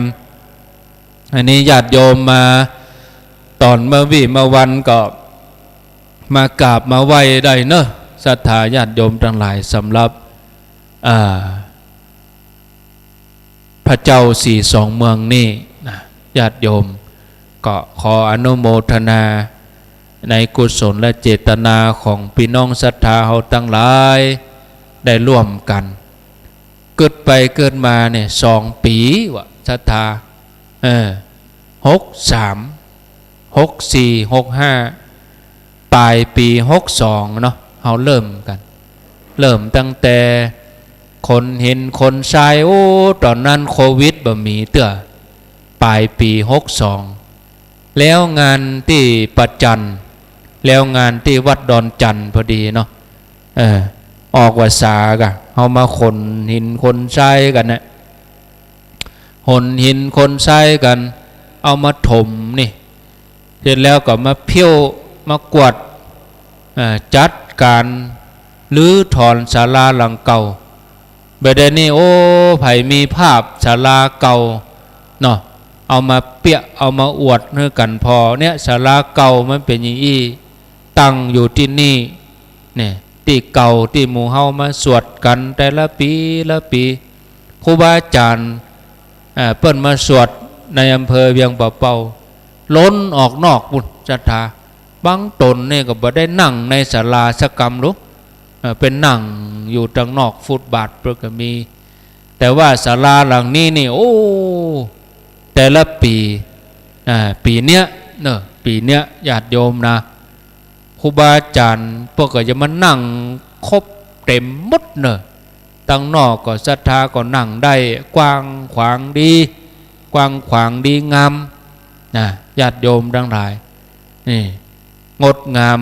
เนี่ยทำกันมาช่วยกันแล้วก็หลังจากที่เฮาแล้วงานนี้แล้วหมดครูบาอาจารย์เพื่อก็จะมานั่งอู้กันปรึกษาหารือสรุปงานทั้งหมดต่อไปเขาก็จะคิดยังทำยังต่อไปก็จะได้มาอู้มาจากันในโอกาสต่อไปก็ฟังครูบาอาจารย์เปิ้นได้ตัดสินใจร่วมกันทำกรรมเนาะคิดทำอาตมาว่าก็ยังบ่สมบูรณ์แต่เตื้อขั้นใดตอนแรกศาลาเปิ้นจะทาสีอาตมาก็ว่าโอ้แปลงตึงเตื้อเอางามๆดีๆเป็นยังอันนี้เอาธรรมชาติไปก่อนถ้าเอาไปทาสีวันนี้วันพุธก็เดี๋ยวคนเฒ่ามาเอามือไปกำใส่สีติดมือเอามาแปดเต็มมือนี่มันอย่ายุ่งเหรอมันทาเตื้อก็เลยว่าหลังวันที่20ศาลาก็มาเก็บงานแหมกรรมจะแปลงกาบอย่างกาบไม้นี่ตีหาวคันใดถ้าทาสีแล้วนี่คือหมดแล้วเพราะว่าวันก่อนนั่นกิ่งไม้จัดใหญ่กิ่งเต้าขานี่จะทาลมก็บ่จะมีอย่างก็บ่จะมีครูบาอาจารย์เปิ้นมาแปลงไฟแปลงอย่างเปิ้นมาปัดมาเพี้ยว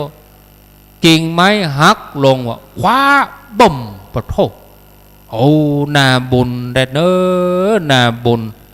บ่มีภัยเจ็บอย่างแล้วก็วันก่อนนั่นป้อหลวงกำนันเขามาเทนี่ลูกเขามาเทที่หน้าศาลาเนี่ยถ้าซุปตัดตอนนั้นเนี่ยเจ็บหลายเหมือนกันตอนที่เขาเข้าแถวกันขึ้นคันใดตอนนั้นเขาไม่ได้สนใจตั้งบนเขาไม่สนใจติ้วปูนปุ่นหรอกถ้ามันหักตอนนั้นเนี่ยหล่นบัดตันเนี่ยโชคดีแต่ศรัทธาเนาะหักใส่หาวคันใดมาตรวจพอตึงศาลาแต่ว่าหาวคันใดลั่นไป2 อันที่กำฮะนะโยกพอมันคอนเป็นยังปนวันที่20ไปเขาก่อยบูรณะเอาเล็กตอกเข้าไปรอปูนทำไมให้มันเนี่ยถ้าเอาทาสีแล้วถ้ามันหักเข้าใส่มันได้แปลงแหมรอบโจกดีแต่แปลงแหมไม่กับแปลงแหมดีแหมกำเอาเนาะอันนี้ส่วนตังบนนี่ก็ประมาณ 90% 80-90% ตึงดอกตึงดวงตึงสถานที่ก็ค้างกาตังที่บนเจดีย์เห็นหน่อยจะได้มัดธงมัดตุงเจดีย์โดยตุงก็เอาตุงมัดเนาะมีตุงสาวาด้วยนะตุงสาวานี่เขาจะได้แปลงกลางตุงก็พอก่อนเนาะถ้าว่าบรรนักบรรณาเขาก็เอาครูบาอาจารย์เขานี้ไม้มีหลังนี่มีเอาไม้แปลงกลางตุงห่างกันสัก3 เมตรห่างกันปักห่างกันแล้วก็เอาตุงกลางขึ้นมาตอนนั้นมัดเถียตุงสาวาเอายาวโดยขันใดวันนี้เขาคงจะได้ช่วยกันศรัทธาเขาตัวหมู่ปอดใจคนเฒ่าคนแก่บันไก่บันหิมปีน้องขุนเราก็เอามีดเอาเลื่อยขึ้นมาได้ไปได้แปลงผามจังซอก็ได้ช่วยกันแปลงวันนี้ญาติโยมต้องเข้าใจว่าสถานที่นี่มาใจวัดเนาะถ้าเป็นวัดนี่วัดมีปอยหลวงนี่คนลุ่ม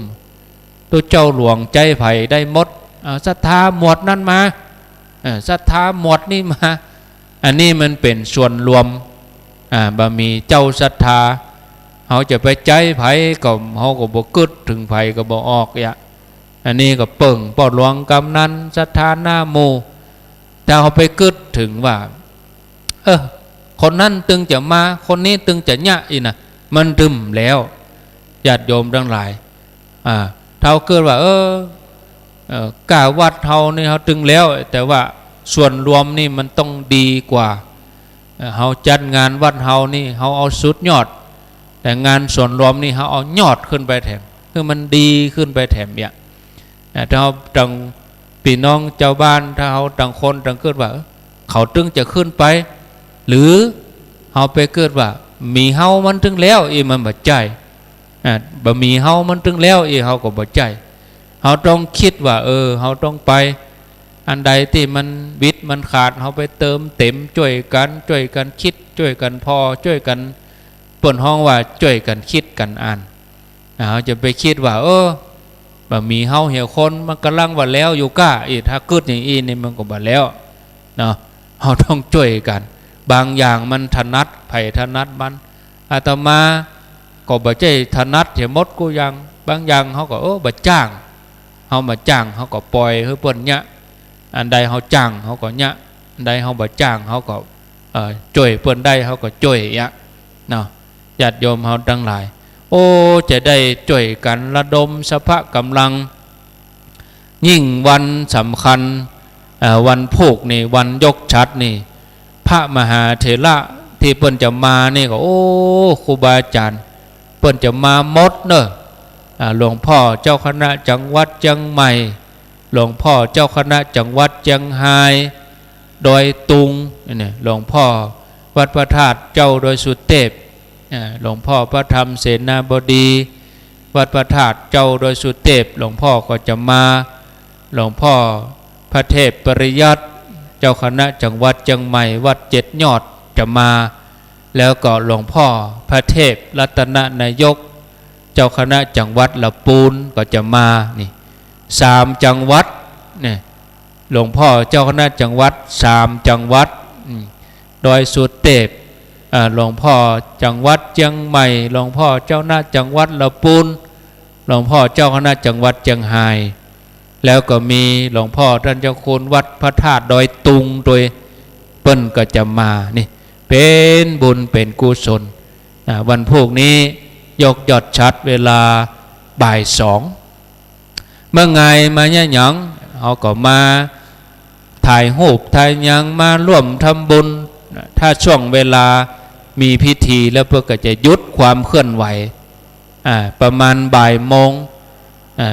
งนี่ทุกอย่างยุดละการบริจาคการปูจาเหรียญก็บ่มีเสียงอย่างยุดความเคลื่อนไหว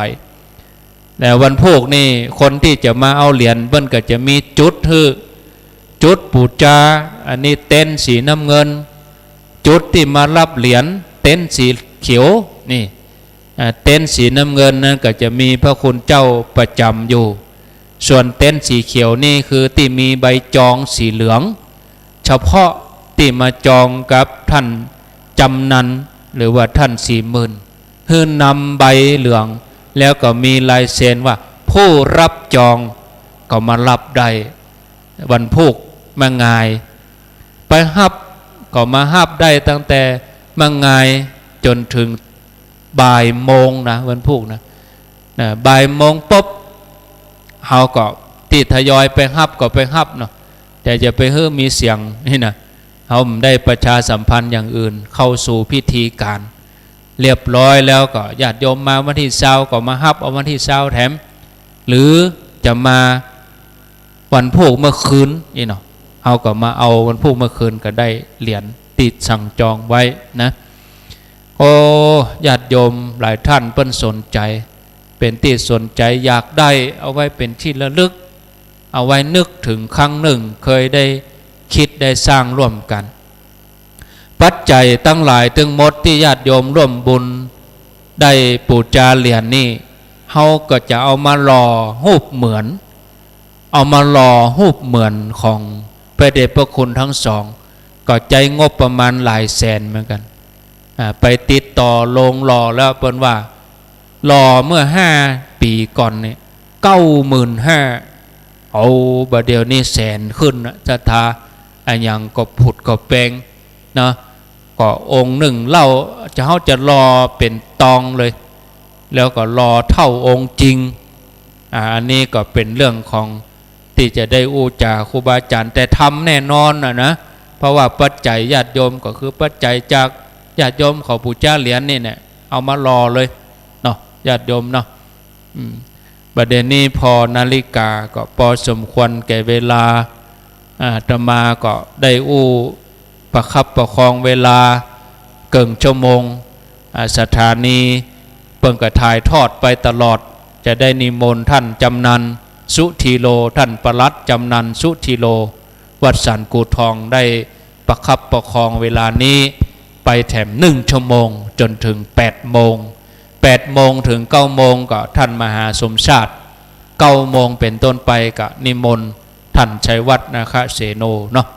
นิมนต์เลยครับนิมนต์ครับยกมือ10 นิ้วต่างกิ้วเกษาน้อมถวายอภิวาทวันทาแด่องค์พระสัมมาสัมพุทธเจ้าองค์พระธรรมเจ้าองค์พระสังฆเจ้า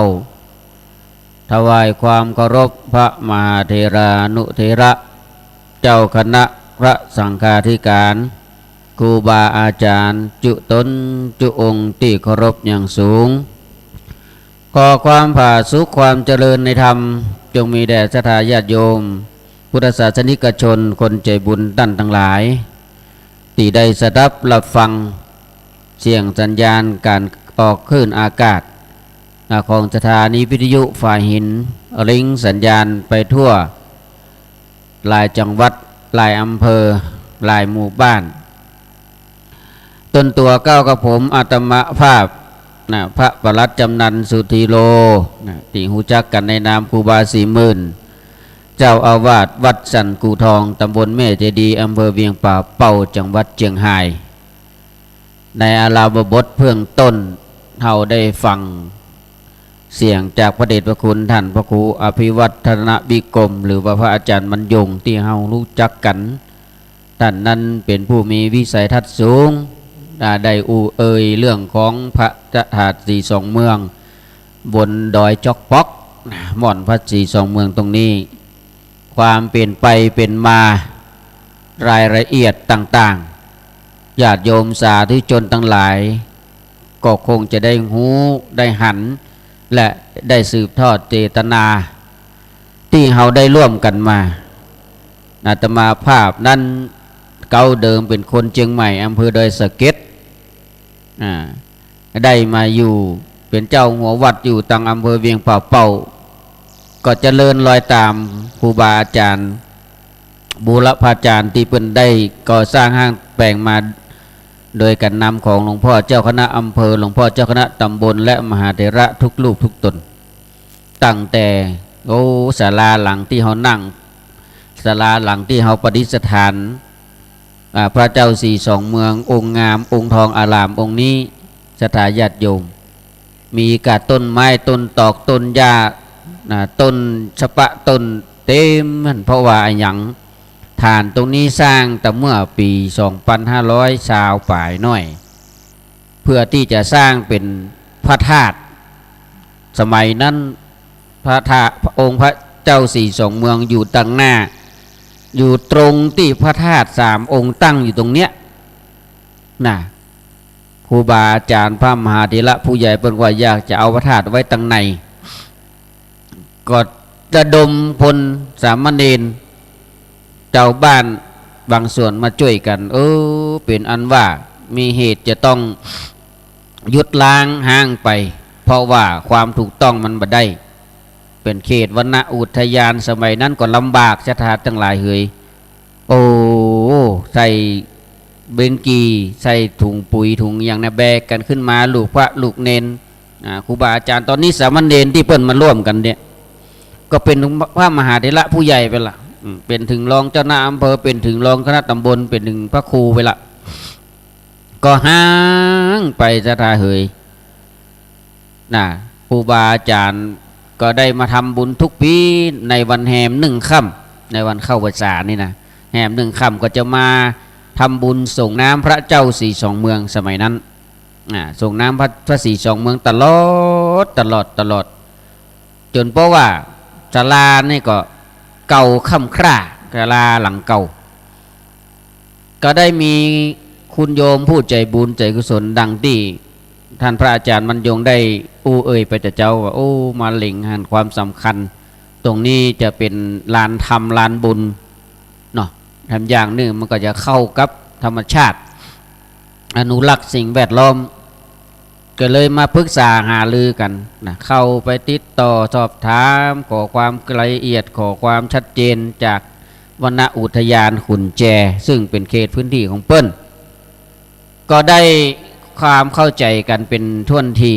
ก็ดำเนินการทำหนังสือทำอย่างให้มันถูกต้องตามประมวลกฎหมายของป่าไม้ของอุทยานจนเสร็จสิ้นบทมวลครูบาอาจารย์ผู้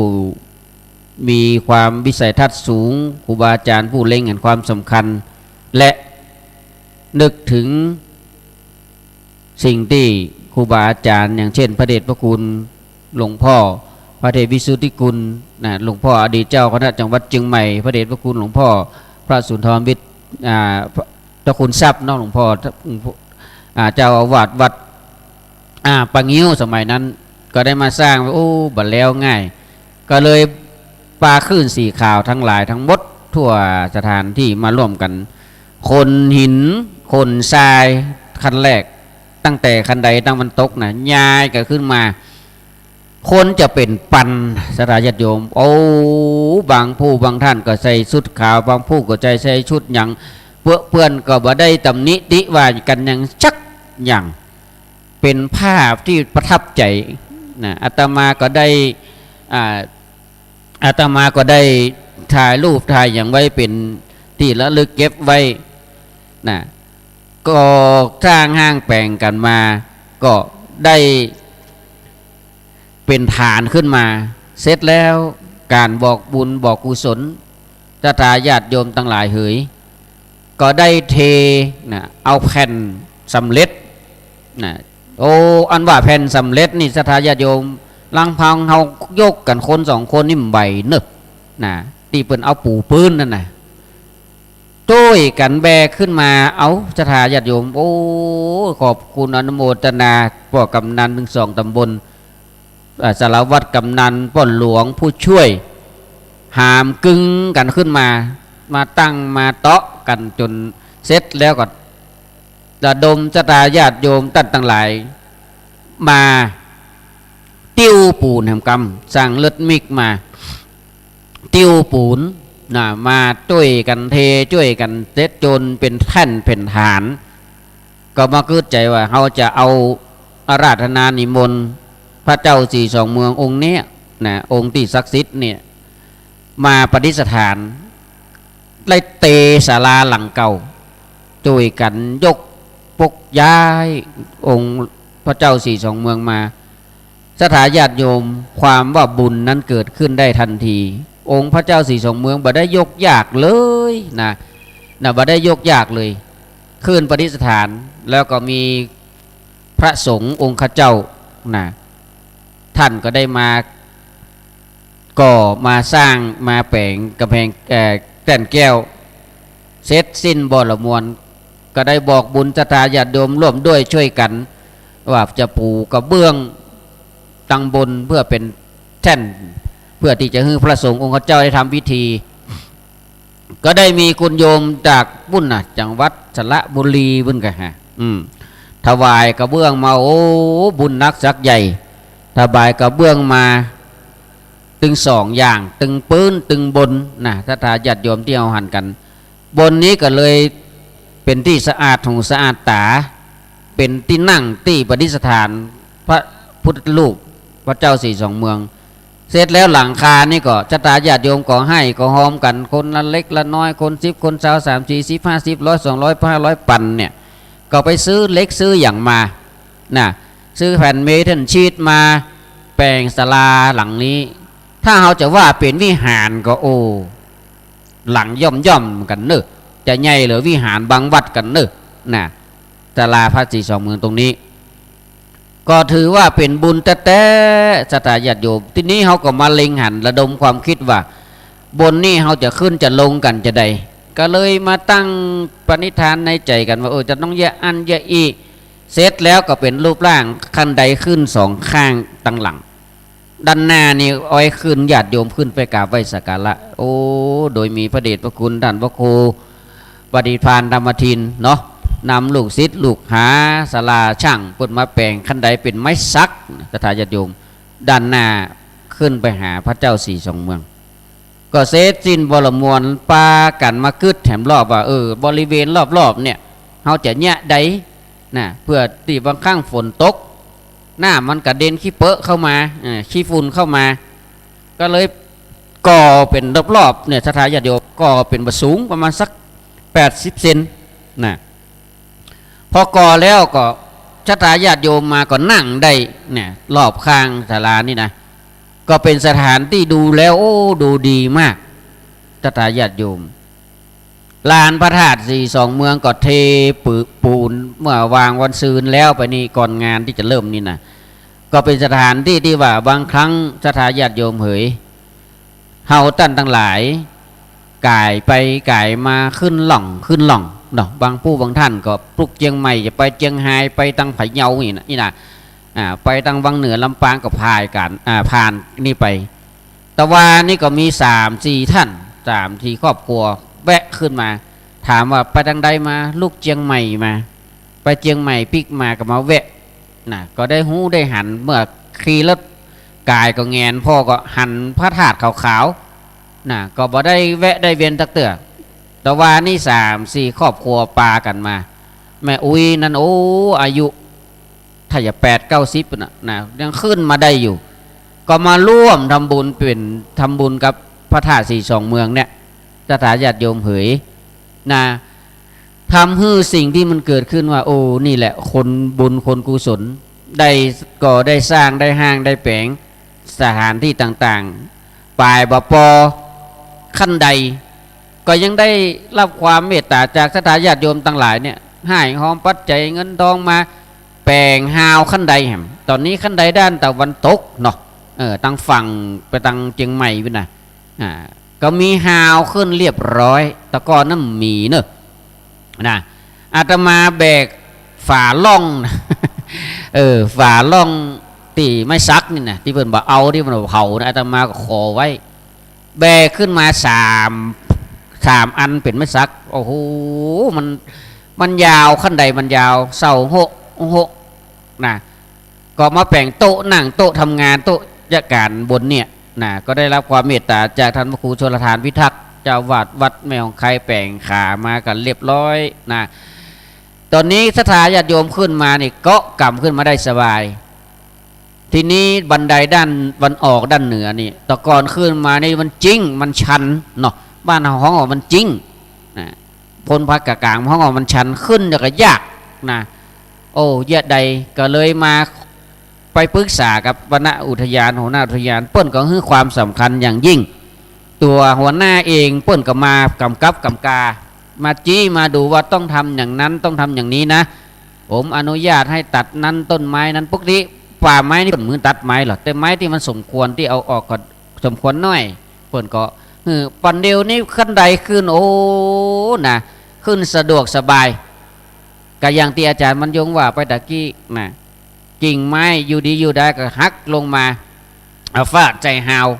นะแปลงหาวเรียบร้อยก็บ่เป็นหยังบัดถึงกับล้มกับหักแต่คอนบ่ได้ศรัทธาญาติโยมขึ้นมาฝั่งตะวันออกนี่ก็จะสะดวกสบายขึ้นง่ายเหมือนตะกอนตะกอนนี่ขึ้นมาต้องยั้ง3 เตื้อกันนะก่อนจะขึ้นมาถึงบนนี่นะฉะนั้นศรัทธาญาติโยมสาธุชนท่านทั้งหลายเฮยสถานที่นี่เฮามาช่วยกันสร้างช่วยกันแปลงช่วยกันกึดช่วยกันก็จะเป็นลัมมณียสถานเป็นลานบุญสำหรับท่านทั้งหลายที่ผ่านไปผ่านมาหรือว่าตั้งใจมาทำบุญนี่ก็ได้มาพักผ่อนหย่อนใจสถานตรงนี้ก็สถานที่ตรงนี้ก็มีห้องน้ำรองรับสถานาบุญทั้งหลาย2 จุด 2 ที่สำหรับเจ้าบ้านสำหรับศรัทธา ของพระสงฆ์องค์เจ้าก็มีหนึ่งที่ด้านทางเหนือของพระสงฆ์ด้านตะวันตกของศรัทธาเจ้าบ้านรวมกันเป็น10 กว่าห้องนะขึ้นมาแล้วมาพักผ่อนหย่อนใจมากราบไหว้สักการะบูชาโดยเฉพาะท่านใดที่เป็นพระธาตุเนี่ยเป็นธาตุเกิดนะดอยสุเทพก็ดีดอยตุงก็ดีนี่นะได้มากราบไหว้สักการะบูชา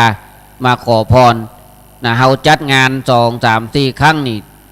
ครั้งล่าสุดก่อนจะมาถึงวันนี้ก็คือการบรรจุหัวใจธาตุบรรจุมวลสารต่างๆที่อยู่ในองค์พระธาตุ3 องค์ก็มีศรัทธาญาติโยมมาร่วมกันมากมายแล้ววันนี้เป็นต้นไปค่ำคืนนี้ก็จะมีการอบรมสมโภชสูตรมนต์ตันสูตรมนต์ตันสวดโยกูห้องอบรมสมโภชในวันพรุ่งนี้ตอนภาคกลางวันพ้นก็จะมีการยกชัดพระธาตุกลางคืนก็มีสวดอบรมสมโภชสูตรมนต์ตันมีการโกนเข้าติบมีการสวดเบิกในงานนี้ก็มีซอโดยแม่ครูแสงบรมครูแห่งซอนี่เหมือนกันอาจจะได้มาซอเล่าขานตำนานประวัติพระบ่อนพระศรีสองเมืองถามว่าศรัทธาญาติโยมทั้งหลายบ่อนพระศรีสองเมืองเกิดขึ้นแล้วเราจะละโดยนางแก้วกับแม่นางแก้วบ่ได้ละบ่ได้ลืมเนอะก็ยังอยู่ในความดูแลของ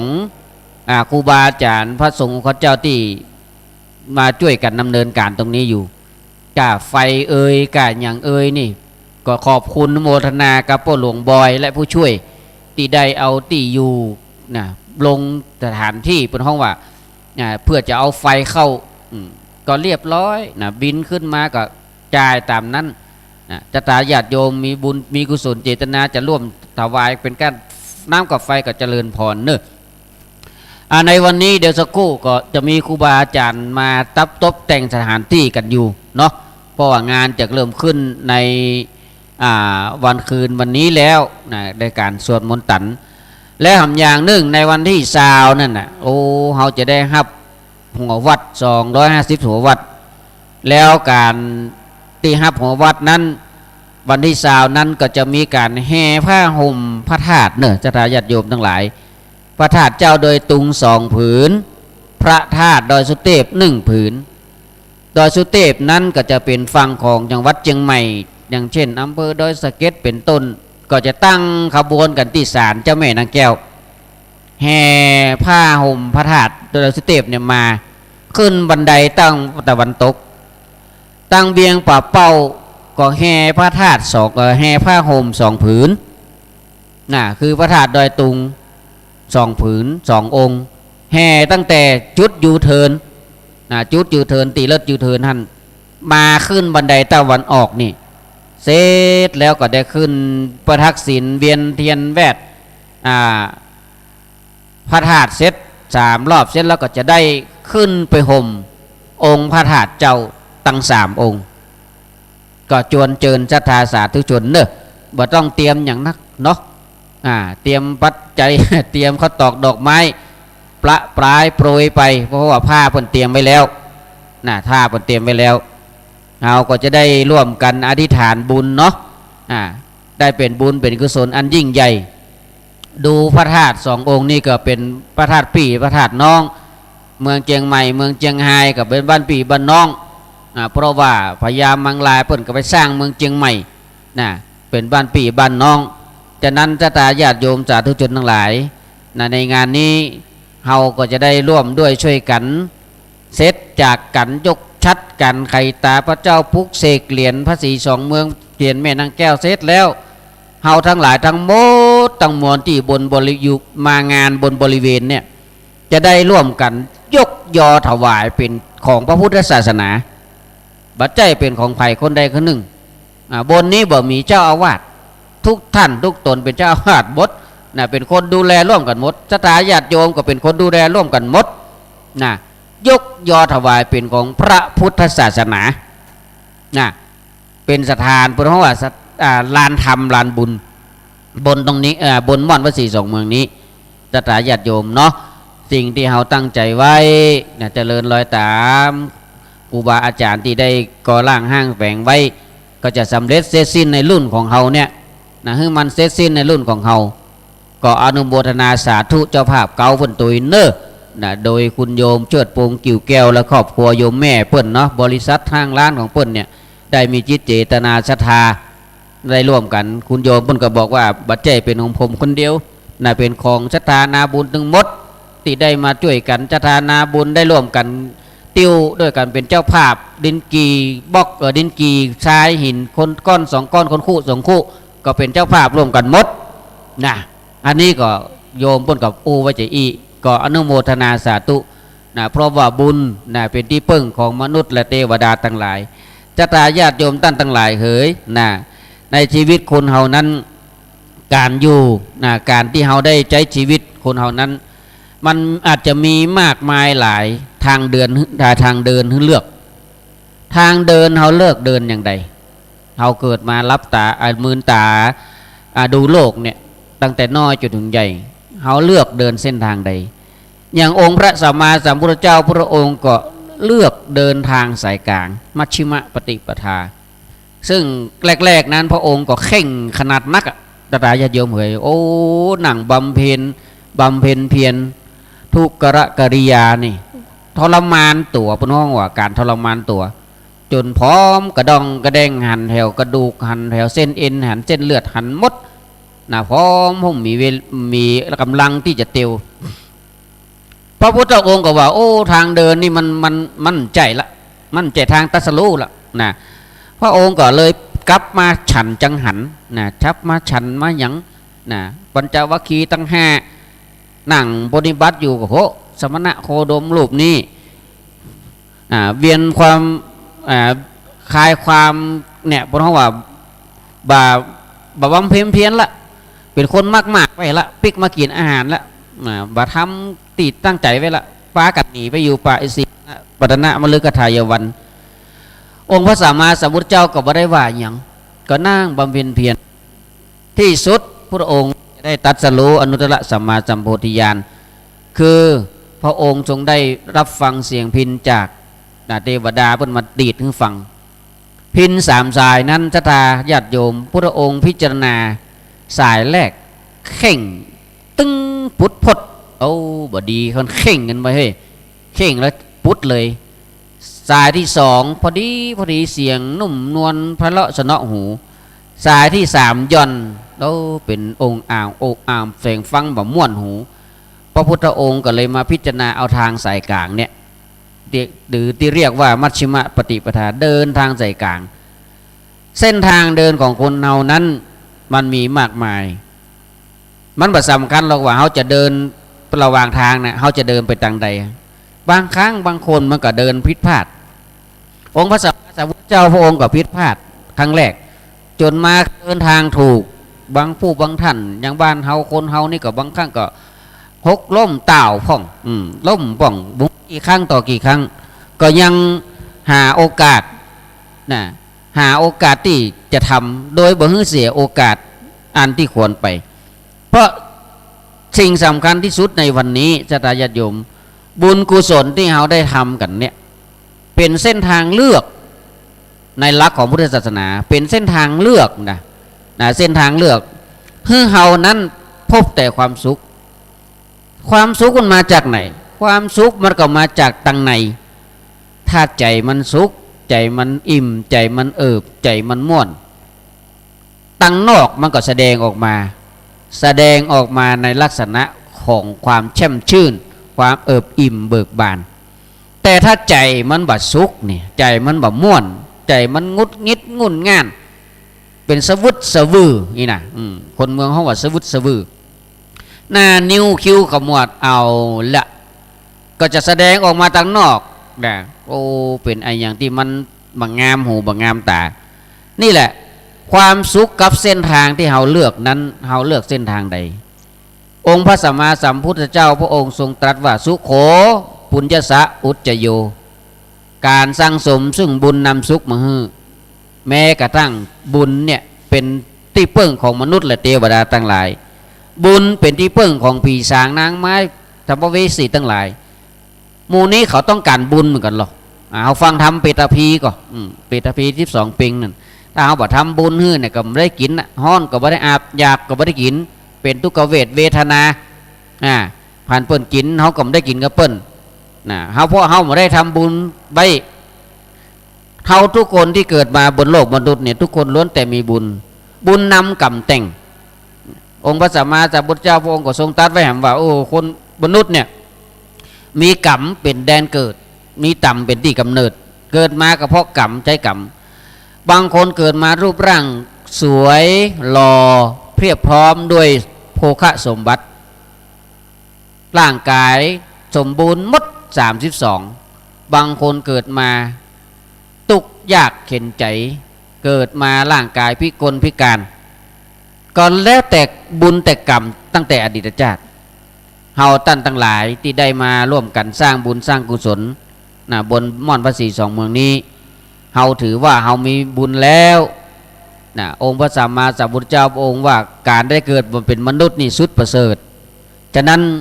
เฮาท่านทั้งหลายนั้นได้บำเพ็ญเพียรมากี่ภพกี่ชาติถึงได้เกิดมาเป็นคนเส้นทางเดินที่เฮาเดินนั้นเฮาจะมีความสุขกับเส้นทางนั้นที่เฮาเลือกอย่างใดเฮาลองพยายามคิดหลายๆที่หลายๆทางคิดให้รอบคอบคิดเพื่อใดด้านหนึ่งบางครั้งเฮาไปเจอประสบปัญหามันมาลุมเล้าบางคนก็ท้อถ้าใจมันท้อเนี่ยมันไปมันได้สักอย่างก็ไปหาที่ระบายบางท่านก็เข้าบาร์ไปกินเหล้าเมายาเสียถึงทรัพย์สินเงินทองไปพอออกบาร์มาขับรถไปจนป่นตายตัวเก่าเจ็บแหมเสี่ยงแหมบางท่านก็ตัดพ้อชีวิตว่ามันมีอย่างดีขึ้นมาอย่างอันอย่างอีไปทำอัตตวิบากกรรมนั่นก็คือการฆ่าตัวตายเจ้าพ่องก็โดดสะพานตกน้ำเจ้าพ่องก็แกว่งคอเจ้าพ่องก็โดดตึกอันนี้บ่ใช่หนทางที่ดีฉะนั้นเฮาลองมาคิดรอบคอบคิดรอบด้านเฮาคิดเพื่อไผเฮามีครอบครัวมีพ่อมีแม่มีผัวมีเมียมีลูกก็คิดเพื่อเขาเหล่านั้นว่าไอ้อย่างที่มันดีเนี่ยเฮาต้องมองโลกในแง่ใดต้องมองโลกในแง่ดีแต่บางครั้งบางอย่างเฮาก็ต้องให้มันพิจารณาให้ถูกต้องอาจจะไปมองให้มันดีไปหมดก็บ่ได้แต่ต้องนำมาพิจารณาโลกที่เฮาอยู่นั้นบางที่มันก็บ่ได้สวยงามอย่างเฮาคิดบางที่มันก็บ่ได้ราบรื่นอย่างที่เฮาคิดไว้ฉะนั้นถนนเส้นทางเดินของเฮานั้นมันมีหลายเส้นทางการใช้ดำเนินชีวิตทุกวันนี้ในหลักของพุทธศาสนาแล้วก็ต้องพึ่งบุญคุณความดีศาสนาทุกศาสนาพุทธก็ทำความดีกันหมดญาติโยมโดยที่บ่ฮื้อไปเบียดเบียนไผบ่ฮื้อไปรบกวนบ่ฮื้อไปลาวีฆ่าไผอย่างเช่นเฮารักษาศีล5นี่พระองค์บอกว่าสีเลนะสุคติงยันติศีลจะพาให้ไปสู่สุคติภพไปหน้าสีเลนะโภคสัมปทาศีลจะทำเฮามีโภคทรัพย์สมบัตินักศีลแปลว่าปกติพระองค์ตัดไว้บัญญัติไว้บ่ได้เป็นข้อห้ามบ่ได้ข้อบังคับตีเป็นว่าปานาถึงสุรานะพูดเป็นข้องดเว้นญาติโยมทั้งหลายเหมือนกันพระสงฆ์องค์ข้าเจ้ามีศีล200เขาจะเจ็ดตั้งแต่เสขียวัตรขึ้นไปเนี่ยมดเนี่ยเป็นรวมกับ227เนี่ยญาติโยมพระองค์ก็เป็นข้อบัญญัติให้ทรงบอกว่าให้ละเว้นให้งดเว้นอย่างศีล5ง่ายๆเจ้าบ้านใน5ข้อนี่ญาติใดข้อ1ถ้าเราทำผิดก็ชีวิตเปิ้นตัวเปิ้นก็ฮักเปิ้นก็รักตัวกลัวตายข้อ2ของเปิ้นอุตสาหิมาหาได้เฮาไปลักไปจกเปิ้นไปชิงเอาเปิ้นก็เสร็จเปิ้นก็ห่วงของเปิ้นข้อ3ของฮักของห่วงเปิ้นเฮาไปลู่ไปเอาอย่างเปิ้นมาเปิ้นก็ฮักก็ห่วงเปิ้นข้อ4การที่บ่ดีมางามก็ปาคนอื่นเดือดร้อนไปปาเดือดร้อนถึงหมู่ฮือเปิ้นฮักอยากนักจักหวังฮือเปิ้นจังกำเดียวก็ได้ข้อ5กินน้ำดื่มน้ำเหล้ายาเมาเดือดร้อนกันตึงตัวเองเดือดร้อนกันตึงคนอื่นนี่แหละญาติโยมทั้งหลายเพราะฉะนั้นถ้าเฮาบ่มีศีล เฮาก็ถือว่าเฮาเป็นคนแบบปกติมีท่านหนึ่งเนี่ยอาตมาภาพได้ไปงานหนึ่งเป็นงานขาวดำอาตมาก็ไปถึงวันเนาะส่วนมากงานขาวดำนี่ก็ไว้ประจำ3 คืน 4 วันเนาะก็ปันศีลกูครั้งนะตั้งแต่นะโมไปจนถึงพวกเนาะจะรูปศีลพวกเนาะบอกกองขึ้นนะโมเสร็จก็พุทธังสรณังธัมมังสรณังสังฆังสรณังเสร็จปานาติปาตาเวรมณีสิกขาปะทังสมาธิยามิมันก็ว่าตัวไว้งามตัวสวยงามตัวอาทินาทานาเวรมณีสิกขาปะทังสมาธิยามิก็ว่าตัวจนจบชัดถ้อยชัดคำกาเมสุมิจฉาจาราเวรมณีสิกขาปะทังสมาธิยามิว่าถูกมุตมุสาวาทาเวรมณีสิกขาปะทังสมาธิยามิโอ้บาตัวรับศีลนะสมทานศีลถูกต้องหมดพอมาถึงสุราเมรยะมัชฌะปมาทฐานาเวรมณีเอามือลงปกเอาไว้โหก็สังเกตกันอย่างมันหลายเตื่อ3 คืนนี่อย่างใดนะพอถึงสุรานี่สวะเลยวางมือลงวงตักเลยว่าชนเลยอาตมาก็อดได้เนาะ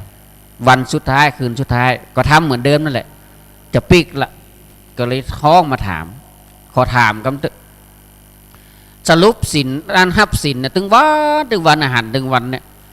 ข้อ1 ถึง 4นะครับได้มดชัดถ้อยชัดคำพอข้อที่5จะได้ว่าสวะมือลงปกลงตักคนนั้นเป็นว่าจ่ายสถาญาติโยมก็ตอบว่าผมกินเหล้า ผมกินเหล้าผมฮับตรงๆผมฮับบ่ได้ผมบ่ฮับว่าโอ้ก็ถูกของเขาเหมือนกันแต่ตีว่าฮึ่งฮับไปอู้ไปแต่เปิ้นฮึ่งเอาไปปฏิบัติฮึ่งเป็นข้องดเว้นเปิ้นบ่ได้บังคับนะการดื่มการกินมันตึงบ่ดีอยู่แล้วปรากฏว่าแกเป็นคนกินเหล้าดื่มเหล้าข้อที่5บ่ฮับเลยมาฮับศีลกลัวจะทำตามบ่ได้ก็เลยบ่ฮับก็มาสังเกต3 คืนนี่ก็อย่างว่าข้อที่5นี่เวลาฮับศีลสุราเนี่ยสวะมือลงทันทีนี่แหละศรัทธาญาติโยมทั้งหลายเปิ้นบอกว่าทางเดินเนี่ยเฮามองในแง่ใดพ่องมองในแง่ของการประพฤติปฏิบัติมองในแง่การเป็นอยู่เนี่ยทุกวันเนี่ยเฮาประสบเรื่องต่างๆหลายสิ่งหลายอย่างปลายปอเฮายังมาเจอโลกที่อันบ่พึงปรารถนาโลกที่มันทำให้เฮานั้นต้องหันกะแกนตาพอกันมาหันกะแกนตาบางคนถ้าพอตาก็หูใจนะก็หูจักกันอยู่บางคนบอกเขาเคยหูจักกันพอเอาหมาเถอะตึ้งหูจักเจนได้บอกเอาผ้าปิดปากออกนะเพราะฉะนั้นถ้าเราอยู่กับโลกบนนี้และอยู่กับโรคที่มันมาลุมเราเนี่ยเราต้องเข้าใจมันเราอยู่กับโลกก็คืออยู่กับคนหมู่หลายนานาชาตินานาอารยธรรมนานาภาษาเราอยู่กับโรคคือโรคภัยไข้เจ็บเราต้องเข้าใจว่าโรคนั้นน่ะมันมาจะได้โรคมันมาเพราะอะไรอย่างและสิ่งสำคัญเราต้องป้องกันโรคเนี่ยได้กันอย่างไรอย่างทุกวันเนี่ยครั้งแรกสุดถ้าญาติโยมคงจะงูจะหันกันโอ้เป็นโรคโควิดนี่นะเบื้องต้นครั้งแรกตายกันเพื่อเหมือนด้วยไม้ล่วงเผากันจนเมนจนบรรลุปปังเมนเผาศพที่ไหนก็บ่อยากจะเผาก็มีนะฝ่ายปอญาติพี่น้องพ่อแม่ลูกเมียผัวเมียก็ไม่ได้หันหน้ากันแฮมปิดมิดชิดมดก็กลัวเชื้อมันจะแพร่มาเข้าบึดกับโลกนั่นจื่อนี่จื่อนั่นสุดท้ายเป็นโอเมคอนนี่ก็ติดโวยขนาดนักจะตายญาติโยมโอ้เหมือนไข้วัดนี่แหละติดพรึบจาก1เป็น2 2เป็น3 3เป็น4 4เป็น8อ่ะนะติดพรึบแต่มีอาการบรรลุนแรงเท่าใดที่ว่าจะนักหนาจนว่าจักตายดิ้นตายอิ่มใจแต่ก็จะต้องรักษาโดยเฉพาะคนเท่าอายุ60ขึ้นไปนี่ถ้าติดเป็นผลเป็นบวกนี่เนาะตรวจ ATK อย่างนั้นนะซอกหูดังนั่นแหละผลเป็นบวกคนเท่าอายุ60ขึ้นไปจะต้องไปเอ็กซเรย์ปอดว่าเชื้อนี่มันลงปอดก่อนถ้าเป็นคนนูนคนกำก็จะมีอาการจะได้เจ็บหัวไอคอแห้งขันเนื้อขันตัวห้อนหนาวอันเนี้ย ก็ไปรักษากินยุกกินยาตั้งหมอเพื่อจะจัดยาให้นะอาการมันก็จะทุเลาลงไปแต่ก็จะต้องกักตัวยุดอยู่กับที่บ่ฮื้อไปไหนแล้วทีนี้สถาญาติโยมทั้งหลายติดกันเพื่อถึงวันเนี่ย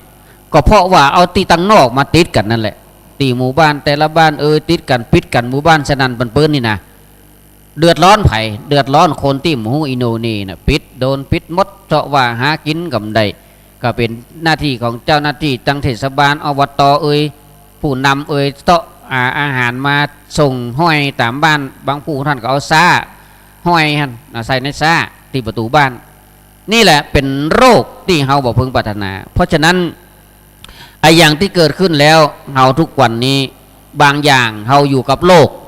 เฮาได้ยินได้ฟังอย่างมาต้องตระหนักอย่าตระหนกคือตระหนักนักแน่นไว้ก่อนแล้วก็มาพินิจพิจารณาถ้าเฮาตระหนกตกใจบ่ได้คิดคำนวณบ่ได้พินิจพิจารณามันก็จะพาให้เกิดปัญหาเอาล่ะปัญหาเกิดสติมีเดือดร้อนละนะเกิดปัญหาละสติมาปัญญาเกิดสติเตลิดเกิดปัญหาฉะนั้นทุกวันนี้จะทายาทโยมท่านทั้งหลายเฮ้ย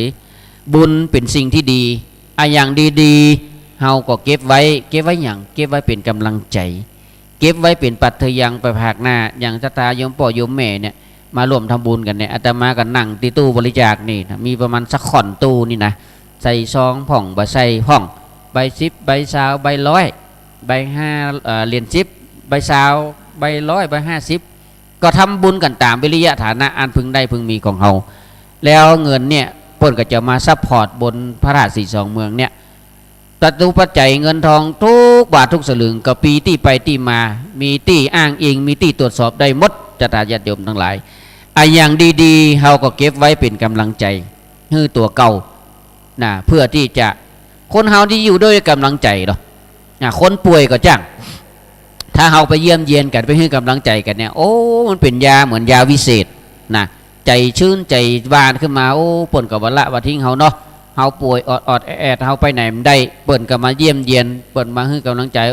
ปันหอมปันหายเน้อเหมือนก็หายจะได้ไปอยู่บ้านพลิกจองอยู่กับบ้านกับลูกแล้ว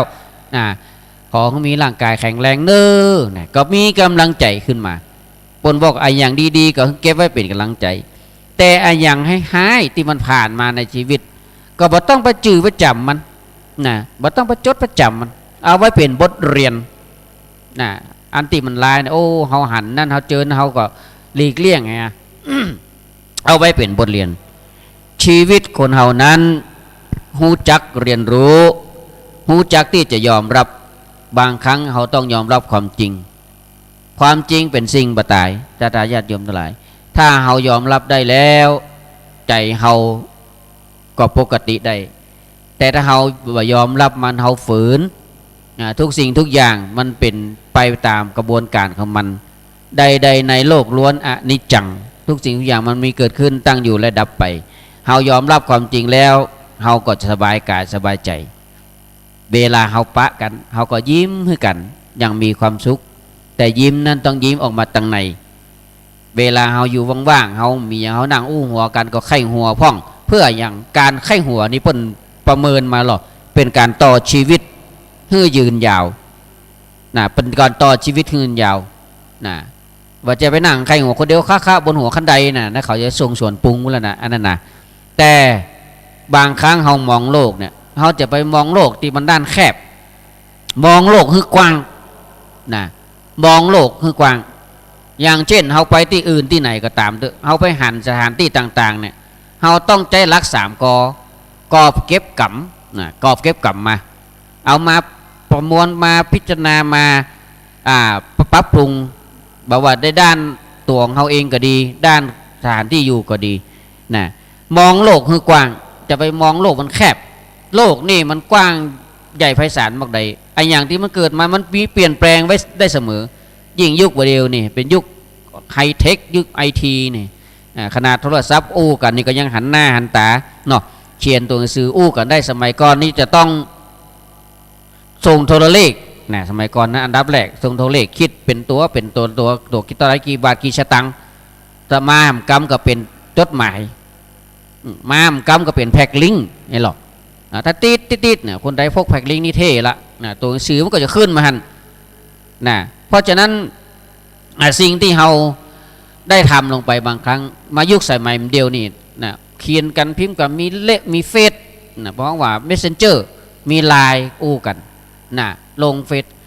ถึง Facebook นี่ก็ดาบสองคมเด้อจะตาญาติโยมทั้งหลายเป็นดาบสองคมก็ต้องระมัดระวังในการบริโภคบางครั้งบางคราวนี่สมัยเดียวนี่คนเฒ่าคนแก่รุ่นไม่50 ป่ายขึ้นไปนี่ก็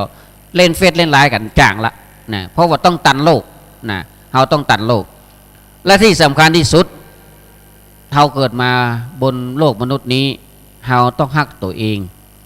ในเมื่อเอาฮักตัวเองแล้วเราก็ต้องฮักคนอื่นตัวเพื่อแผ่ให้กับคนอื่นตัวทำวันนี้ให้ดีที่สุดและเราจะมีความสุขกับทุกวันของชีวิตซึ่งทุกวันของชีวิตนั้นมันบัดแน่ว่าเราจะเจอสิ่งที่ดีก็บ่ดีก็มันก็ปนเปซนกันมาหันบางอย่างสิ่งที่มันเกิดขึ้นทุกสิ่งทุกอย่างมันก็จะทำให้เรานั้นพบกับความจริงบางอย่างคนเรานั้นเกิดมามีคู่กันมีสุขกับทุกข์มีบุญกับบาปนะใครจะเอาตั้งใดนะเพราะฉะนั้นในวันนี้อาตมาภาพก็ได้มาอู้จาเนาะ7:41 นาทีละนะก็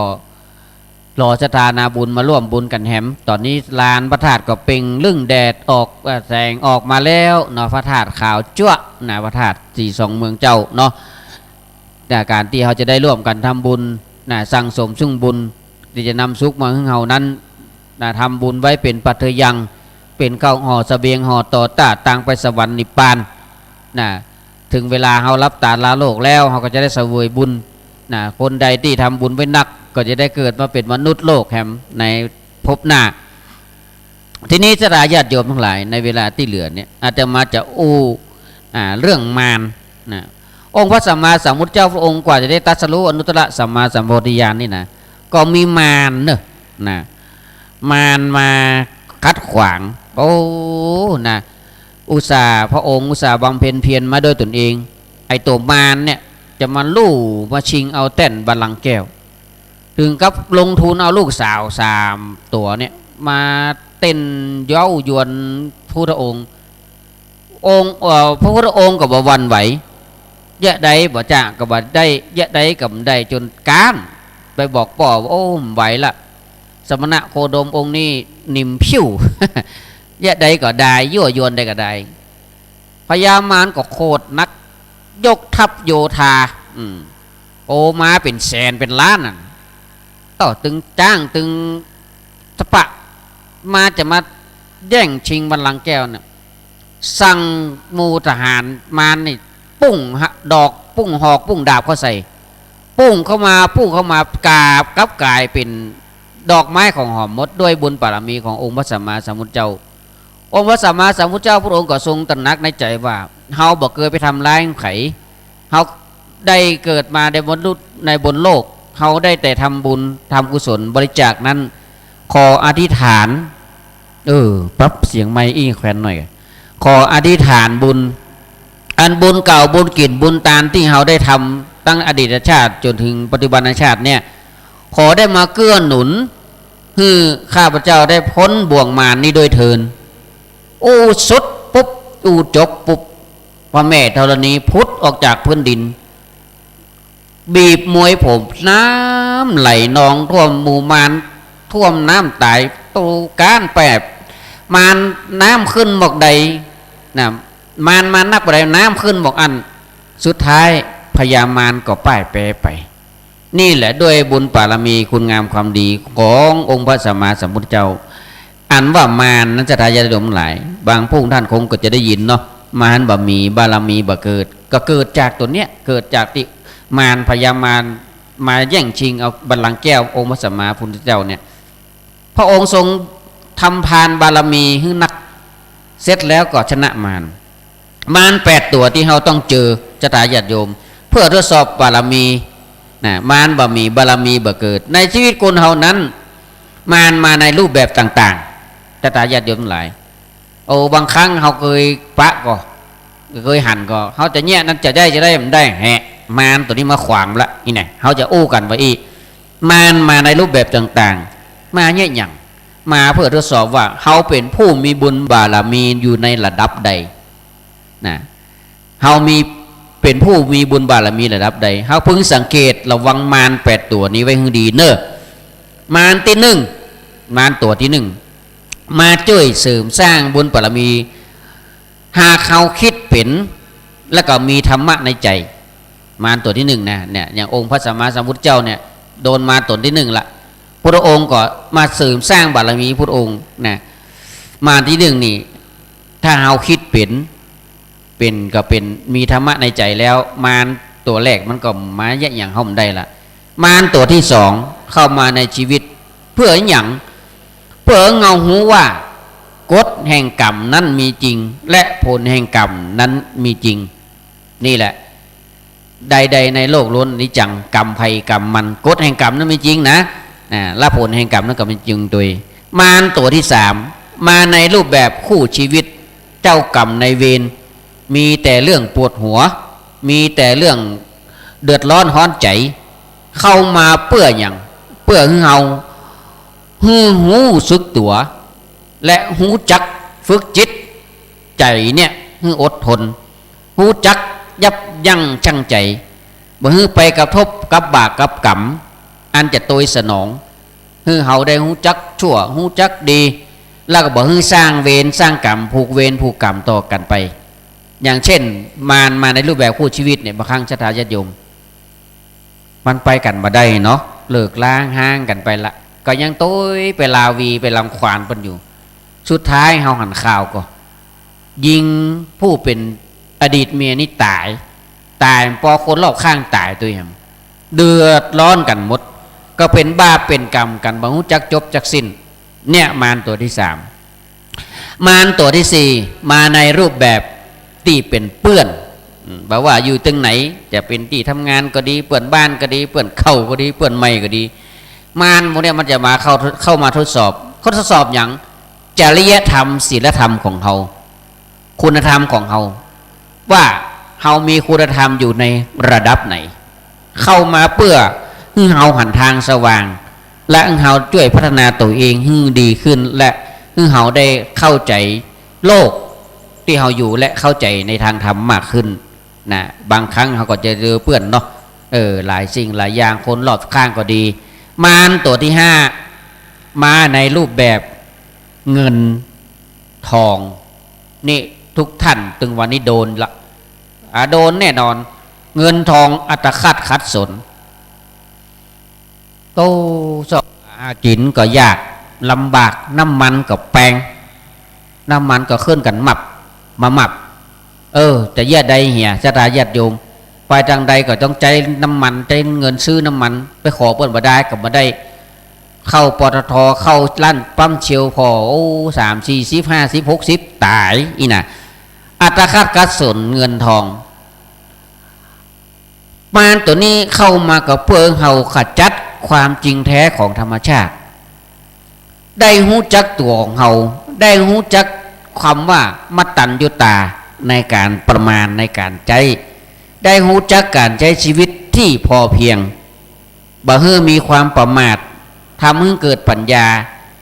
ในการใช้ชีวิตโดยที่บ่ต้องเอาเงินทองเป็นที่ตั้งก็ได้สมัยบ่เดียวนี่บอกว่าเป็นดาราผู้มีหน้ามีตานี่หาเงินด้วยการไล่สดขายของเท่านั้นชะตาญาติโยมเพราะอย่างพ่อประกาศตีนทีบล่ะอย่างก็พูดก็แปลงรายได้ก็มีโควิดก็เข้าแสดงละครก็ได้ชุมนุมอย่างกำได้เนี่ยหากินก็ยากเนี่ยอยู่กันเป็นกลุ่มเป็นก้อนก็เดือดร้อนเนี่ยรู้จักใจชีวิตที่เพียงพอบ่ฮื้อประมาทบ่ฮื้อสุรุ่ยสุร่ายมารตัวที่6มาในรูปแบบเงินเหมือนกันเงินนักก็มากมายได้เงินทองแต่อยู่ในความมัวเมาหลงไหลใจมันจังมารตัวนี้ก็มาทดสอบว่าทดสอบว่าเฮาเนี่ยเป็นคนจะใดสุรุ่ยสุร่ายก็บางคนมีเงินทองนักมือเติบนะมือนักเติบใหญ่นะกินหั่นกินนี่แอวหั่นเอานี่ใจสุรุ่ยสุร่ายจนหมดสุดท้ายก็มีอย่างกิน มารตัวที่7มาในรูปแบบของปัญหาเนี่ยปัญหามันเกิดขึ้นกับทุกคนบอกว่าใครทั้งนั้นก็โดนปันมดนะปัญหาในด้านการทำงานก็ดีปัญหาในด้านการอยู่กับเพื่อนร่วมงานก็ดีปัญหาในด้านการทำเกษตรกรรมโดนเพียงโดนยังสะปัดนะโดนวาตภัยอย่างเดนลมมาละนะเข้าสวนเลือกนาถนให้อย่างพังบ้านพังปัญหาเกิดขึ้นมาเพื่อพิสูจน์เงาหูว่าปัญญาของเราเนี่ยอยู่ในระดับไหนเราจะใช้ปัญญาเนี่ยแก้ปัญหาใดนะ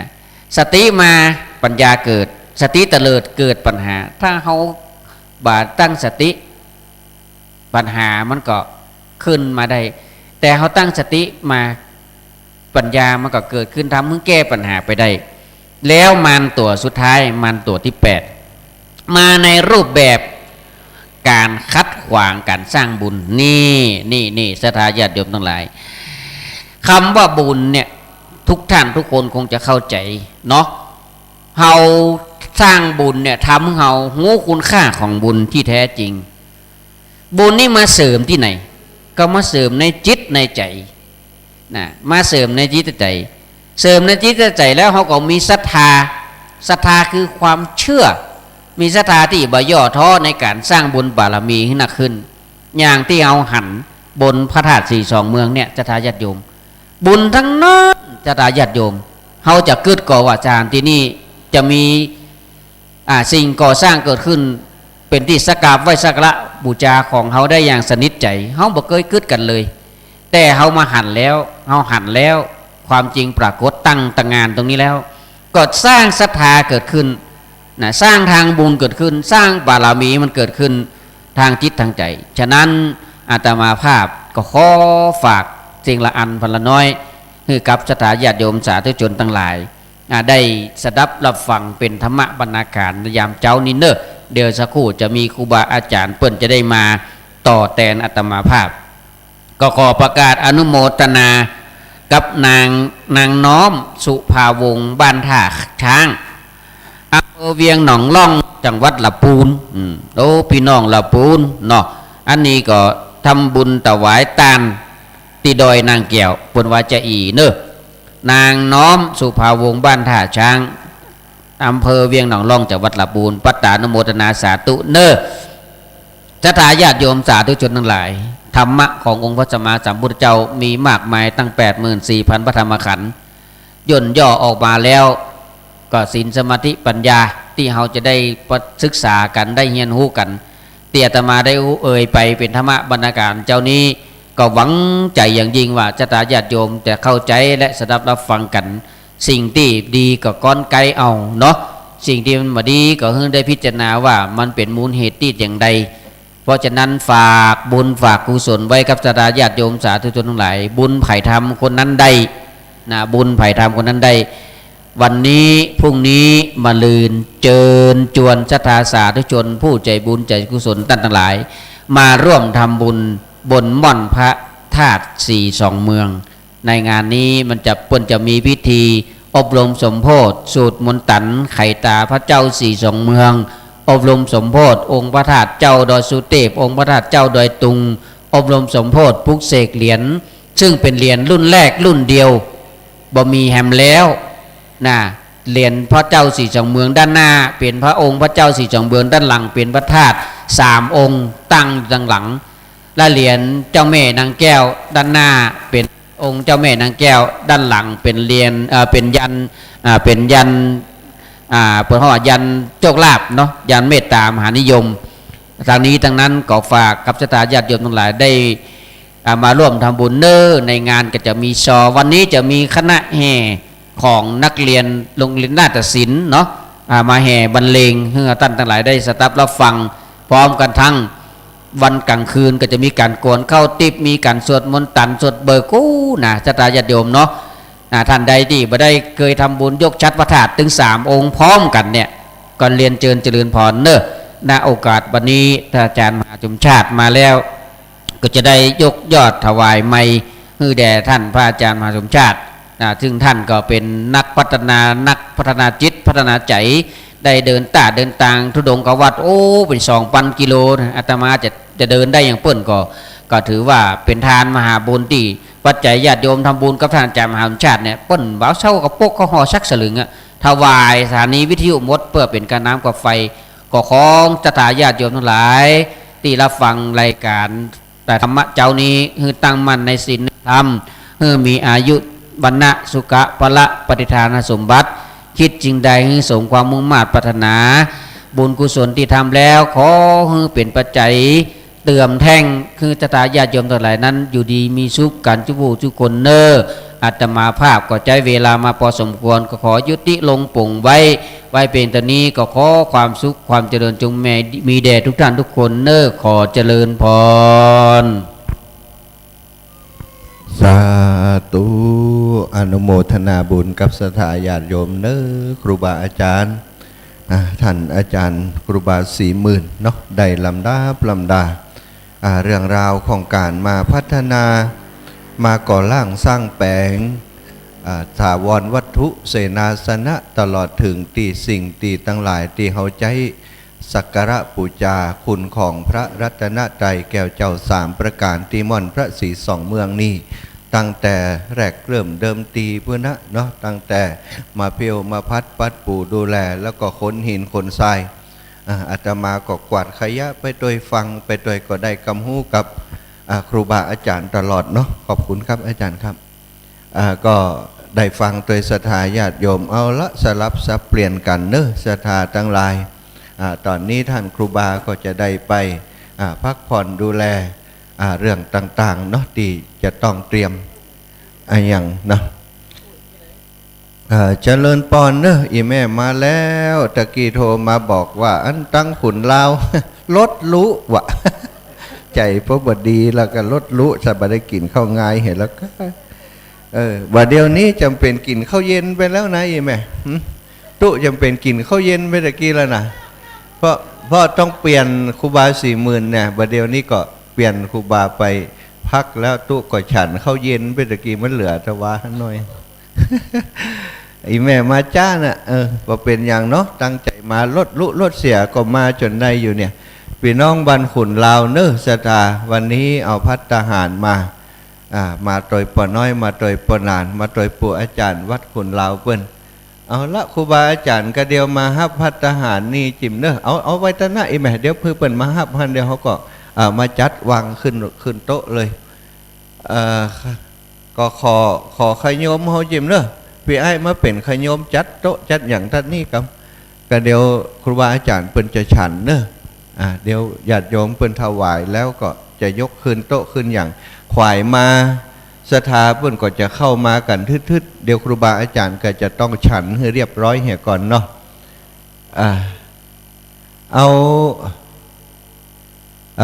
จะเอาเป็นตั้งเพลงเนาะอาจารย์ทุกพี่นุ่มฉันตรงนี้เนาะที่เดิมเนาะฉันตรงนี้เนาะจัดโต๊ะตรงนี้เคลียร์ตรงนี้กำเดี๋ยวฉันเสร็จแล้วเขาก็เก็บของหมู่นั้นศรัทธาทั้งหลายเนอะที่อยู่ตั้งบ้านตั้งจองก็ดีตอนนี้สถานการณ์บรรยากาศตรงนี้อีปอเขียนได้ก็จะมีโยมป่อโยมแม่จากบ้านขุนลาวเนาะนำภัตตาหารเป็นจังหารเจ้ามาถวายวันนี้หลายการมีอย่างบะฮูละวันนี้นะบ่ได้พอกันแต่ว่านี่ข้าวต้มพี่น้องปังน้ำทุนะบะมีน้ำมึกปากกาบะกินตังเห็นว่าอีปอนั่นนี่ปอนี่แหมดำเนาะศรัทธาญาติโยมกำลังเดินทางมาก็มีเนอะโยมแม่จงดีเชื้อกันทาพร้อมกับญาติธรรมคลื่นสีขาวเจ้าเมืองฝางเจ้าชัยประการก็กำลังเดินทางมาเนาะอีแม่แจ้งข่าวดีมาว่าพี่น้องตังเมืองฝางเนอะที่เปิ่นบ่ได้มาก็มีที่ใบมาก็มีเปิ่นหอมปอยหลวงพระธาตุสีสองเมืองปอดใจแม่คำเกื้อการุณวงพร้อมกับบุตรหลานบ้านหัวฝ่ายเมืองฝางร่วมบุญมา1,000 บาทแม่หมายปัญญาพร้อมกับบุตรหลานม่อนปินรวมมาแห่ม300 บาทและโยมป่อสุพจน์โยมแม่จันทนาถาวงบ้านหัวฝ่ายโป่งน้ำฮ้อนร่วมบุญมาแห่ม500 บาท อันนี้ประกาศอนุโมทนาฮือเตวบุตรเทวดาครูบาอาจารย์เจ้าได้รับทราบแล้วเนอศรัทธาทั้งหลายเปิ่นปักในต้นคลื่นสีขาวแล้วละนะประกาศอนุโมทนาฮือเปิ่นแล้วอนุโมทนาบุญกับโยมพ่อโยมแม่เนาะที่ให้หอมกันมาศรัทธาพี่น้องทั้งหลายการทำบุญสุนทรทานการกินกันทาน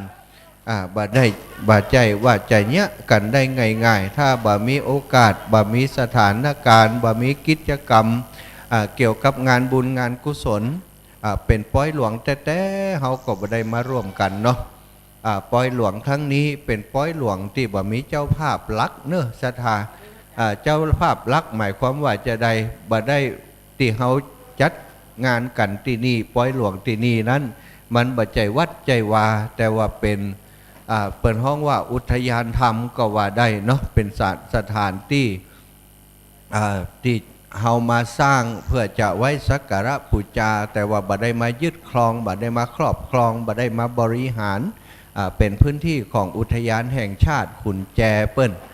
แต่ว่าเปิ้นก็อนุญาตสร้างเต่าติพอจะอนุญาตได้บ่ทำลายธรรมชาติและสิ่งแวดล้อมของที่นี่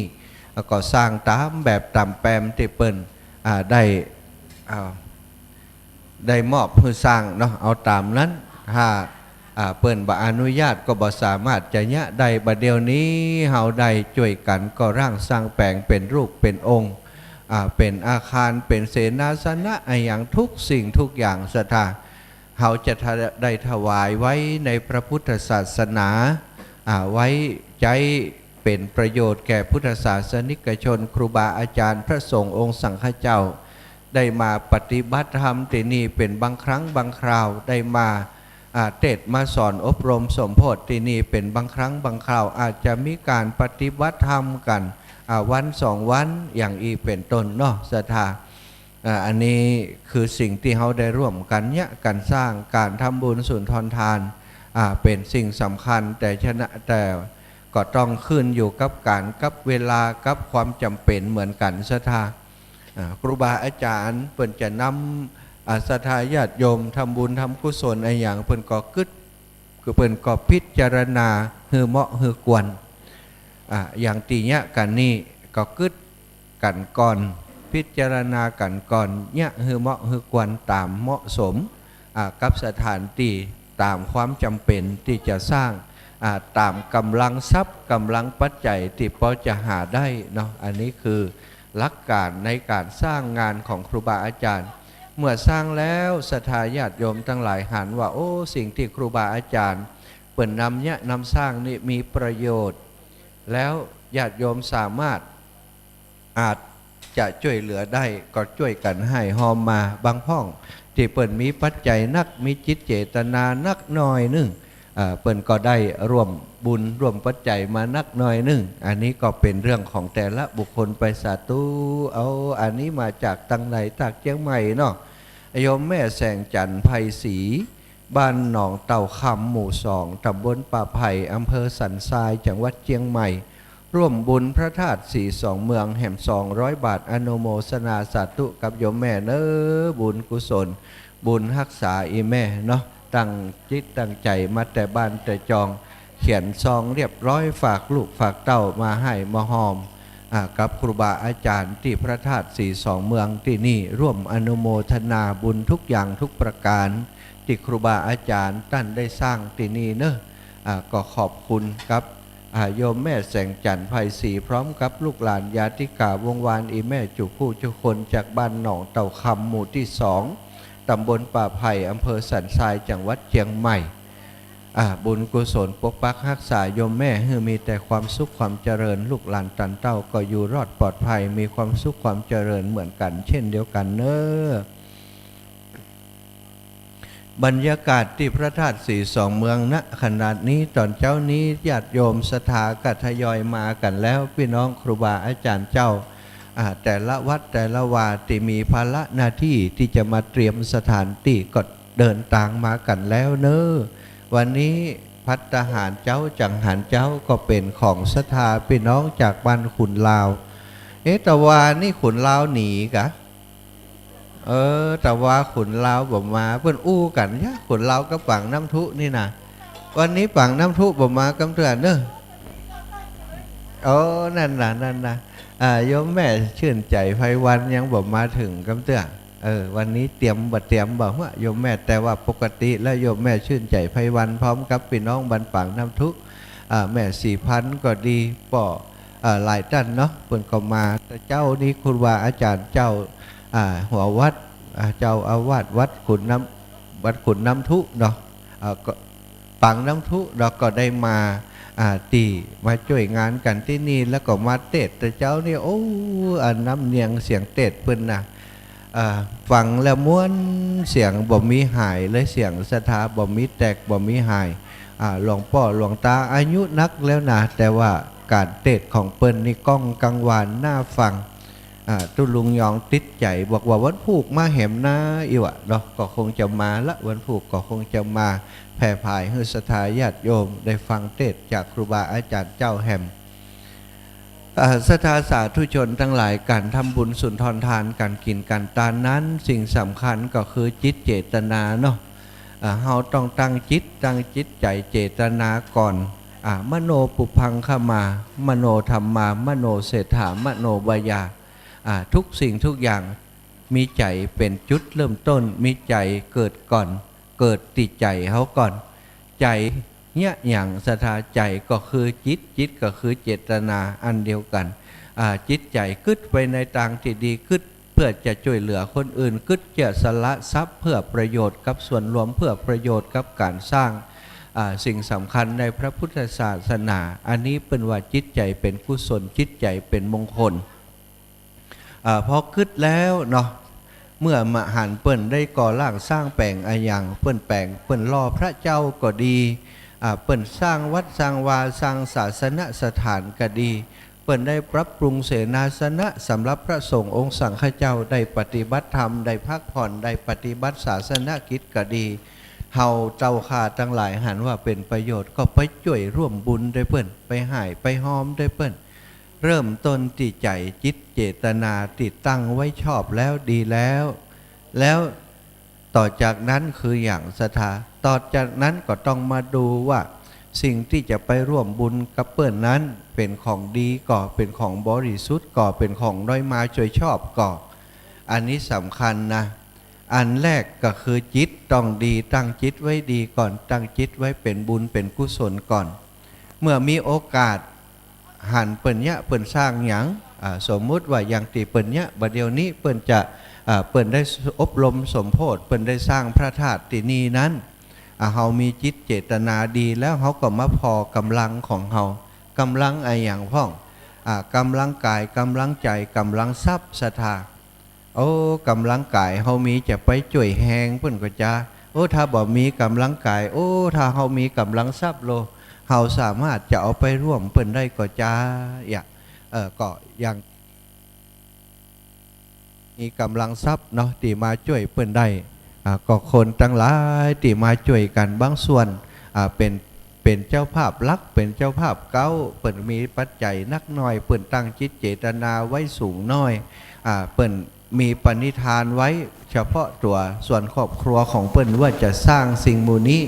ไว้ในพระพุทธศาสนาพอได้ทราบข่าวครูบาอาจารย์เปิ้นจะสร้างพระธาตุสลีสี2 เมืองที่นี่3 องค์เปิ้นเป็นเจ้าภาพมาเป็นลักมาก่อนเป็นเก้ามาก่อนเนาะ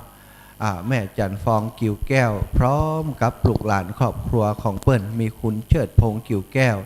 พร้อมกับบริษัทห้างร้านในเครือของเปิ้นร่วมเป็นเจ้าภาพเก้ามาแล้วก็เจ้าภาพเก้านี้เปิ้นก็บ่ได้หมายความว่าห้ามคนอื่นได้มาร่วมบุญได้เปิ้นเปิ้นบ่ได้ว่าจะนั้นเลยตั้งแต่แรกมาแล้วเปิ้นก็เปิดโอกาสให้ศรัทธาญาติโยมพี่น้องหมู่เฮาได้หายได้หอมมาก็เลยเป็นโอกาสดีเมื่อเฮาตั้งจิตเจตนาว่าเปิ้นทำคุณงามความดีที่ไหนเปิ้นสร้างสิ่งเป็นประโยชน์ที่ไหนสร้างพระพุทธรูปก็ดีสร้างศาสนสถานก็ดีอย่างที่อาตมาว่าไปสร้างพระธาตุเจดีย์ก็ดีซึ่งเป็นส่วนที่มีส่วนเกี่ยวข้องกับสัญลักษณ์ทางพระพุทธศาสนาเป็นที่สักการะบูชาในอดีตเดิมตั้งแต่สมัยพุทธกาลก็มีการสร้างแบบนี้ศรัทธาก่อนสมัยพุทธกาลในสมัยพระพุทธเจ้าองค์ก่อนๆเพิ่นก็สร้างกัน เมื่อศรัทธาญาติโยมได้ยินข่าวคราวเรื่องนี้จิตเจตนาที่เขาตั้งไว้ก่อนแล้วพอทราบพบกับอนุโมทนาแล้วก็ตั้งใจมาหอมบุญตั้งใจมาหอมบุญเมื่อตั้งใจมาหอมบุญแล้วก็ต้องมาพอว่าสิ่งที่เขาจะหอมเพื่อนได้มีอะไรอย่างพ่องเนาะที่อาตมาได้บอกไปตะกี้ก็คือทรัพย์สมบัติของเฮานี่แหละมีทรัพย์สมบัติของเฮามีอย่างพ่อง1แรงกาย2แรงใจ3แรงทรัพย์เนาะแรงทรัพย์ของเฮานั้นมีอะไรอย่างที่เปิ่นจะใจที่นี่ได้พ่องก็มีปัจจัยมาให้หอมก็เปิ่นเล็กๆน้อยๆบางพ่องก็หอมกำซิบกำซาวบางพ่องก็หอมกันตลอดบางทีเป็นร้อยเป็นพันแต่มาหลายรอบตั้งแต่เปิ่นขนหินขนทรายเปิ่นปักต้นพระป่าก็มาห่วมก็เปิ่นเปิ่นวางศิลาฤกษ์ก็มาห่วมก็เปิ่นเปิ่นบรรจุหัวใจพระธาตุก็มาห่วมก็เปิ่นติดแล้วไปนี่เปิ่นตาลศาลาเจ้าฟ้าปันลมใบละกาไออย่างต่างๆตาลเสนาสนะตาลเก้าอี้โต๊ะไออย่างต่างๆศรัทธาก็มาหายมาหอมก็เปิ่นบางพ่องก็ได้เก้าอี้ไปตัว2ตัวบางพ่องก็เป็นเจ้าภาพโต๊ะสแตนเลสที่ครูบาอาจารย์เปิ่นประกาศไป 1,900 บาทบัดเดียวนี้ไปพอที่ร้านศรัทธา 2,500 วะโต๊ะสแตนเลสที่ครูบาอาจารย์เปิ่นได้มานี่นะรู้สึกว่าจะเป็นชุดแรกเป็นรุ่นแรกที่เปิ่นผลิตออกมาแล้วมันจับตาครูบาอาจารย์ไปหานแล้วมันคงแข็งแรงก็ไปติดต่อเปิ่นว่าจะเอานักนาอีนะเปิ่นก็เลยลดราคาให้เป็น 1,900 บาทบัดเดียวนี้บัดได้แล้วศรัทธา 2,500 เต็มเต็งเนาะถ้าบัดมี 2,500 บัดต้องไปหาต่อรองจะได้เปิ่นก็บ่ยอมขายฮือเนอะอันนี้แสดงว่าได้ของดีราคาถูกมาใจที่บ่อนพระศรีสองเมืองเนี่ยเซฟสตังของศรัทธาญาติโยมไปมีเจ้าภาพครบไปหมดศรัทธาทั้งหลายอันนี้ก็จิตเจตนาเปิ่นตั้งไว้นั่นแหละแล้วก็บริจาคทรัพย์มาเป็นทานเปิ้นบอกว่าวัตถุทานนี่สำคัญศรัทธาสำคัญจะใดสำคัญตรงที่ว่าวัตถุทานที่เขาจัดทานนั้นจะต้องเป็นของบริสุทธิ์ถึงจะได้บุญกุศลนักแล้วมันเป็นจะใดวัตถุทานที่มันแบบบริสุทธิ์ติดทานไปแล้วมันได้ผลน้อยอย่างเช่นเฮาไปปะสตังเปิ่นตกอยู่หันปึกหนึ่งอย่างเงี้ยศรัทธาเอามาพอมีเป็นแสนเฮาก็ยิบเอามาเป็นของตัวเก่าเฮาไปปะเสเปิ่นหายหอมอะไรอย่างกันสมมุติว่าเปิ่นหอมพระธาตุที่นี่ละเฮาก็ว่าโอ้สตังนี่เฮาได้เหี้ยเป็นของเฮาแล้วเฮาจะทำบุญสกรรมแล้วอีน่ะเขาจะทำบุญสกรรมไม่นะเขาก็เอาสตางค์นั้นมาถวายเปิ่นที่นี่มาให้หอมเปิ่นที่นี่ถามว่าได้บุญก็ได้แต่มันได้บ่นักศรัทธามันได้น้อยเดียวนะเพราะอะไรอย่างนิมนต์พระสงฆ์องค์สังฆเจ้าเนอะครูบาอาจารย์เจ้าทุกรูปทุกองค์ครับนิมนต์เนอะท่านพระครูอภิวัตรมาแล้วเนอะศรัทธาญาติโยมเดี๋ยวให้ครูบาอาจารย์เพิ่นปั่นปอนในเลยเนอะเพิ่นปั่นปอนจุหันเลยเกณฑ์เลยเนอะเกณฑ์เลยเนอะเอาละครูบาอาจารย์นิมนต์เนอะทุกรูปทุกองค์เนอะทุกรูปทุกองค์นิมนต์ทุกรูปทุกองค์มาฉันภัตตาหารเอาพอเอาซองมาเดี๋ยวเขาอนุโมทนาเขาจะปั่นปอนออกอากาศทั้งเพศไหมเอานี่มาด้วยกันเป็นชุดนะอีปอเอาอันนั้นมาเขาจะประกาศอนุโมทนานะสาธุศรัทธาญาติโยมเนอะครูบาอาจารย์ทุกรูปทุกองค์เนอะมาฉันพร้อมกันกระเดียวมันมีงานสปะอยู่ที่เขาจะต้องเตรียมต้องเนี้ยตั้งนานเนอะตอนนี้มีเวลา ตอนนี้ครูบาอาจารย์ก็จะปั่นปอนให้ศรัทธาญาติโยมเนอะศรัทธาทั้งหลายศรัทธาญาติโยมเนาะฮับปอนกันเนอะพี่น้องบ้านขุนลาวสุขีทีคายุโกภวะอภิวาทนาสีริสนิจังวุธาปจายโนชตตาโรธรรมาวัฏันติอายุวโนสุขังพระลางเนอะซึ่งก็หมายมีมูลศรัทธาแม่สมพัฒน์เต่าใจนักบ้านขุนลาวแม่อุ้ยนางกับบัดร่วมทำบุญตานชัดพระธาตุพี่น้องขุนลาวป่อวันลบแม่แก้วเขมราช ตันไปหาแม่อุ้ยรวยพรหมเสนเนาะป้าน้อยกมลแม่คำนวณสิงหราชเนอะนายนาฏพงศ์สิริขวัญถวายตาน้ำ6 แพ็คเนอะป้าอุ้ยยืนพงเสนตาลราวบันได100 บาทแล้วก็ป้อบุญส่งแม่น้องแม่น้อยเนาะตันหลงโอ้ตาลเอาไว้ไป ผลเท่าเปิ้นเขียนตัวหนังสือเนาะเปิ้นเขียนอันจัดชัดแต่อาตมาอ่านบ่ชัดเนอะศรัทธาทั้งหลายแม่วิไลขันแก้วบ้านขุนลาวหอมผ้าเนาะซาพักกะซาพักมาถวาย ซาพักอีกไหมเขาว่าหอมผ้าใจน่ะเอาซาพักเนอะซาพักมาถวายอันนี้เอาตามมะม่วงมาด้วยบ่สัตว์ตุเนยอีแม่บุญรักษาเอามาแหมคณะหนึ่งอีแม่มาตั้งใดเข้าตั้งเพกันได้เนอะเอามาตั้งเพเป็นภัตตาหารก็เป็นอะไรอย่างถ้าเป็นอาหารมาเนาะอาจารย์กำลังฉันกันพอดีอีแม่จัดตันอยู่อะไรอย่างแม่มานี่ก่อนเดี๋ยวเขาหยิบแล้วก็แม่จะยกไปพุ่นเดี๋ยวจะปั่นป้อนเฮียกันมาครูบาอาจารย์เป็นฉันแล้วเขาปั่นป้อนเพอีแม่ลูกตั้งใดมาเขียนหน้าซองมาอย่างมาเขาจะได้พอหน้าซองอีแม่วางเลยสาธุอ้าวโอ้ลูกจังใหม่มาตื่นที่3ที่4เพื่อนกันนี่ฮะเอาละจ้ะมาเอาซองมาเขาจะปั่นป้อนหน้าซองนี่ละเขาจะได้อ่านตามหน้าซองอีแม่สาธุเนอะอีแม่ยกนี่วางบนนี่เขาจะได้ครับโอเคสาธุ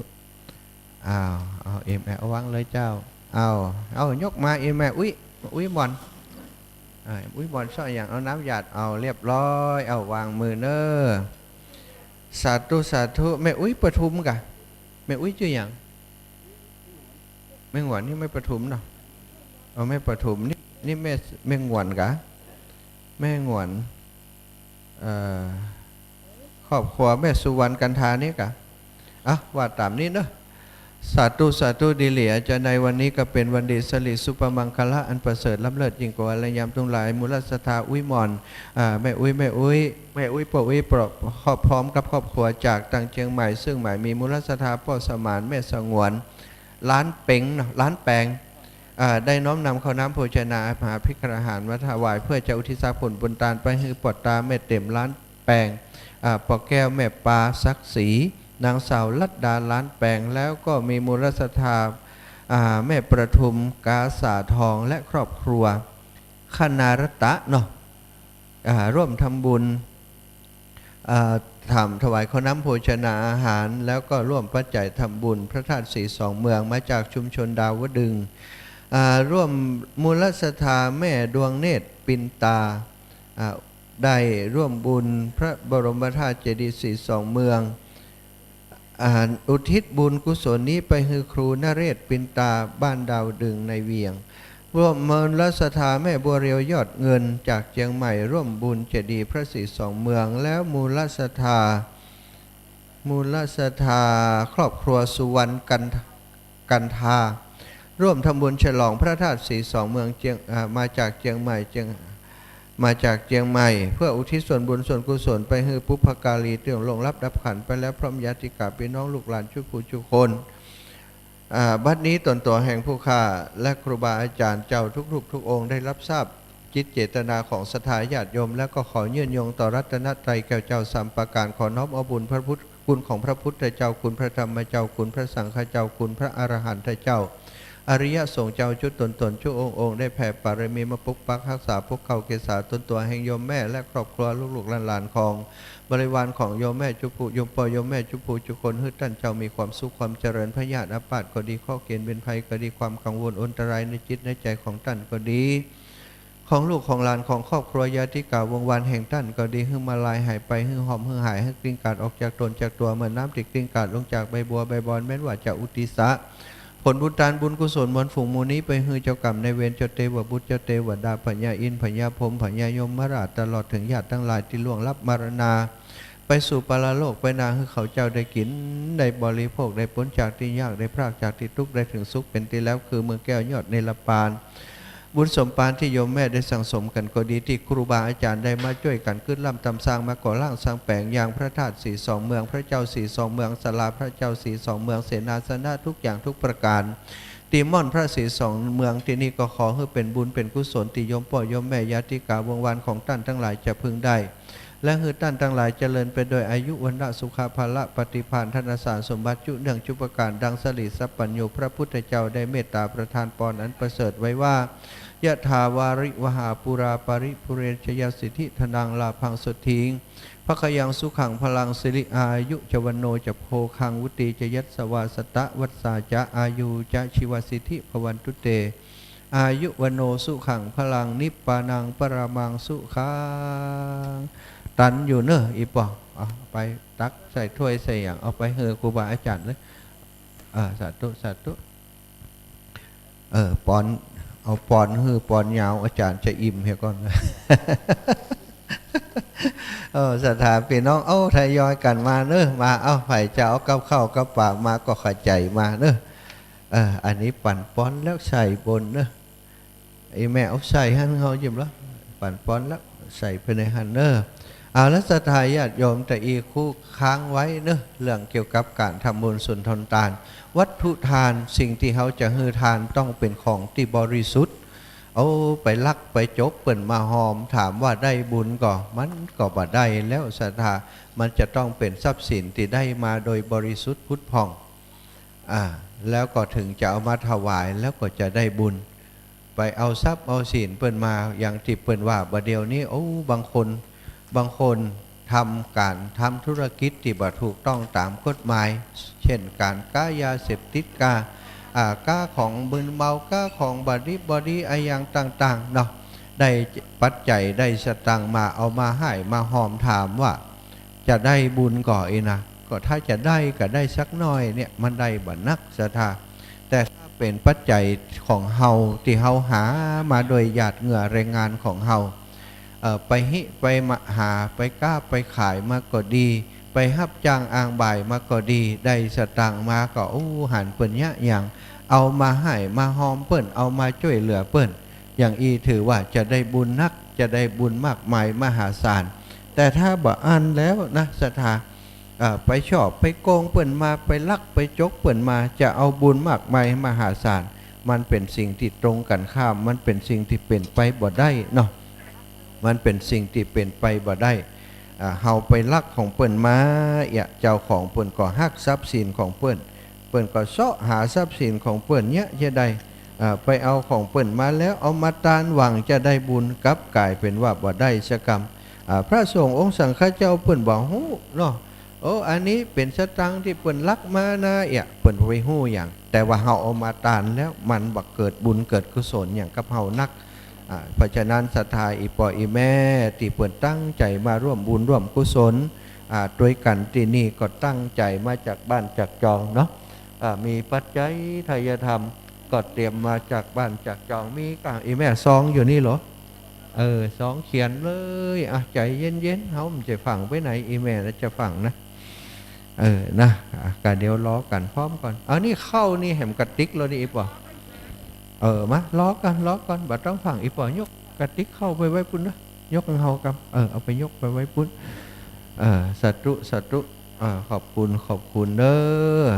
ฉะนั้นติอีปอยอีแม่เอาปัจจัยมาให้มาหอมหามาโดยชอบประกอบโดยธรรมเป็นปัจจัยที่ได้มาโดยชอบประกอบโดยธรรมเอามาน้อมนำมายื่นมาโยงมาถวายครูบาอาจารย์เพื่อจะร่วมบุญร่วมกุศลในการสร้างสิ่งยิ่งใหญ่เนาะเป็นประวัติศาสตร์ของการสร้างที่นี่แล้วศรัทธาพระธาตุถึง3องค์พร้อมกันคราวเดียวทีเดียวที่พระธาตุสีสองเมืองที่นี่อันนี้เดี๋ยวเอาไปประดับไปห้อยที่นี้ก็ได้เนอะสาธุเอาถวายที่พระพุทธก็ได้ก็เดี๋ยวจะปั่นปอนสาธุดิลีจะในวันนี้ก็เป็นวันดีสลี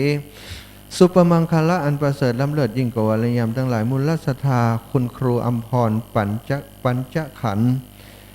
จากแม่ใจเนาะแม่ใจแล้วก็พ่อบุญเรืองจีนาเพยร่วมบุญสร้างพระธาตุ42เมือง100 บาทอุทิศตานไปหาพ่อวิคำแม่วิเอ้ยจิตนาเพยอำเภอแม่ใจจังหวัดจังหวัดพะเยาพวกนี้มาไก่ครอบครัวป่อสนันแม่ออนแก้วจีนาสาบ้านตั้งหนองร่วมบุญสร้างพระธาตุ42เมืองอุทิศไปเฮือกับแม่อ่อนแก้วจิโนสาขอฮือหายจากโรคภัยไข้เจ็บมาจากอำเภอแม่ใจจังหวัดพะเยาแล้วก็แม่ดาวเมืองมูลแม่นั่งหาเก้าอี้มานั่งแม่ดาวเมืองมูลแม่ใจร่วมบุญพระธาตุ42เมือง100 บาทมูลศรัทธาแม่บัวคำจินาเฟยร่วมบุญสร้างพระธาตุ42เมือง200 บาทอุทิศไปให้เจ้ากรรมในเวรเทวบุตรเทวดาบัดนี้ตนตัวแห่งผู้ฆ่าได้ปฏิฆาหารับเอาแล้วก็ขออำนวยอวยใจเอาคุณพระพุทธคุณพระธรรมคุณพระสังฆเจ้าคุณครูบาอาจารย์เจ้าที่มาร่วมกันก็ร่างสร้างแปลงที่นี่เป็นพระกุศลมอบ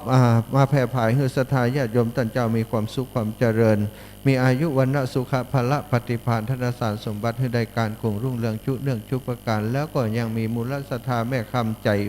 มิพักบ้านสันขวางแม่ใจพะเยาก็ร่วมบุญครั้งนี้โดยเหมือนกันก็ขอให้ท่านเจ้าทั้งหลาย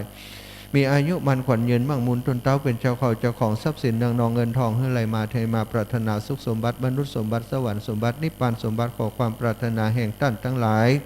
และลูกหลานของท่านทั้งหลายจงเป็นไปด้วยความสำเร็จโดยพันสำเร็จโดยพันดังสลิสัพปัญญูพระพุทธเจ้าได้เมตตาประทานพรอันประเสริฐเอาไว้ว่าชยสิทธิธนังลาพังสุถิงพระขยังสุขังพลังสิริอายุจวันโนจะโพคังวุติจะยัสสวาสตวสาจะอายุใจชีวสิทธิภวันทุเตอายุวันโนสุขังพลังนิปปานังปรมังสุขังแม่มาบัดตันเปิ้นล่ะวันฟูกก่อยมาเนอะวันนี้หมอกลับบ้านแล้วแม่บ่ฮับมุกเลยหมอกลับถ้าไปหาหมอนี่หมอว่าหมอกลับบ้านแล้ว เอาหนังฮับปอนบ่เลี้ยบ่ลุ้นเปิดมาด้วยกันหลายโลแม่ใจนี่น่ะอยู่ไหนกันวะเดี๋ยวนี้เอาเลยเอาไปประดับเอาไปที่พระเจ้าก็ได้ที่ครูบาอาจารย์ทั้งบนก็ได้เนอะเอาแล้วแต่โยมแม่ครูเลยแม่ใจมีแหมก่อแม่ใจมีแหมโยจะล้อกันบอกมาเอามาพร้อมกันนะเป็นการลายเตี่ยเขาคอแตกหมดเลยไหมแต่คืนเสียงพวกบะมีนะแต่คืนฟังรายการก่อนเยอะบ่เอาบ่นาวมาด้วย อันอาจารย์เจ้าได้ขึ้นไปได้พระใจพระอาจารย์สมชาติที่เดินทุดงนี่กาชื่ออย่างได้นี่กันเดี๋ยวถ่ายรูปด้วยกันครับนะเวียนน้องแม่ใจเดี๋ยวถ่ายรูปด้วยกันอันบัดได้เดินไปทางแม่ใจเถอะวันนั้นไปถึงปุ้นไปถึงงานเทิงแล้วก็มาทางเงินตัวเมืองเชียงรายแล้วก็สดมาเม็ดลาวให้นะนักจะไปหาพี่น้องทางปุ้นนะคลื่นสีขาวฟังกันนักเนาะตังคามดอยไปเนี่ยฟังจากตังเวียงปะเป้าได้เลยมวยแม่เขานักอันตังแม่ใจตังเมืองพานเนาะเมืองพานดวงดีเรดิโอของทั้งใดของแม่ขจานกะแม่ใจแหละดีดี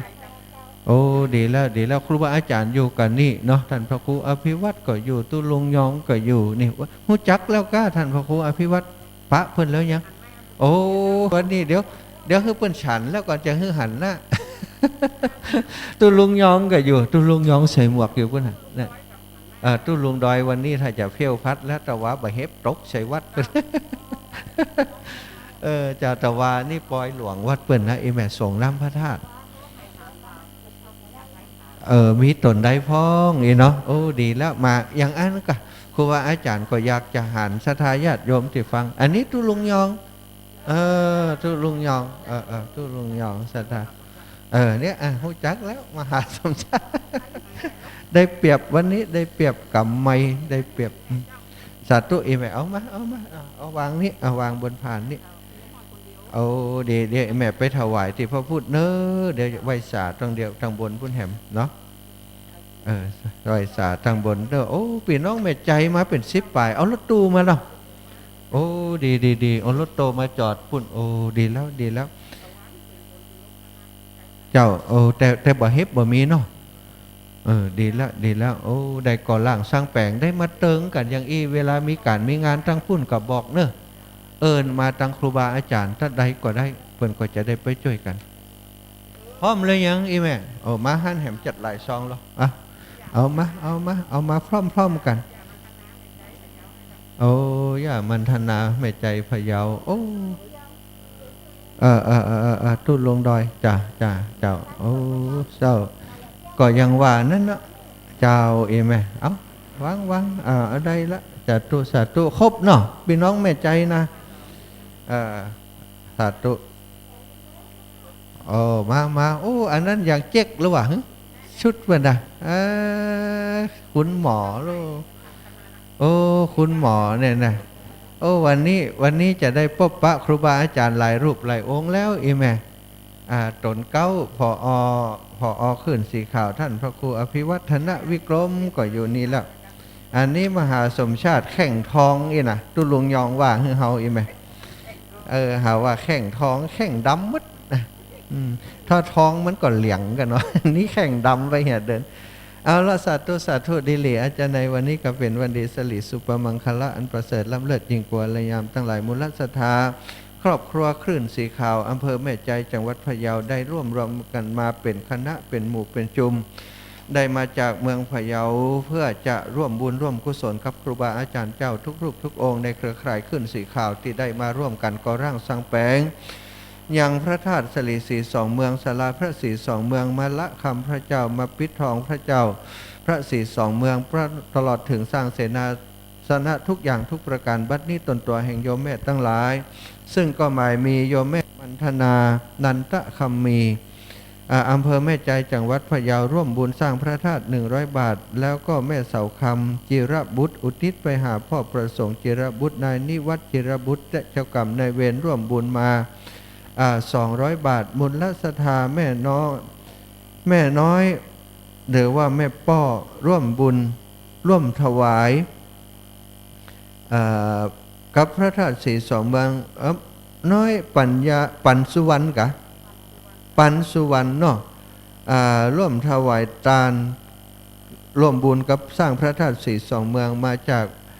หมู่ 4ตำบลสีถ้อยอำเภอแม่ใจจังหวัดพะเยามูลศรัทธาโยมแม่แก้วสายมูลร่วมบุญมา100 บาทจากแม่ใจพะเยามูลศรัทธาแม่สายฝนใจมิสักร่วมบุญมา100 บาทจากแม่ใจพะเยามูลศรัทธานางกัลยาอ่อนคำจากแม่ใจพะเยานางสาววิลาสินีไทยเจริญร่วมบุญกับพระสร้างพระธาตุสีสองเมืองครอบครัวปวดตาแม่นาอ่อนคำร่วมบุญสร้างพระธาตุสีสองเมืองมาจากแม่ใจพะเยามูลศรัทธาแม่คำปอน้อยตุนร่วมบุญยอดชัดมาจากบ้านแม่ใจพะเยามูลศรัทธานายทวัชชัยน้อยตุนร่วมบุญยอดชัดมาจากอำเภอบ้านแม่ใจพะเยามูลศรัทธาแม่คำปอน้อยตุนร่วมบุญสร้างบันไดมาจากอำเภอแม่ใจจังหวัดพะเยาเหมือนกันวันนี้ตนตัวแห่งผู้ข้าเป็นตัวแทนของครูบาอาจารย์เจ้าทุกรูปทุกองค์ได้ปฏิฆาหะรับเอาแล้วก็ขออำนวยอวยจาเอาคุณพระพุทธเอาคุณพระธรรมเอาคุณพระสังฆเจ้าคุณครูบาอาจารย์เจ้าทุกรูปทุกองค์มาแผ่เมตตามาเป็นนวโลกุตตรธรรมมาปกเก่าเกษาปกปักรักษายังศรัทธาสาธุชนอีปล่อยอีแม่เท่าแก่ทั้งหลายให้ท่านเจ้าและครอบครัวมีความสุขความเจริญพระญาติอาปาติข้อเกณฑ์เว้นภัยความกังวล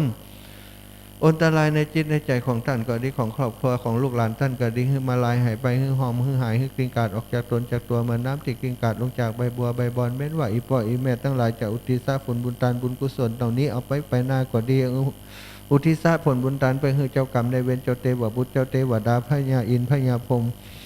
พญายมราชตลอดถึงหมู่ญาติทั้งหลายที่ล่วงลับมรณาไปสู่ปรโลกไปนาให้เขาเจ้าได้กินได้บริโภคได้พ้นจากที่ยากได้พรากจากที่ทุกข์ได้ถึงสุขเป็นไปแล้วคือเมืองแก้วยอดเนรปานนั่นจงจักมีตั้งแต่ดีลีบุญญาติสีที่โยมพ่อโยมแม่ทั้งหลายได้สังสมได้กระทำกันมาจนฮอดมาทำบุญกันวันนี้ก็ขอให้เป็นปัจจัยให้ท่านได้มีอายุมันขวัญยืนมั่งมุนตุนเต้าเป็นเจ้าเขาเจ้าของทรัพย์สินเนืองนองเงินทองให้ไหลมาเทมาปรารถนายังสุขสมบัติมนุษย์สมบัติสวรรค์สมบัตินิพพานสมบัติ ขอความปรารถนาแห่งท่านทั้งหลายของลูกของหลานท่านทั้งหลายจงสำเร็จโดยพลันจงสำเร็จโดยพลันดังสลิสัพพัญญูพระพุทธเจ้าเมตตาประทานปอนอันประเสริฐเอาไว้ว่าชยสิทธิทนังลาพังสุทิงพระขยังสุขังพลังสิริอายุจวันโนจะโพคังวุติจะยัสสวาสตวสาจะอายุจะชีวสิทธิภวันตุเตอายุวันโนสุขังพลังนิพพานังปรามังสุขาขอบคุณแทนครูบาอาจารย์ทุกรูปทุกองค์เนอะที่เป็นกำลังใจนะฟังธรรมในเครือข่ายคลื่นสีขาวเฮาเนาะ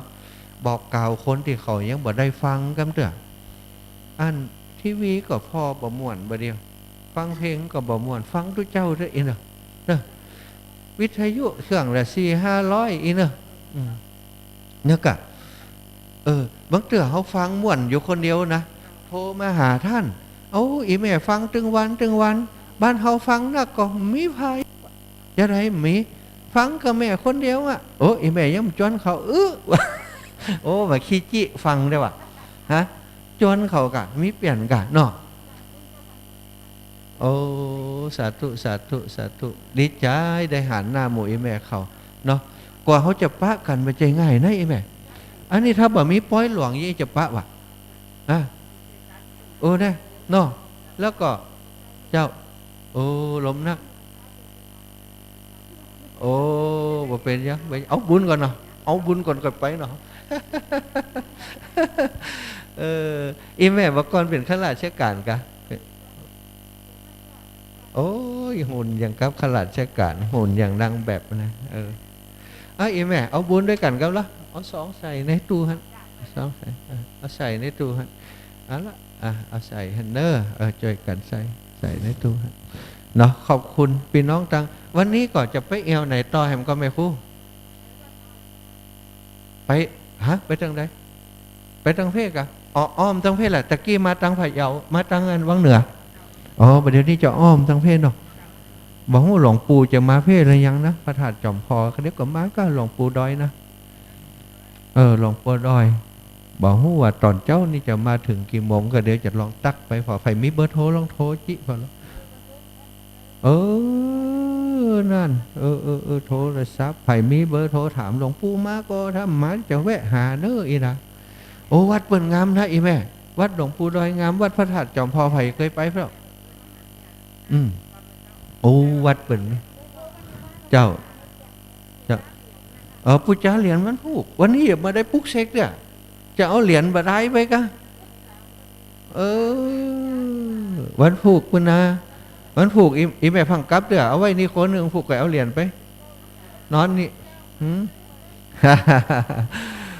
วันที่19วันได้อ่ะแล้วยาใดอ่ะอีแม่เนี้ยได้อ่ะ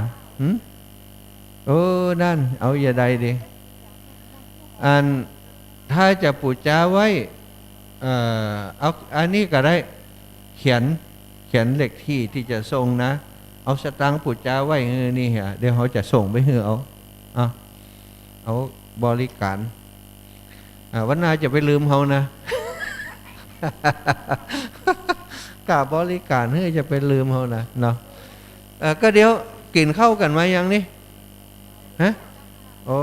กับข้าวกับป่านี่ก็เดี๋ยวก็นี่ได้แล้วโทรหาหลวงปู่พอเนอะตุ๊ดเนี่ยตุ๊ดเนี่ยเอาเขียนไว้นี่ลงที่บ้านยายใช่เอากี่เหรียญก็ว่าเขาจะส่งไปลงหันทีเดียวนะแต่ล้อเขาหน่อยนะเขาจะกลับสุนทรวันนี้วันที่24ปุ่นเนี่ย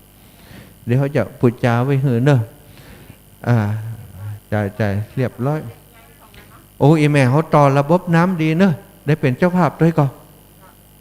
จะไม่พระเจ้า5 พระองค์เขาต่ออันระบบน้ำยศไปถ้าบ่ใจน้ำบดเอาไปอยู่ถ้าฮดไปบ่ไหวแม่ถ้ายศใจมันจะชื่นตลอดเหมาะแล้วงามแล้วอันนี้พระครูอภิวัฒนวิกรมแม่นี่หันละนะใครว่าเปิ่นเท่าอายุ80พอเหี่ยหนุ่มอยู่ก็เดี๋ยวกราบครูบาอาจารย์ก่อนเนอะเนี่ยครับผมอาจารย์ครับตอนนี้ตุ้ลุงเนอะเดี๋ยวผมจะฉันเข้าก่อนตุ้ลุงมาเหี่ยดีๆเดี๋ยวผมจะฉันเนอะอีปอยแม่ก็พบครูบาอาจารย์เปิ่นตอนเจ้านิกรรมท่านพระครูอภิวัฒนวิกรมเนี่ยลูกนี่แล้วเอาตุ้ลุงมาเปลี่ยนผมก่อน ถ้าตุลุงแบบเปลี่ยนบึดผมก็เปลี่ยนนะ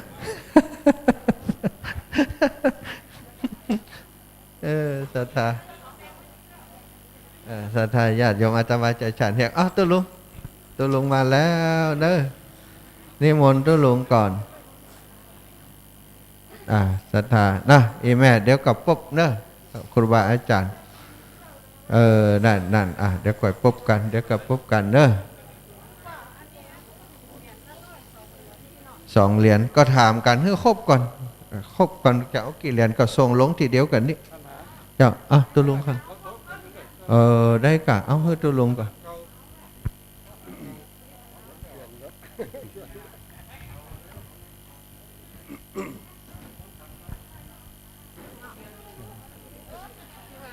อดีตจะหมดจดอนาคตจะสดใสต้องแก้ไขที่ปัจจุบันขอความนอบน้อมแด่พระรัตนตรัยอันมีพระพุทธพระธรรมพระสงฆ์เป็นสรณะที่พึ่งแล้วก็ขอถวายความเคารพครูบาอาจารย์ทุกตนทุกองค์ด้วยความเคารพเจริญพรมายังศรัทธาญาติโยมเนอะเหรียญเอาไปที่ครูบา40,000เนอะสำหรับเหรียญเอาไปที่ครูบา40,000นั่นน่ะที่อันที่ประจะรับส่งกันไปเนาะตอนนี้ครูบาอาจารย์ได้ฉันภัตตาหารเจ้าอิ่มหนำสำราญเป็นที่เรียบร้อยปุดโตอาหารวันนี้ระดับเชลชนชิม พี่น้องปังน้ำถุก็ดีพี่น้องต่างขุนลาวนะหลายที่หลายต่างครูบาอาจารย์ได้ฉันแล้วเป็นที่อิ่มหนำสำราญแล้วก็จะได้ช่วยกันต่อไปเนาะพี่น้องศรัทธาที่กำลังมาตะกี้หันรถตู้จอดตั้งรุ่มพุ่นนึงกันนะเปิ้นก็กำลังพี่น้องแม่ใจอำเภอแม่ใจกันไหมเนาะโหมาไก่นะพี่น้องแม่ใจเนาะฉะนั้นก็คณะศรัทธาเอากินข้าวก่อนเนอะพี่น้องศรัทธานะเป็นกกตได้พระสงฆ์กินข้าวก่อนกองทัพเดินด้วยท้องกินข้าวน้ำจำข้าวไงด้วยกันอิ่มหนำสำราญเป็นขโยมเนอะกกตกินกับตุแต่ถ้าหากว่าภัยจะห่วมทำบุญเนาะจะฮับศีลฮับพรซึ่งขณะนี้ในเมตตาบารมีธรรมอาจารย์ท่านพระครูอภิวัตนวิกรมก็อยู่ตรงบนศาลาปูนเนาะแต่วันนี้นอกจากจะมีดนตรีนาฏศิลป์จากจังหวัดเชียงใหม่แล้วก็ยังมีการฟ้อนโดยของคณะแม่ครูธนวันแล้วก็หลายคณะโดยที่เพิ่นจะมาเนาะเดี๋ยวตุลุงประกาศก่อนอีแม่ก็เป็นตากล้องโดยร่วมทำบุญโดยนี่อันใหม่มีนายผวนศิลคิรีก็ได้สักขีแม่เดี๋ยวมานิ่มกรรมเลยศักดิ์ศรีเนาะถูกต้องก็ศักดิ์ศรีศักดิ์ศรีถูกต้องเลยแม่เขียนบรูงามดีเด็กศักดิ์ศรีนายผวนศักดิ์ศรีพร้อมครอบครัวได้ร่วมรำบุญมาแต่1-2เนาะขอบคุณนี่แม่เด้อบางทีนี่คนนึงเขียนคนนึงอ่าน อาจจะผิดพลาดไปนะคนนึงเขียนคนนึงอ่านก็อาจจะผิดพลาดไปก็ต้องขอสุมาอภัยตัวเองเพราะนั้นก็จะได้ญาติโยมเอาแล้วเนอะกินข้าวน้ำข้าวตอนเดี๋ยวนี้ข้าวงายนะก็เดียวก็ตั้งดีเจโดยเนอะพี่หนานนิวนี่น้อยหนานทหารเก่าเปิดก็เป็นโคสักกะเหมือนกันเครื่องเสียงเปิ้นดังดีเสียงดังฟังชัดแหมบืดเปิ้นก็จะได้ทำหน้าที่แถมนะภาคตอนที่พิธีการแล้วก็จะได้ขึ้นไปกราบพระนพธรรมได้เนอตังบนพุ่นนะแต่วันนี้เป็นวันดีในวันนี้ก็ยินดีต้อนรับพี่น้องศรัทธาที่มาจากทั่วสารทิศวันนี้พี่น้องดังเมืองฝางโดยการนำของคุณแม่จงดีเชื้อกันทาเปิ้นจะมากันวันนี้เนอะตะกี้เปิ้นก็ไลน์มา แล้วก็มีผู้ร่วมรำบุญกับคุณแม่จงดีตัวนะเชื้อกันทาเปิดว่าเดี๋ยวอ่านให้เปิ้นทางบ้านได้ยินคำเนอะนี่นะ2 ลาย ก็ต้องขออนุโมทนาในส่วนบุญกุศลที่พี่น้องศรัทธาร่วมกินร่วมทานร่วมบุญกุศลมาเป็นเจ้าภาพได้ร่วมรำบุญเป็นเจ้าภาพสิ่งใดสิ่งหนึ่งก็ดีก็เจิญนะแต่ตุพี่โจก็โทรมาตะกี้ไล่ไปไล่มาแบบว่าตุพี่โจกับตุลุงนี่เป็นครัวญาติกันไว้ เปิ้นอยู่สันต้นมือเนี่ยบ้านสันต้นมือทำไปทำมาเป็นว่าคนนั้นลูกคนนี้หลานคนนั้นเราไล่ไปไล่มาเป็นพี่น้องเดียวกันให้เป็นตู้หลานตุลุงเนี่ยก็หอมปอยหลวงมีป้อใจแม่คำเกื้อกาลุนวงอันนี้พี่น้องจากเมืองฝางพุ่นเนอะพร้อมด้วยลูกหลานทุกคนบ้านหัวฝายเมืองฝางร่วมรำบุญจำนวน1,000 บาทเนอะสาธุสาธุอันนี้ก็ปัจจัยอยู่ที่แม่จงดีพวกนะนี่เป็นลายมาให้อ่านได้แล้วก็มีแม่หมายปัญญาพร้อมด้วยลูกหลานร่วมรำบุญม่อนปิ่นนี่บ้านม่อนปิ่นนะร่วมรำบุญแต้ม300 บาทยินดีหนักๆเด้อแม่แล้วก็มีพ่อสุพจน์แม่จันทนาถาวงพี่น้องหัวฝายโป่งน้ำร้อนทำบุญจำนวนแถม500 บาทสาธุสาธุอนุโมทนาในบุญกุศลกับญาติกับโยมที่ใส่บุญตัง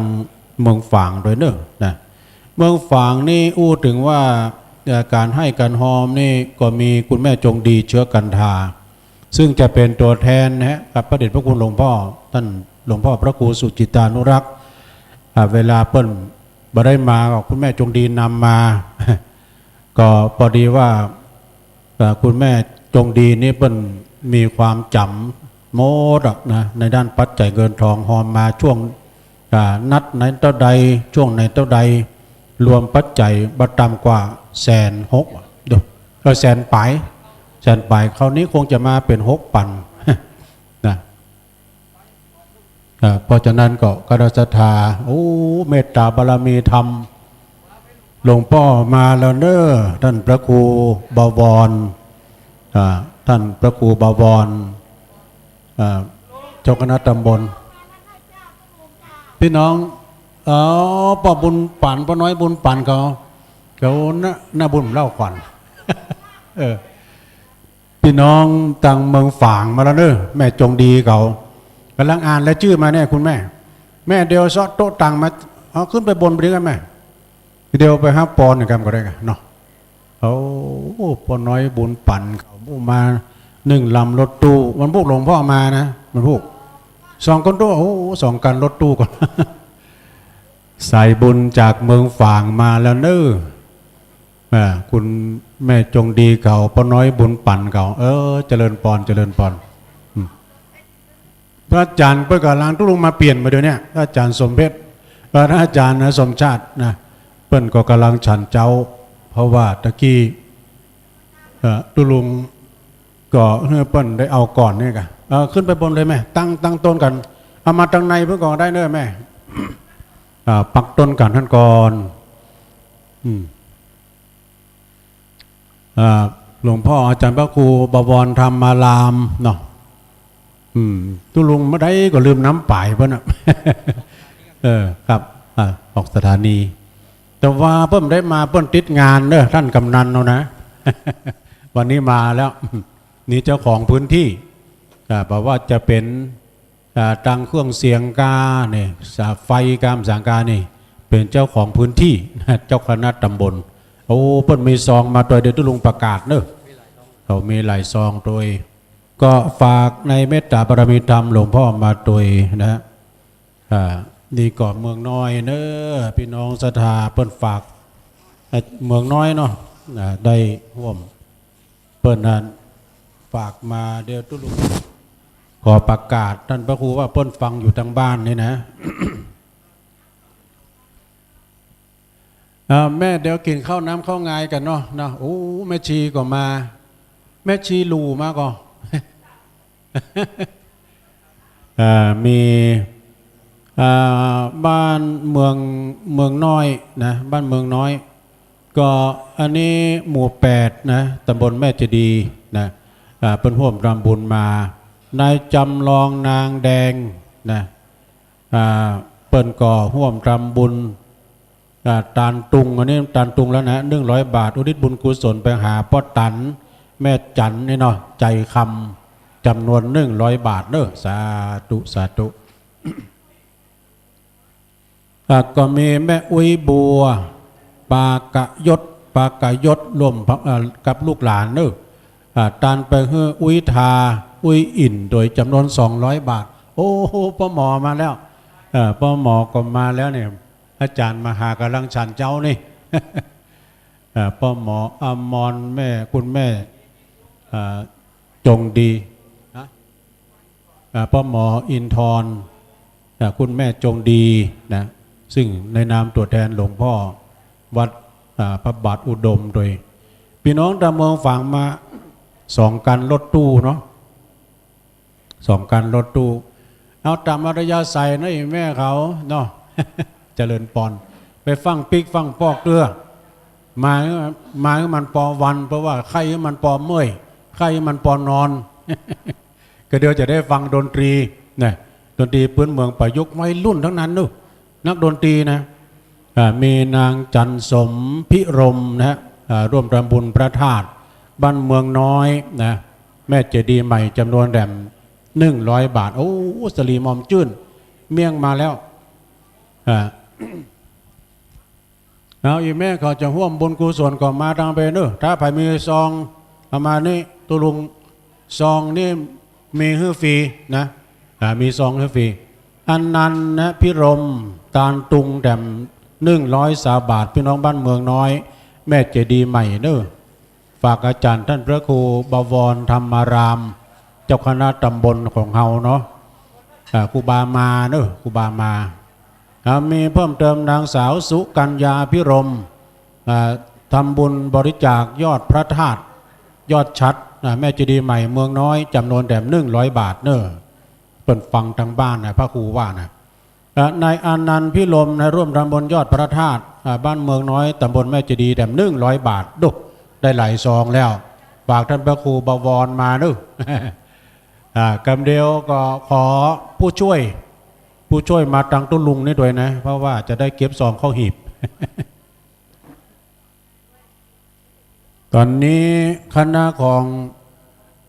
ป้อมหมออินทรคุณแม่จงดีป้าน้อยบุญปั่นเขานะกำลังตกแต่งต้นนะตกแต่งต้นมากัน2 กันรถตู้ก็มันต้องฟังต้องฟ้าวเนอะแล้วก็พายจะใส่คันสินคันสุมาใส่คันแก้วทั้ง3ก็เจอนะนี่ใส่ตู้แล้วเนาะกำเดียวเขาจะอย่าได้ดีหาชัดนี่นะเขาจะให้เพื่อนปู่จาดาอันผ้าแพรนี่จะเอาชัดไปตั้งดังใดจ้านะนะใส่เข้าไปนะแม่ขอบคุณอนุโมทนากับใส่บุญกับพี่น้องศรัทธาญาติโยมด้านสาธุชนทั้งหลายเนาะโอ้วันนี้ดีอกดีใจเนอะพี่น้องเมืองฝางเพิ่นมาเอามือแล้ว ถึงวันนั้นจะไปเอาบ้านอันป้าน้อยบุญปั่นเนาะเขาจะไปพอต้นบัดตื่นป่ะนะฮะโอ้แม่บัวพัดแม่บัวพัดกุลันวันที่22นะ21เนี่ยท่านมาหาจะไปนอนแล้วก็บอกว่าถ้าตุ๊ปี้น้อยตุ๊น้องอย่าไปก่อน ตุ๊ปี้ตุ๊น้องกันเนาะเดี๋ยวพี่น้องเมืองฝางกินข้าวกันตกแต่งห้างกันแล้วเดี๋ยวกินข้าวน้ำจำข้าวง่ายด้วยกันเนาะแม่ชีก็มาโอ้ดีอกดีใจเนอะพี่น้องฝางเพิ่นมาเอามือก่อนแล้วคุณแม่จงดีนี่เพิ่นรวบรวมปัจจัยตั้งแต่เริ่มต้นมานะประมาณ100,000 ปลายนะก็เพิ่นมาสร้างที่ลายเพราะว่าเพิ่นมาหลายเตื้อเนาะมีการมีงานแต่ละครั้งเพิ่นก็มาเนาะโดยเฉพาะก็ตังป้าน้อยบุญปั่นเนี่ยมาเกือบทุกนัดนะเพิ่นมากันเดี๋ยวขึ้นไปกับพระนพธรรมได้นะป้าน้อยขึ้นไปได้นะตอนนี้ก็ศรัทธาญาติโยมพี่น้องที่มากำลุนนี่ก็ดีเนาะจะไปไหว้ไปสากับพระนพธรรมเปิ้นปิดทองจัดงามอีแม่ บ่เชื่อว่าเป็นพระเจ้าปูนนะแต่ว่าเปิ้นมีอายุมาน่ะลดและเปิ้นปิดคำทุกงามขนาดนะสถานญาติโยมเนาะตอนนี้ญาติโยมดังบนนั้นก็ครูบา40,000เพิ่นก็กำลังแปลงได้เนาะถ้าไผ่ที่เอาบะฟักบะแฟงบะแตงโอ้ไปมีเมื่อใดอันน้ำเพิ่งน้ำอ้อยนะเป็นถั่วเป็นงานะเอามารวมกันพี่เนอะมาเจาะมารวมกันเพราะฉะนั้นก็คณะสัตยาติโยมพี่น้องก็กำลังปักยอดปักปลายกำลังเดินทางเข้ามาได้กินได้ทานร่วมบุญกุศลโดยแล้วก็ดีนะฮะขอบุญกุศลอันนี้จงได้ปกปักรักษาเจ้ามูราศรัทธาทั้งหลายขึ้นไปเลยแม่ตังคณะสัตยาจากเมืองฝาง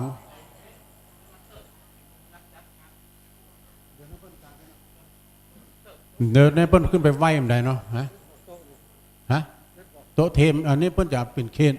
เป็นอันนี้กะเพิ่นจะเพนน้ำบึดเพิ่นจะเพนน้ำบึด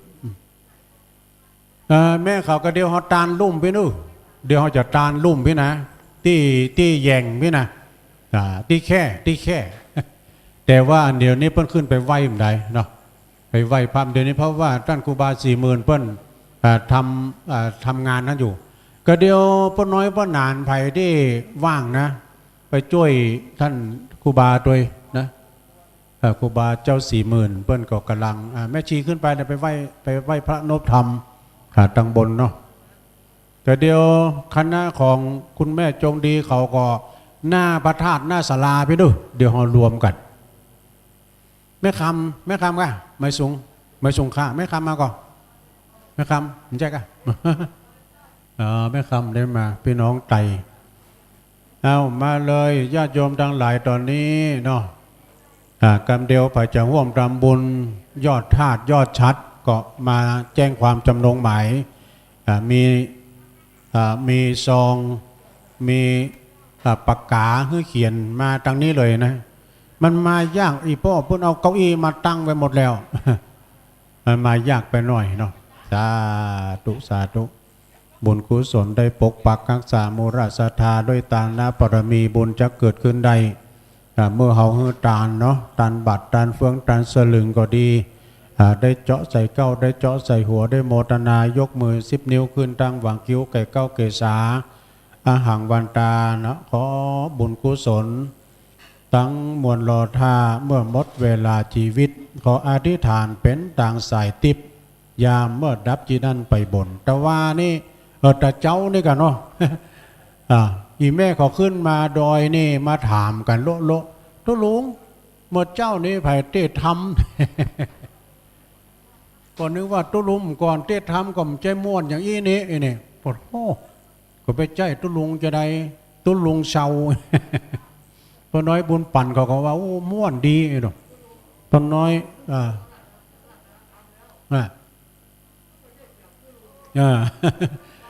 เป็นตุลุงเชาพออยู่ปางน้ำทุนี่เนอะตุลุงเชานะชื่อเปิ้นก็พระธนกรชื่ออย่างวัยรุ่นท่านพระอาจารย์ธนกรกตะปุญโยสำนักสงฆ์ปางน้ำทุตุลุงเชาอายุเปิ้น90ไม่ใช่70 ป่ายพระพุทธเจ้ามันฟังอยู่ทางบ้านสะดุ้งยะเราเต้ทำอย่างน้ำไหลวิดิสได้เสียงเปิ้นพระธนกรดูชื่ออย่างวัยรุ่นถ้าชื่อเล่นว่าตุลุงเชานะพวกเจ้าก็จะมาอยู่เนอะนะฟังถ้าฟังเนาะแล้ววันพวกนี้ก็ต้องขอบคุณเนอะโฮงตาลทอดปลากับข้าวตัวเปิ้นจะทอดปลามาอาหารโรงทานได้รับความอนุเคราะห์จากคุณโยมสุรีพรเตมีศักดิ์คุณโยมนางบุญทากันทวงศ์เนอะเปิ้นอยู่ในตลาดสะเก็ดดอยสะเก็ดมีกันนี่เอาเลยแม่เอาเลยเปิ้นอยู่ที่ตลาดดอยสะเก็ดเนอะเปิ้นจะเอาโฮงตาลมาเปิดเปิ้นจะเปิดโฮงตาลที่ลุ่มดอยฮะเนอะที่หัวขั้นใดนาคลุ่มพุ่นนะ คุณแม่สุรีพรเตมีศักดิ์คุณบุญทานางบุญทากันทวงศ์โรงทานปลาทอดกับข้าวสุกข้าวเหนียวนี่นะมาจากตลาดดอยสะเก็ดนะวันพรุ่งนี้เนอะวันใช่วันพรุ่งวันไหนวันที่ซาววันที่ซาวเนอะวันที่ซาวลืมไปสุมาเนอะ พี่น้องเมืองฝางพักก่อนนะแม่เนอะแม่ชีเขาโอ้ดีอกดีใจเปิ้นมากันหลายน้อยบุญปั่นเขาหลายท่านเดี๋ยวอ่านก่อนเนาะแม่จะเอาทำบุญอย่างอ่านเดี๋ยวน้อยนะโอ้ตัวหนังสืองามขนาดไหนแม่ดูงามเดี๋ยวตุ้ลุงกันนะลายมือเป็นงามคุณแม่อำพันธ์กองบุญจากอำเภอฝางร่วมทำบุญปัจจัยเนี่ยเดี๋ยวไปที่ท่านมหาเนาะท่านมหานักเดินแข้งทองเนี่ยถ้าว่าเป็นนั้นฟุตบอลก็นักเตะแข้งทอง อันนี้นักเดินทางแข้งทองพักผ่อนกันนะแม่เนอะโอ้ดีอกดีใจพี่น้องเมืองฝางเพิ่นมาเอามือเอาวันเพราะฉะนั้นก็ศรัทธาญาติโยมวันที่22เนอะซึ่งมีคณะครูบาอาจารย์ที่นักจัดรายการเนาะเพิ่นจะไปโดยการนำของท่านพระครูอภิวัฒนวิกรมนะเพิ่นจะได้นำทีมไปจะไปนอนพุ่นคืนแล้วก็ตอนเช้านี้จะทำบุญทักษิณานุปทานเนาะแล้วก็จะได้เทศนาธรรมบรรยายธรรมโดยท่านพระครูอภิวัฒนวิกรมต่อจากนั้นก็เมื่อวันที่เมื่อคืนหน่อยวันที่23นั้นก็จะมีการสนทนาธรรมแบบบุตรชาวิสัชนาเนาะนะอีแม่จะรวบรวมบุญแล้ววันที่23นั้นจะมีสืบจัตตาหลวงโดยขอบคุณได้ไหมนี่นางมีชัยพินโยภาสเนาะความครอบครัวปังปอยพี่น้องปังปอยนิตานการเตตุลุงนี่เนาะขอบคุณเนอะสาธุเนาะไม่สูงค่าพี่น้องไตโทรมากันโทรมาผ่องถ้าโทรมาแล้วก็ขอบคุณตัวเนาะขอบคุณเนอะศรัทธาญาติโยมแล้วก็ศรัทธาเนาะในวันที่23นะ23นั้นก็เพิ่งจะสืบจัตตาหลวงหลวงพ่อตัวในวาระโอกาสที่หลวงพ่อได้เจริญอายุมาจะขึ้น70เนาะจะมีพระสงฆ์จำนวน70กว่ารูปอันนี้นางอย่างก็แม่อย่างก็เดี๋ยวแม่อย่างก็แม่แม่มีเนาะจะต้านหือปอมอย่างแถมจะต้านหือปอมคำทวนและแม่โอเนาะแถมยอดคำแถม100 บาทเนาะโอ้ขอบคุณเนอะพี่น้องไตจากเมืองฝางเนาะห่วงทำบุญมาแถม100 บาทตานหาป่อหาแม่ขอบคุณอนุโมทนาสาธุการด้วยเนอะขอบุญกุศลนี้จงได้ไปฮอดไปถึงเติงตันยังจิตตะดวงวิญญาณของเขาเจ้าทั้งหลายที่ล่วงลับขันไปเนาะพี่น้องศรัทธาตอนนี้พี่น้องเมืองฝางเดี๋ยวท่านพระครูอภิวัฒนวิกรมเพื่อจะไปปั่นปอนเนาะกระเดียวอีแม่เขานั่งตามแค่เอาเก้าอี้ไปนั่งตัวก็ได้เนอะโอ้นี่มีเปี่ยวดอกหอมพวกขนาดนะแม่ไหนเนี่ยเดี๋ยวนั่งสบายดีนะเอามานั่งได้ป้าน้อยเอามานั่งสัก2 ตัวมาให้แม่ด้วยเอามานั่งนี่นั่งให้น้อยกันเลยท่านมหาเฮือแค่ตั้งปุ่นวางนี่พี่น้องต่างเมืองฝางมา2 การรถตู้ดูเพิ่นมาเอามือนะฉะนั้นพี่น้องต่างเวียงป่าป้าฮอจะต้องไปวันที่22 23เปิ้นมา2 ตู้เราต้องไป4 ตู้ เนาะโอ้วันนี้ดีอกดีใจอันป้อมหมอเขาคุณแม่จงดีเขาพ่อน้อยบุญมีเขาสุมาได้ชื่อนะผมแม่บุญปั่นด้วยเนาะแม่พ่อน้อยบุญปั่นแม่บุญปั่นก็มีครับมาละเอายกมาเลยยกมาพร้อมๆกัน นะ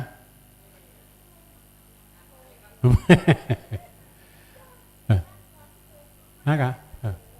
ก็เดี๋ยวเอาเก้าอี้มานั่งตัวกันได้ถ้ามีที่นั่งนะแม่โบพัดยังมาตั้งหน้าพี่ แม่โบพัดกุหลันเนี่ยโอ้ยเพิ่นชอบโทรศัพท์แต่เดี๋ยวนี้นะอีแม่ทางบ้านเขาได้หันหมดแล้วเดี๋ยวนี้เพราะว่ากล้องเพิ่นส่องหมดละนะ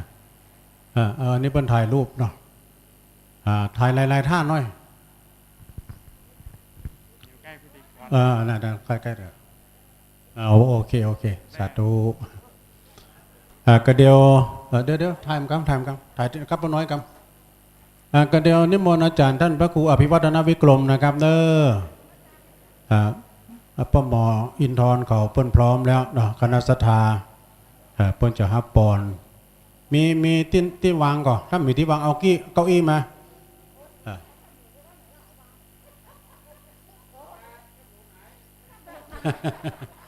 แคบหมูเอามานั่น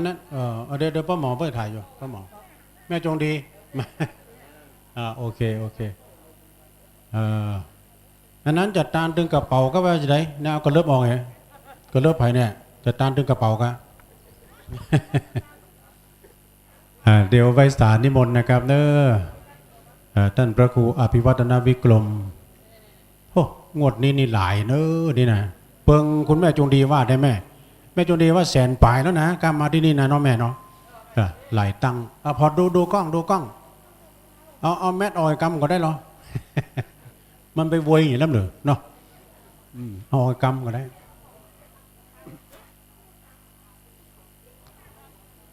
วันนี้ก็ต้องขอบคุณ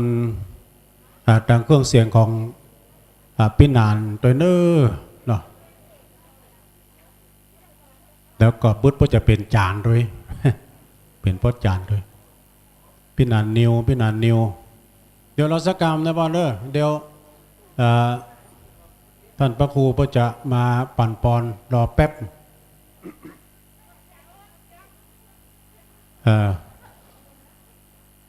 ก่อนที่คุณแม่จงดีก่อนที่จะฮับปอนพระครูมาพอดีเนอะเอาถ่ายรูปเดี๋ยวก็ถ่ายหมู่ก็ได้เหรอเอาพระครูไว้ตรงกลาง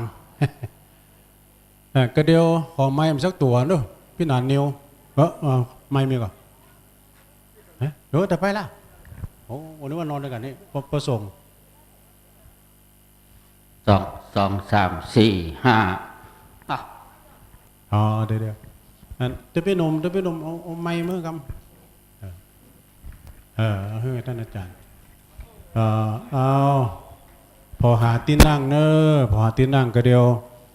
เจริญปอนตังป้าหมออินทร์ป้าน้อยบุญปั่นเป็นตัวแทนประเคนกำนึกประเคนต่อกันป้าหมอมาเลยป้าหมอพายเยี่ยมถ่ายรูปเพื่อนมาถ่ายรูปเป็นมือกล้องไอ้คนเป็นตากล้อง ถ่ายหลายท่าคุณแม่จุนดีก็ต๊อด้านหลังกันไปเนาะเนี่ยเป็นไหลสดด้วยนะท่านมหาเป็นไหลสดด้วยนี่ชุดแรกเนอะอันนี้ชุดแรกกำไว้ได้บุญพร้อมกันเพิ่นฝากมาก็ได้พร้อมเอาตั้งใจเนอะเอาป่อนเนาะบัดนี้หมายมีพี่น้องศรัทธา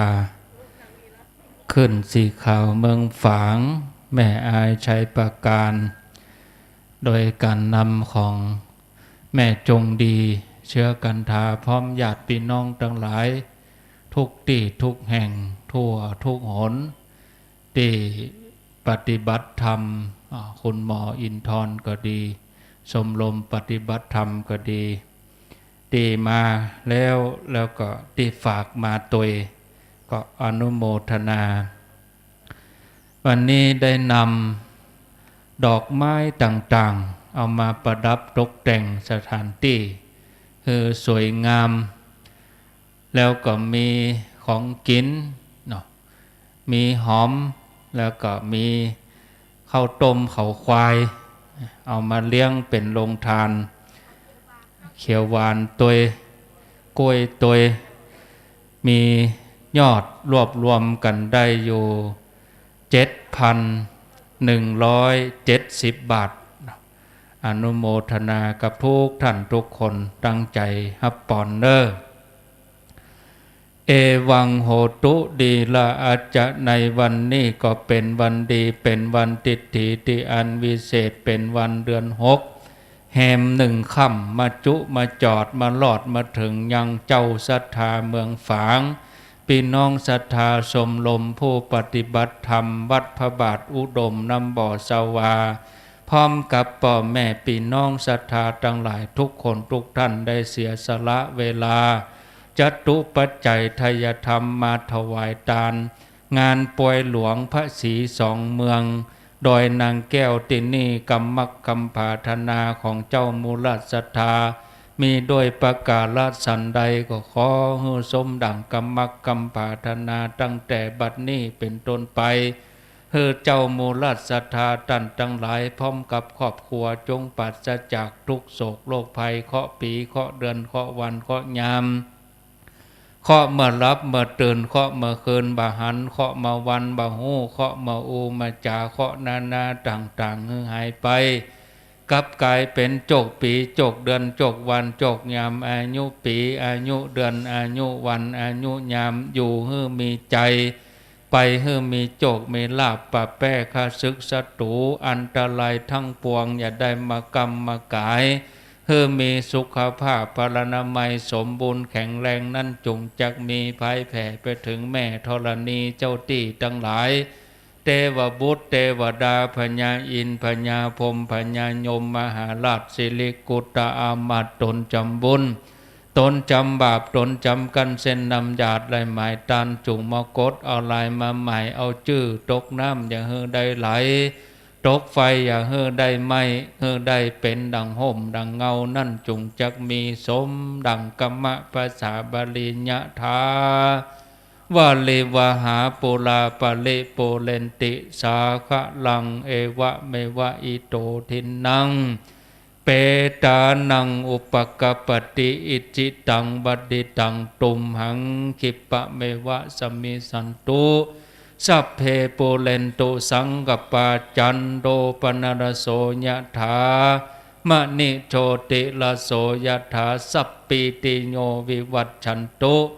สัพพะโลโกวินัสสันตุมาเตภวัตวันตรายโยสุขีติคายุโกภวะอภิวาทนาสิลิสนิจังพุทธปจายิโนจัตตาโลธัมมาวัฏันติ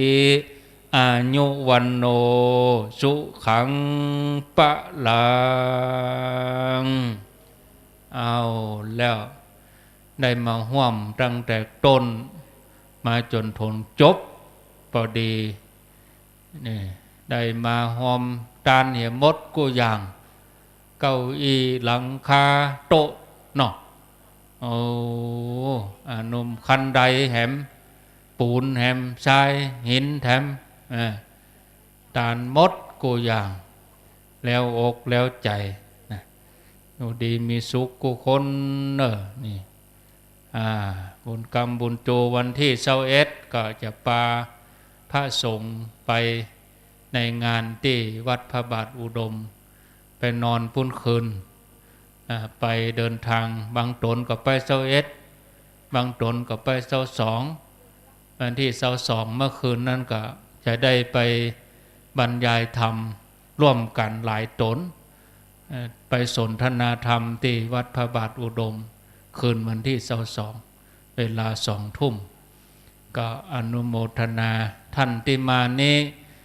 ถือว่าเป็นตัวแทนของพี่น้องเมืองฝางแม่อายชัยประการเป็นตัวแทนของหลวงพ่อที่ได้มาร่วมกันเฮาทั้งหลายนี่ถ้าเฮามี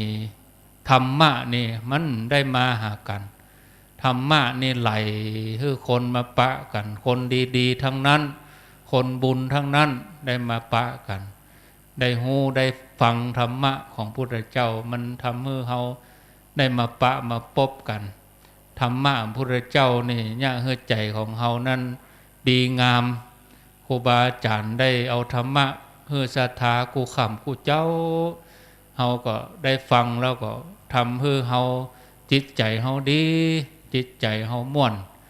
นึกถึงบุญถึงกุศลตลอดเมื่อใดเราจะได้ไปแอวหากันเนี่ยอันอุปสรรคปัญหานี่มันแบบเป็น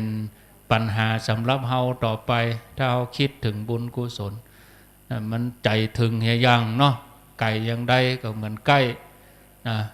อันนี้มันจะเป็นตัวหล่อเลี้ยงใจเราไปตลอดกึดถึงมาใดโอ้ดอยนางแก้วเราได้ร่วมแล้วทุกอย่างมีงานได้มากู้เตื้อนึกถึงมาใดม่วนใจภูมิใจเนี่ยญาติโยมทั้งหลายเนาะตามสบายเนอะฝั่งเมื่อเตื้อกินข้าวตอนแล้วก็เมื่อเนาะโมทนาบุญกรรมบุญจูเอาไม้ไป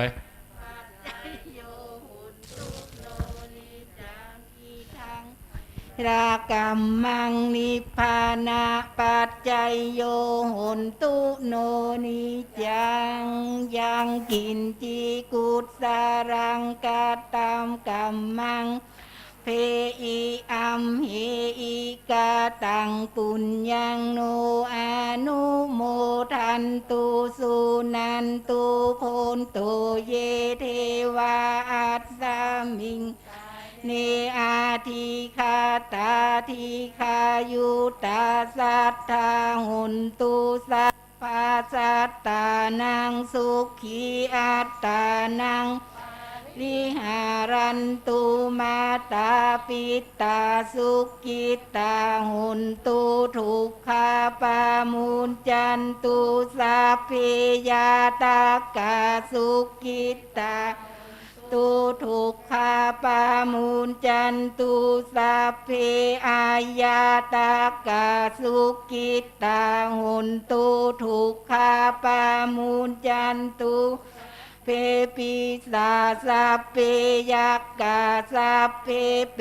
ตาสุกิตาหุนตุทุกขาปามุญจันตุสัพเพนักขัตตา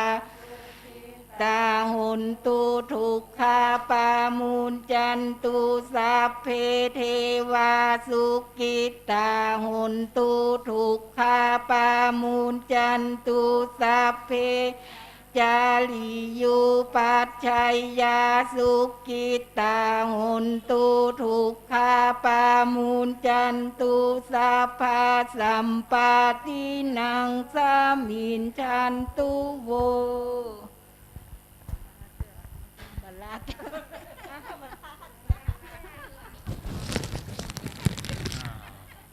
ถ้าลาก็จะเมื่อเนาะลาเถอะเดี๋ยวแอวไปถ่ายรูปถ่ายยังตั้งหลังเพิ่นก็ไปได้เดี๋ยวห่อทุเจ้าเพิ่นพักอย่างใด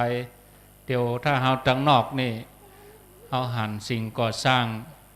แล้วเฮาเข้าไปตั้งหลังเพิ่นก็จะเป็นสิ่งก่อสร้างของธรรมชาติต้นไม้ต้นหยังเนาะตามสบายอนุโมทนานิมนต์ทุลุงตามอัตยาศัยเนอะเท่าแน่นอกแน่นใจอิตังยังกินจิเรียบร้อยเนาะ เอาคณะกรรมการเขาก็ช่วยกันเนอะอันใดตั้งไว้ตั้งโฮงครัวเก็บกรรมแล้วก็ต้นเงินต้นทองก็ตั้งครูบา40,000เนอะเดี๋ยวรวมยอดปัจจัยกรรมการก็เริ่มจะมี เป็นสาธุเจ้านะช่วยกันเนาะช่วยกันกรรมแม่ครูธนวันต้องขอบคุณนะฮะกับ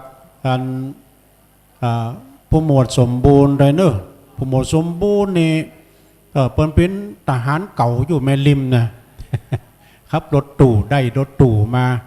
โอ้เปิดก็ฟังรายการอยู่ในคืนสีขาวเนอะเดิมไปอยู่น้องเอิกน้องเอิกก็พี่น้องลายเนอะฉะนั้นก็ขอบคุณเนอะผู้หมวดสมบูรณ์นะเปิดขับรถตู่มาทำกันเอาแล้วตอนนี้ถ่ายรูปเป็นที่ระลึกเนอะพุ่มดอกไม้ ผู้หมวดปิ้นตากล่องให้แล้วยินดีเนอะสำหรับพี่น้องศรัทธาต่างหนองเงือกต่างงาน เมืองฝางเนาะ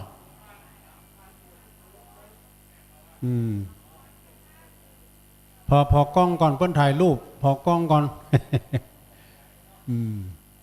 ไปฟังปิกเตอร์เนอร์อีแม่เขาพี่น้องไตมาถ่ายรูปโม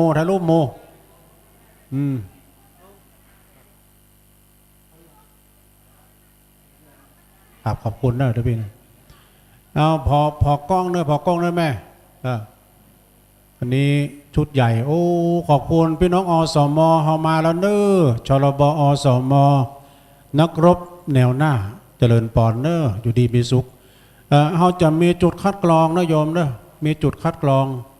ถ้าเขาจะขึ้นมานี่ก็ให้ตังคณะเจ้าหน้าที่อสมเขาได้เช็ควัดอุณหภูมิแล้วก็เขาได้เอาเจลล้างมืออย่าประมาทกาดอย่าตกนะ